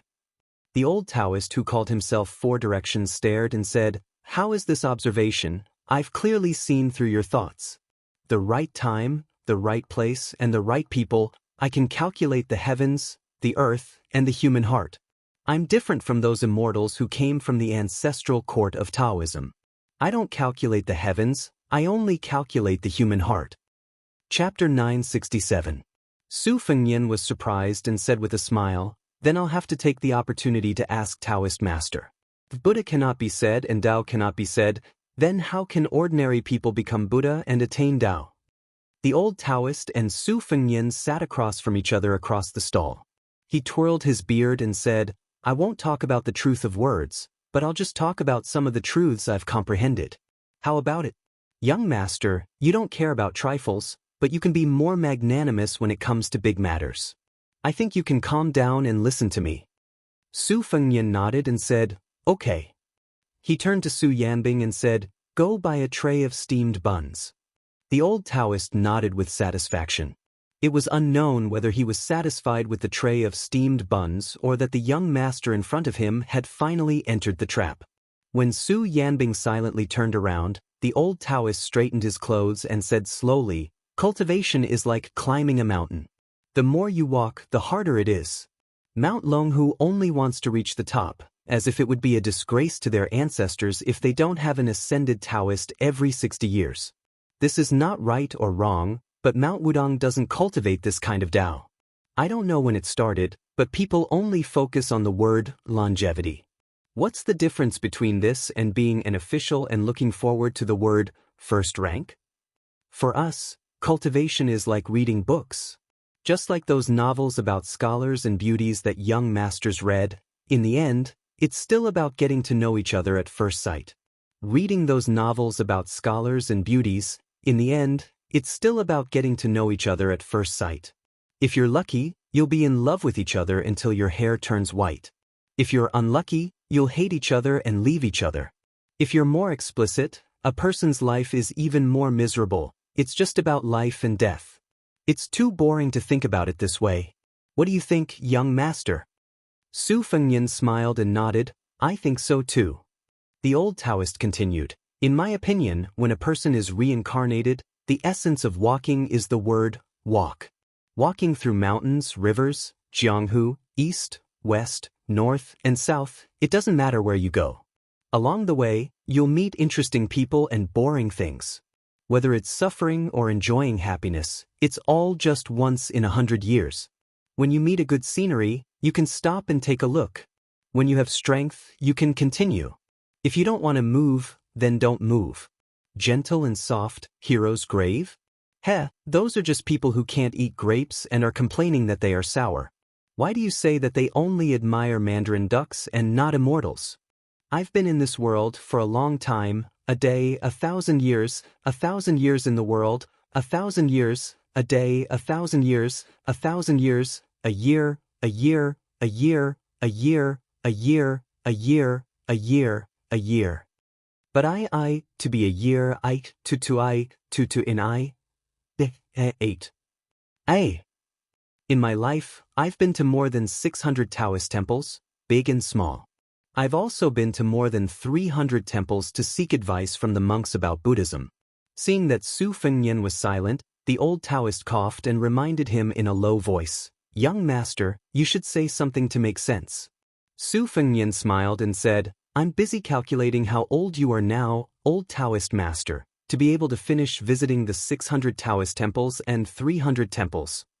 The old Taoist shook his head and sighed, I've long forgotten. I only remember that I married 3 women. Su Fengnian couldn't help but twitch the corner of his mouth. At this moment, Su Yanbing brought back a tray of steamed buns and placed it on the stall. The old Taoist picked up a steaming steamed bun and blew on it fiercely before swallowing it whole. His face was filled with intoxication as he lifted his sleeve to wipe the oil stains on the corner of his mouth. He smiled and said, My muscles and bones are frozen in spring and my meat is frozen in autumn. Even if I'm young and vigorous, I'm not afraid of the cold in spring. Su Fengnian smiled and asked, Old Taoist master, can you calculate who I'm going to meet? The old Taoist master was about to grab the second steamed bun when he said casually, Old woman painted gray. Su Yanbing's breath froze. The old Taoist master was still indifferent. He smiled softly and said, In the Jianghu, it's never a burden to have more skills. That's why I know a little about everything. I only know this because of my age. It's not much of a skill. Su Fengnian said calmly, I know who you are, old Taoist master. It's just that Taoist master doesn't seem to follow the rules if he doesn't show his face. Do you want to avenge your Beimeng Empress by using my head to repay the debt of Su Huainan and Diwu Raccoon's heads? The old Taoist smiled and said, Do you really know who I am? Su Fengnian frowned and said, I'm really confused. I heard that Li Xiaoxin of the 2 Zen temples had already pulled down the hovering mountain to crush the Qilin immortal who was carrying a sword. The old Taoist master laughed and flicked his fingers on his left shoulder. A young Taoist with a charming appearance floated out of his right hand. He was about 27 or 28 years old and carried a long sword on his back. He bowed to Su Fengnian with his hands folded. The old Taoist flicked his fingers and another old Taoist floated out from his left. He had a sage-like demeanor and held a horsetail whisk in his hand. He twirled his beard and smiled. This Qilin immortal had clearly been killed by Tuoba Bodhisattva at the Yellow River after crossing the river. The old Taoist master who had been sitting on the stool clapped his hands and a young Taoist priest ran out in front of him. It was the child who appeared beside the king of the north courtyard, Su Huainan. The old Taoist master held a bun in one hand and stroked the little Taoist boy's head with the other. Su Fengnian, this is the second time we've met. The scene here was strange, but the passers-by on the street were unaware of it. The old Taoist master swallowed the bun and clapped his hands. He smiled and said, The 3 state advisors of Beimeng were killed by Li Xiaoxin, Tuoba Bodhisattva, and Ilio respectively. They were only dead but not dead. It's not enough for outsiders to know. After killing the 3 corpses and pulling out the 9 worms, the saint did not explain it in detail. The people were confused and confused. I wandered around and thought that it was the reason of my past life, present life, and future life. These 3 Chilean immortals of the Tao sect were me and not me. I was them without a doubt. They were very busy, but I was very free. I was so free that I wandered around Baimang for 360 years. I was so free that I saw the 3 married women slowly grow from young to old women. I was so free that I even met the 4th ancestor Lu. Su Fengnian seemed to not know what to say and could only reach out to take a bun to calm down. He did not expect that the young state advisor who was playing around his knees would slap it away. He felt a burning pain on the back of his hand. Su Fengnian was stunned and quickly waved his hand to signal Su Yanbing, who was already filled with murderous intent, to not make a move. The old Taoist master knocked on the little immortal Chilean's head and bent down to pick up the bun and pass it to His Royal Highness. Reading books and chasing the deer. How much you gain from reading books is how much you lose from chasing the deer. Taoism is to Qingshan. There is nothing outside Taoism, but Qingshan has something. I'm called Taoist Master Sifeng. My real name is Yuan Qingshan. I've been cultivating for 360 years and am about to ascend. I do have a favor to ask of you today. Su Fengnian reached out his left hand to take the bun and did not tremble at all. Yuan Qingshan said seriously, I'm asking for a copper coin from His Royal Highness for a nameless disciple of Taoism sect. Su Fengnian held the bun and did not move at all. The old Taoist master smiled and said, Your Highness can reply after tasting the bun. Su Fengnian hesitated for a moment and followed the old Taoist master to swallow the bun in one mouth. He slapped the copper coin on the stall. The old Taoist master picked up the copper coin and flicked his finger. The copper coin flew thousands of miles away. Standing up, the 3 Chilean state advisors merged into the body of the Taoist master with the surname Yuan. Before the sloppy old Taoist left, he left 4 words of advice.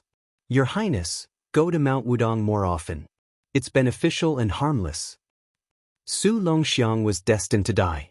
Before I ascend, I'll leave him a chance to live, but it's only a chance. Zhenwu was originally a celestial. Why did he come to the mortal world? You'll die if you underestimate Wang Xianji, who won't lose to Zhenwu in the future. After Li Yufu used up his merit and fortune to help others ascend, he killed all the immortals fishing in the clouds. Therefore, no one in the world can ascend. People in the mortal world do things in the mortal world. I, Yuan Qingshan, am not as good as Wudong's Li Yufu.